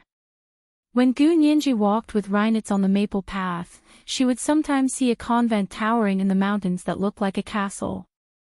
When she left the staff dormitory, she saw a baseball bat propped up in the corner of the wall. She didn't have anything on her to defend herself, and the nun's uniform was wide and large. It would be too easy to hide a baseball bat inside. She took the stick and stuffed it into the nun's habit. She tied it to the side of her body and put $50 in cash into the staff-only room. The blonde owner remembered that Gu Nianji was there, so she rushed to the bar early in the morning before the employees went to work. Madame almost shrieked at the sight of a nun coming out of the dormitory. After a while, she finally recognized Gu Nianji. "You really scared me." She pouted at Gu Nianji. "You plan on going out like that?" Gu Nianji nodded and crossed herself. "Thank you for giving me a place to stay last night." "May God bless you." The owner smiled. "That's pretty similar." As she spoke, she handed her a paper box. "I bought you breakfast. Eat it while it's hot before you go." Gu Nianji was hungry and wanted to go out to buy something to eat, but now that the owner had kindly bought it for her, she took it and looked at it. The owner bought her a donut, a bottle of milk, and 2 freshly baked white sausages. Gu Nianji's eyes lit up. She smiled at the owner. "Thank you. I love white sausages." "You're welcome. We only have white sausages here. Everything else tastes terrible." The proprietress giggled. "Sausages are the only thing you can eat in Germany. I studied in Paris, France, and that was a food paradise." Gu Nianji laughed and thought to herself that the real food paradise was in the Huaxia Empire, okay? But she didn't argue with the owner. She smiled. "Thank you. I'll eat on the way. It's getting late. I'd better leave early." Seeing her insistence, the owner didn't force her to stay. She squinted her beautiful green eyes and smiled. "Have a safe journey." Gu Nianji bowed again to thank her and carried the bag of breakfast. In the beginning, she was still very happy when she left. She tore a bit of the breakfast the owner gave her and gave it to the wild ducks on the side of the road. Seeing that they were fine, she ate it herself. After eating, she threw the paper box into the trash can and continued on her way. But when she was about a mile away from the train station, Gu Nianji saw a line in front of her. She was walking on a country road, not a main road with cars. Most of the people she saw were mountain bikers. So she was very surprised to see a line on such a road. Gu Nianji walked to the end of the line and asked a kind-looking old woman, "May I ask why there's a line in front of us? Isn't there a pedestrian and bicycle path here?" The old woman laughed. "I heard there's a checkpoint up ahead to catch a fugitive." She didn't seem worried at all. Gu Nianji's heart skipped a beat. She stood beside the old woman and stood on her tiptoes to look at a group of men in black uniforms standing nearby. Her entire body trembled. Sure enough, they were wearing the same uniform as ALS. It seemed like they were either his colleagues or his subordinates. In other words, they had considered all kinds of possibilities, from the internet, to telephones, to transportation. Gu Nianji felt like she would be caught by ALS in one fell swoop. She hid her right hand under the nun's robe and angrily gave ALS the middle finger before turning to leave. She couldn't get through here, so she had to think of another way. She wandered around outside for a day. The place wasn't big, so she had explored it thoroughly but still couldn't get out. She didn't want to go back to the bar and cause trouble for the kind owner. In the evening, she discovered that she would have to sleep outdoors again. But this time, it was different from the time in the Alps. She had been in pain back then because she had been forced to. But now, she was willing because she was willing. She would rather have the sky as her blanket and the ground as her bed than live a carefree life under someone else's supervision. Gu Nianji stretched lazily and easily found an empty spot in the forest to sit down. This was a place where people in the area barbecued. There were also some iron barbecue grills in the open space in the forest. Gu Nianji found some dry wood and leaves and put them in the grill. She lit it with her Zippo lighter and covered it with a lid. It was just right for the fire, and the light wouldn't seep out, so it wouldn't start burning. She leaned against the grill and felt exceptionally warm. Gu Nianji drifted off to sleep, but she was alert in her dreams and didn't completely fall asleep. What she didn't know was that at that moment, her earring flashed red again. Not far away from her, two Huaxia Imperial Special Operations Forces field personnel wearing Bluetooth headsets had their throats slit from the back with a knife and were buried under the leaves. They had been following the coordinates indicated in the headset and were searching for the Huaxia Empire Special Operations Forces field personnel. Gu Nianji was half asleep. She held her small bag in one hand and a baseball bat in the other. Even in the wilderness, she maintained a state of vigilance that allowed her to jump up and hit the enemy at any time. Suddenly, there was the sound of a dead branch being stepped on again. She was once very familiar with this sound. After her experience in the Alps, it had almost become her nightmare. So she quickly woke up and looked around. The fire in the barbecue grill she was leaning against should have already been extinguished. It was only warm, but it provided enough heat to keep her from freezing. Burp! There was another sound of a dead branch being stepped on again. The corners of Gu Nianji's mouth twitched. She quietly got up and carried her baseball bat as she scurried into the depths of the forest. Hiding in the forest, Gu Nianji took advantage of the moonlight shining on the clearing in the middle of the forest to see two people walk in from outside the forest and stand in the clearing where she had been. They looked around as if they were looking for something. Under the moonlight, one of them turned his head. Gu Nianji saw his face clearly and was instantly shocked. That person was a Chinese person like her. What were they doing here? Gu Nianji had been here for more than 10 days and hadn't seen a single Chinese person. She hid motionlessly in the forest and held her breath to see what the other party's goal was. She had always been very cautious, and her encounters over the past few days had taught her that no matter how careful she was, it was never too much. Because she only had one life. The two people circled the open space and also moved their Bluetooth headsets as if they were listening to something.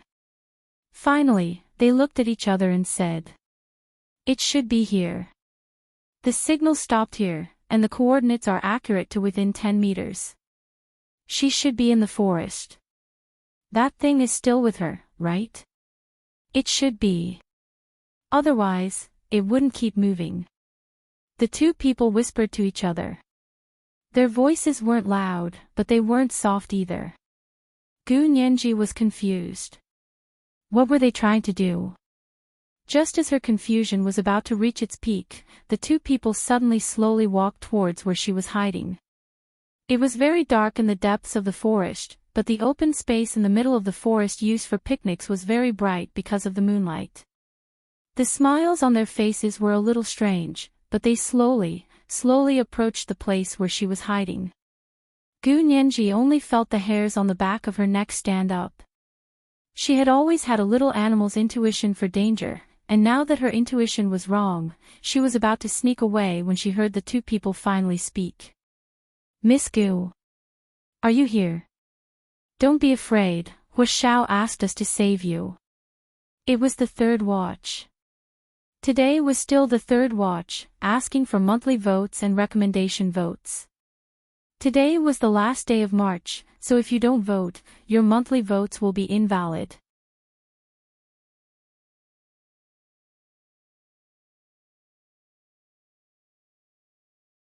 Chapter 671. Miss Gu, we've been looking for you for a long time. Didn't you go missing in Munich? Why are you in Berlin? The two of them spoke in Mandarin with perfect articulation and an imperial capital accent. The two of them walked as they spoke in her direction. Gu Nianji had longed and struggled for so long, hoping someone would come and save her. She especially hoped that Hu Xiaoheng would appear and save her. However, when the two of them actually said that Hu Xiaoheng wanted them to come and save her, she couldn't believe it. Were they Hu Xiao's colleagues in the Special Operations Forces? They had protected her in the dark before and had never let anything happen to her.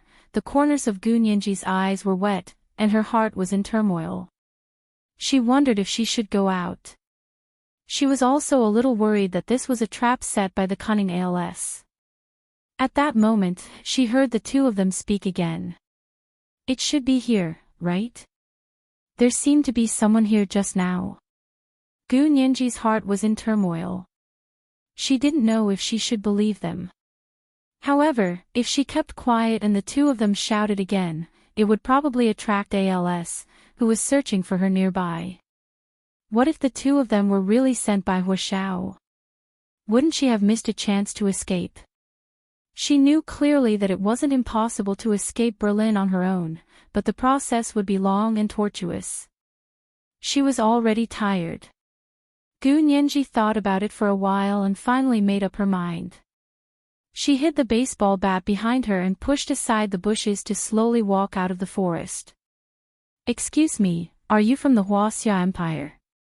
She also spoke Mandarin.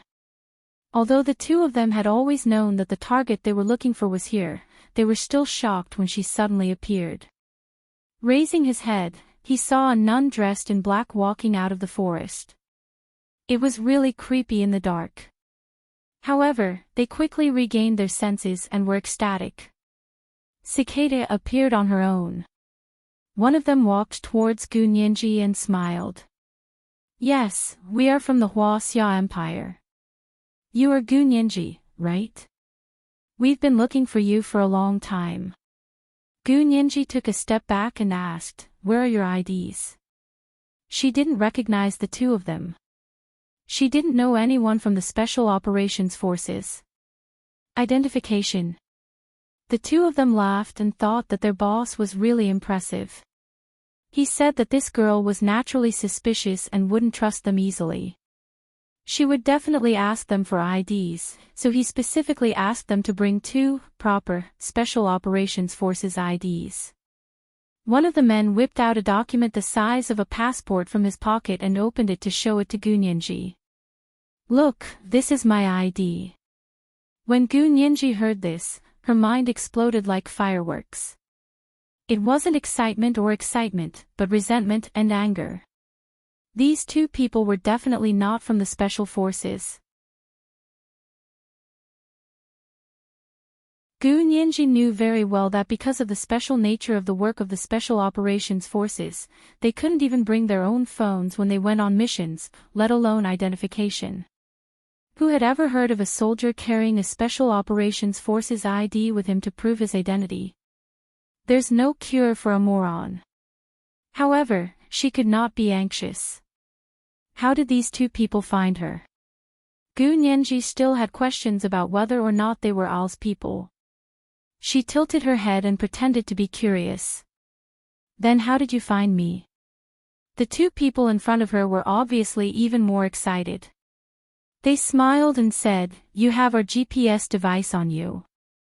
We only need to check to know where you are. Really? Gu Nianji's heart sank. She knew that Hu Xiaoheng had given her very tight security in the past, so it wasn't strange to have such a device. But now, it was obvious that there was a mole in the Special Operations Forces, of course. How else do you think we found you so quickly? The man smiled as he walked closer. His footsteps were a bit hurried, probably because he was too excited. His palm tilted slightly against the moonlight, and a cold light flashed in his palm. Gu Nianji saw that it was clearly a dagger. The uneasiness in her heart finally exploded. Her right hand swung out like lightning from behind her back, and the thick and hard baseball bat whooshed through the air like a metal rod. She scolded fiercely, "Find your head. Do you know that your skin is peeling? I'll beat you to death, you brainless B*TCH who still pretends to be pretentious."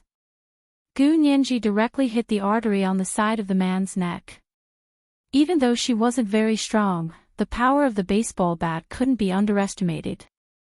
Her target was accurate and ruthless. The man only felt his vision go black, and the side of his neck was in excruciating pain.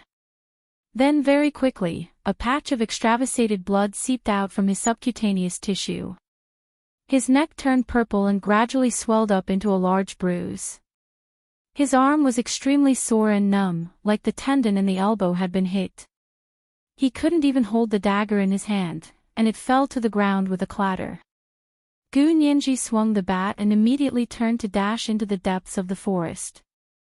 She couldn't even see her fingers in the dark forest. Gu Nianji stumbled as she ran and couldn't see where she was going.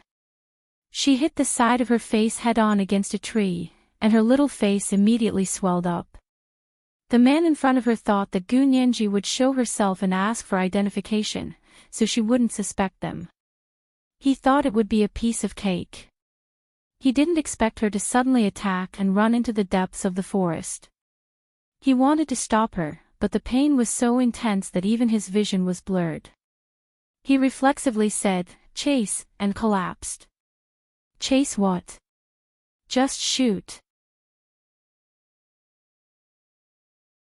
The man behind him hadn't spoken the entire time, but now he was impatient. He didn't care that the man in front of him had already collapsed. He took out a long-handled high-powered pistol with a silencer and a scope.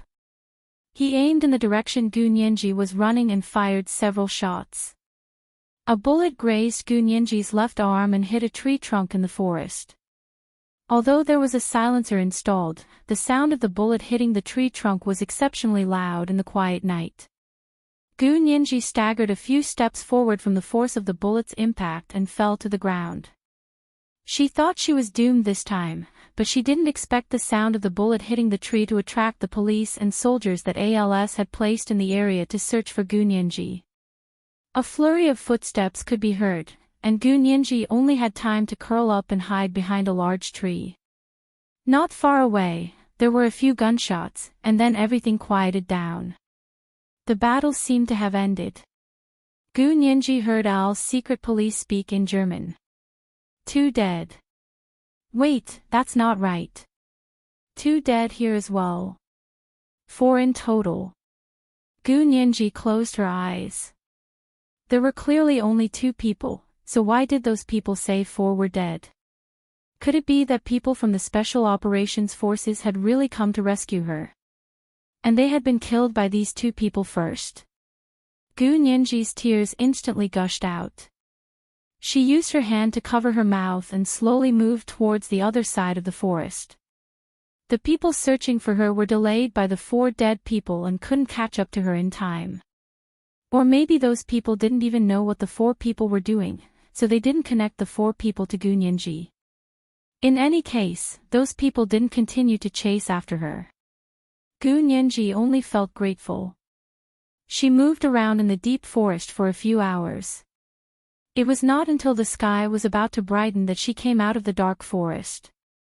The moment she exited the forest, she froze. Had she gone in a circle?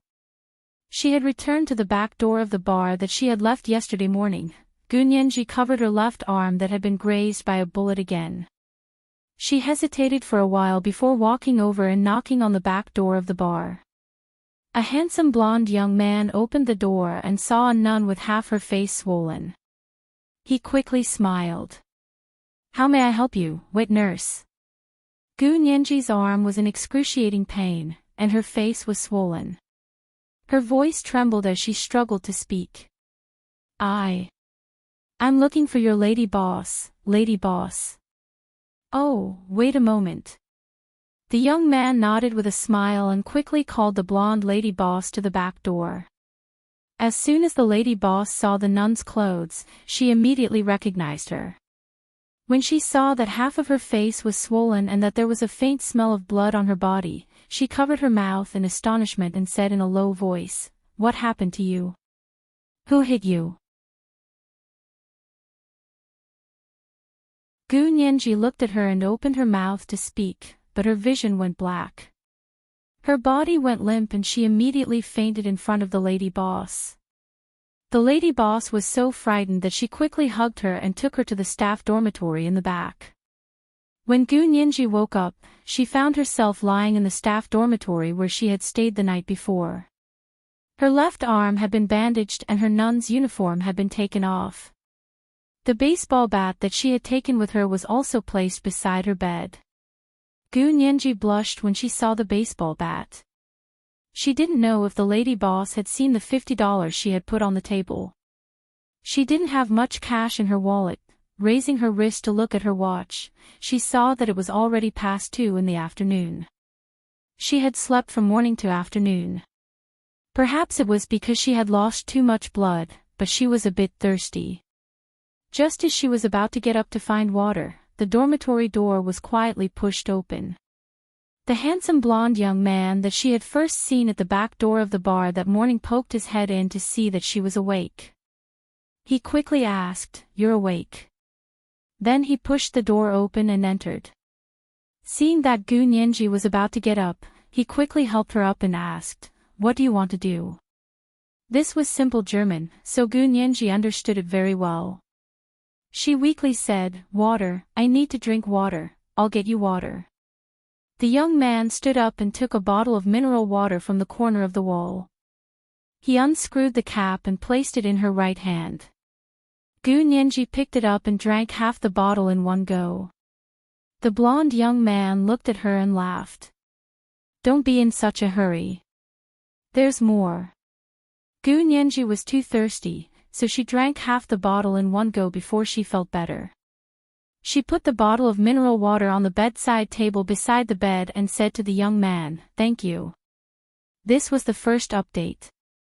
Today was still the third update asking for monthly and recommended votes. The second update was 12 noon and the third update was 7 p.m. Today was the first day of April.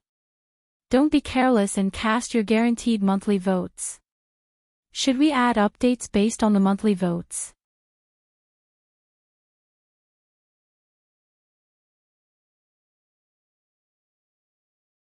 Chapter 672.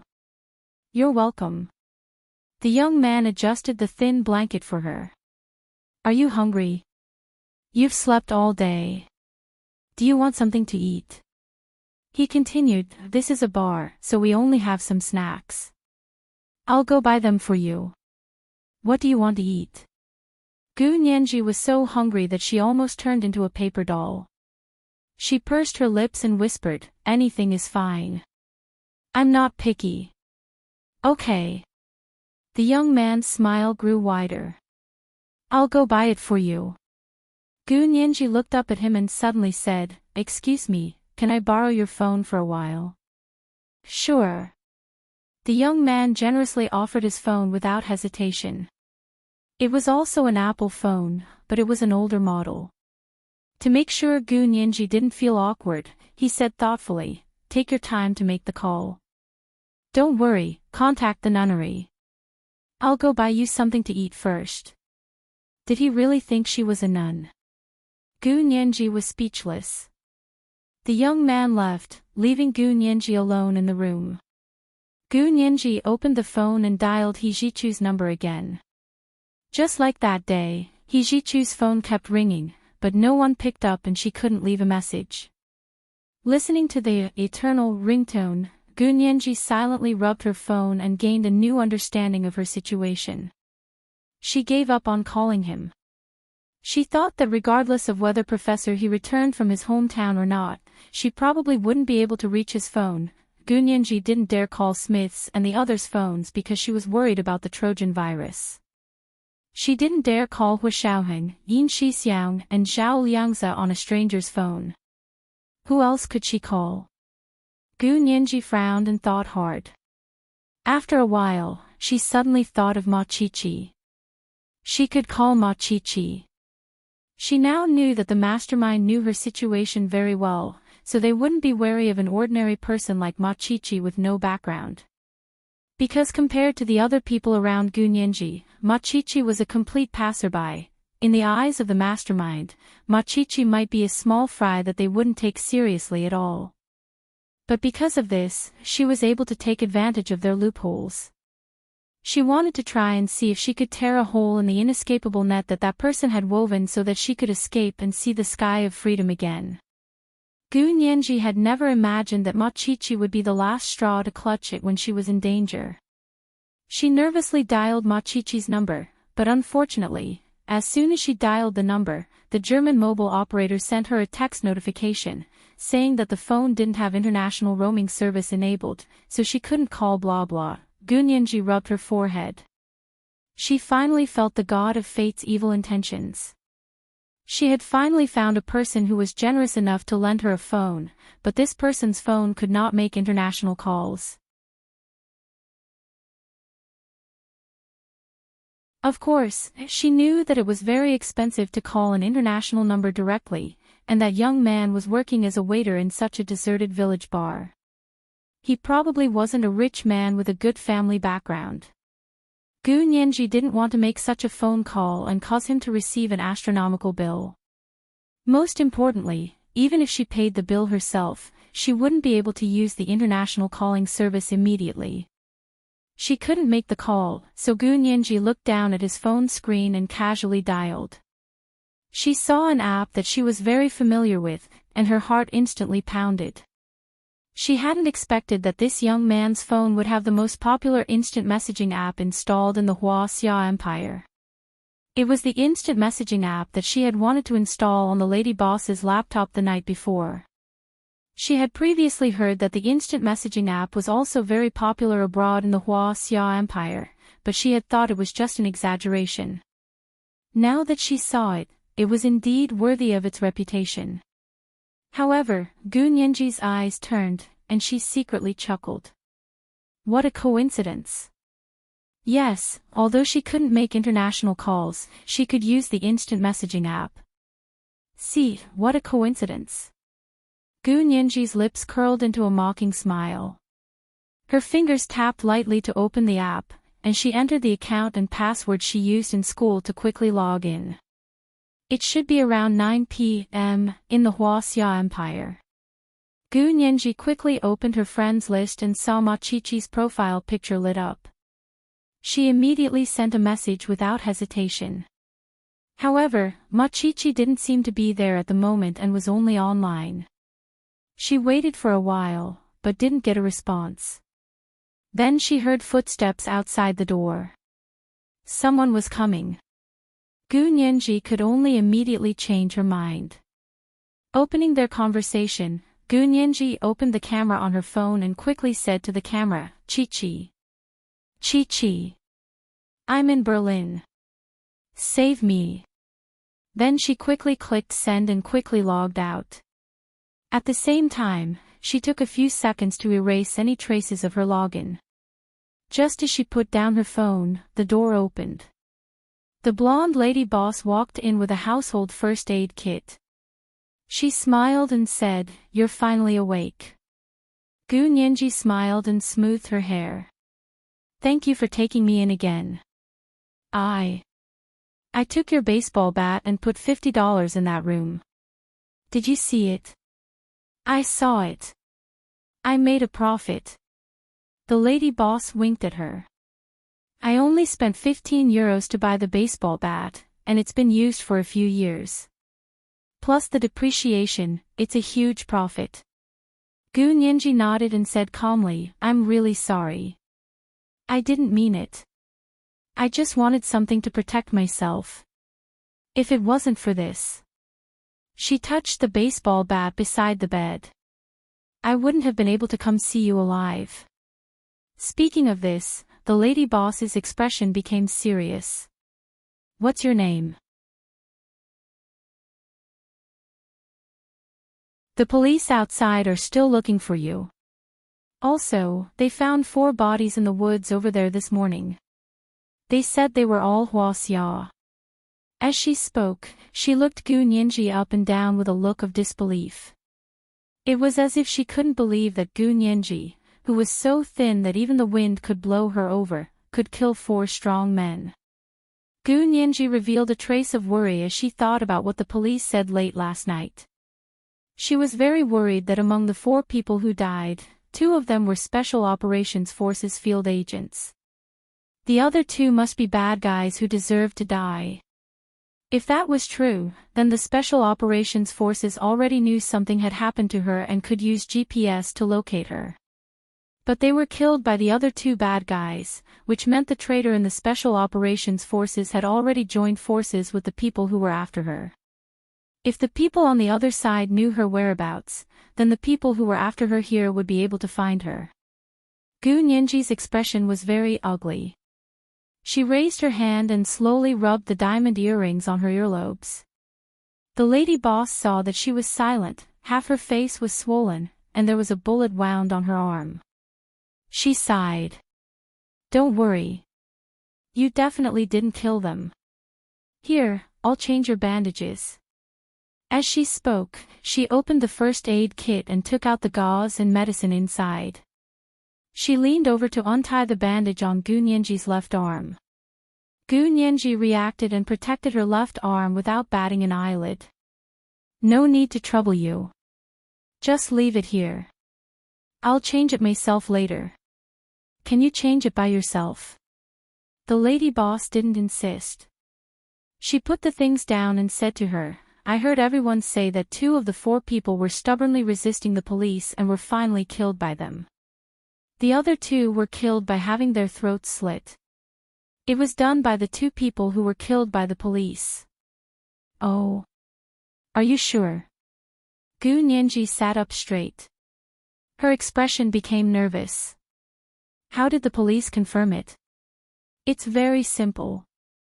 I heard that the 2 people who were killed by the police had a dagger on them.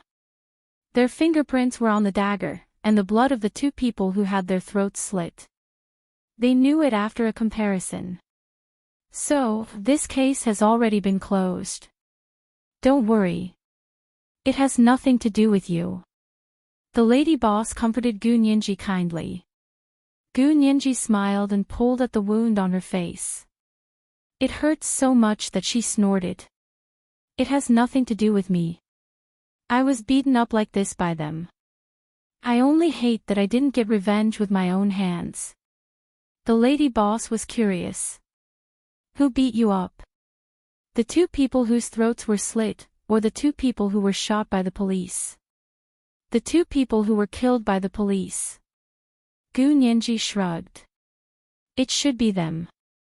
To be honest, if you didn't tell me, I wouldn't have known there were 2 people. I see. The lady boss nodded and stood up. Then you rest. I'll go out first. She reminded her, remember to change your bandages. Gu Nianji agreed and watched the lady boss leave. As soon as the lady boss left, the blonde young man who had bought her food arrived. In his hand was a paper bag with an M written on it. It was McDonald's fast food. Gu Nianji laughed. Okay, there was McDonald's here too. The young man put the paper bag on the bedside table and said to her, I rode my bike to buy it. It's still warm. Do you want to eat it now? Thank you. Gu Nianji nodded slightly and took the paper bag. She opened the box inside and took out a piece of fried chicken. She wrapped it in a paper towel and handed it to the young man. Here, let's eat together. It was already past 3 in the afternoon. It was time for a meal. The young man didn't pretend to be polite. He took the fried chicken from Gu Nianji and ate it in big bites. Gu Nianji also took some fries for him and poured half a box of milk from McDonald's for him. She picked some food from the paper bag for the young man to eat. She watched with a smile on her face as the young man finished his meal. Then, she began to eat slowly. The young man looked very honest and said sheepishly, I'm so sorry. I actually finished before you. It's okay. Gu Nianji smiled at him. My face is swollen and I eat very slowly. It's normal for you to finish faster than me. The young man finally smiled and asked her, do you still need your phone? Oh, no, thank you. Gu Nianji pointed to the phone next to her pillow. Thank you so much. She kept thanking him. The young man was very happy and said, it's good to be able to help you. He seemed to sympathize with her. A nun was beaten up like this and still didn't dare to call the police. It was the second watch. Today was still the third watch, asking for monthly votes and recommendation votes. The third watch was 7 p.m. Today was the first day of April. Don't be careless and cast your guaranteed monthly votes. How about 300 monthly votes in one watch? If there were 600 votes tomorrow before 7 p.m., then there would be 4 watch tomorrow. Ha, a beautiful wish. You're tuning into the LoveLore Library YouTube channel. We're so grateful for your support and don't forget to subscribe to join us on this incredible journey through captivating stories. Your generosity through donations truly makes a world of difference, as it's the primary source of revenue that allows me to expand and enhance this channel for you. Thank you from the bottom of my heart for being a part of this adventure.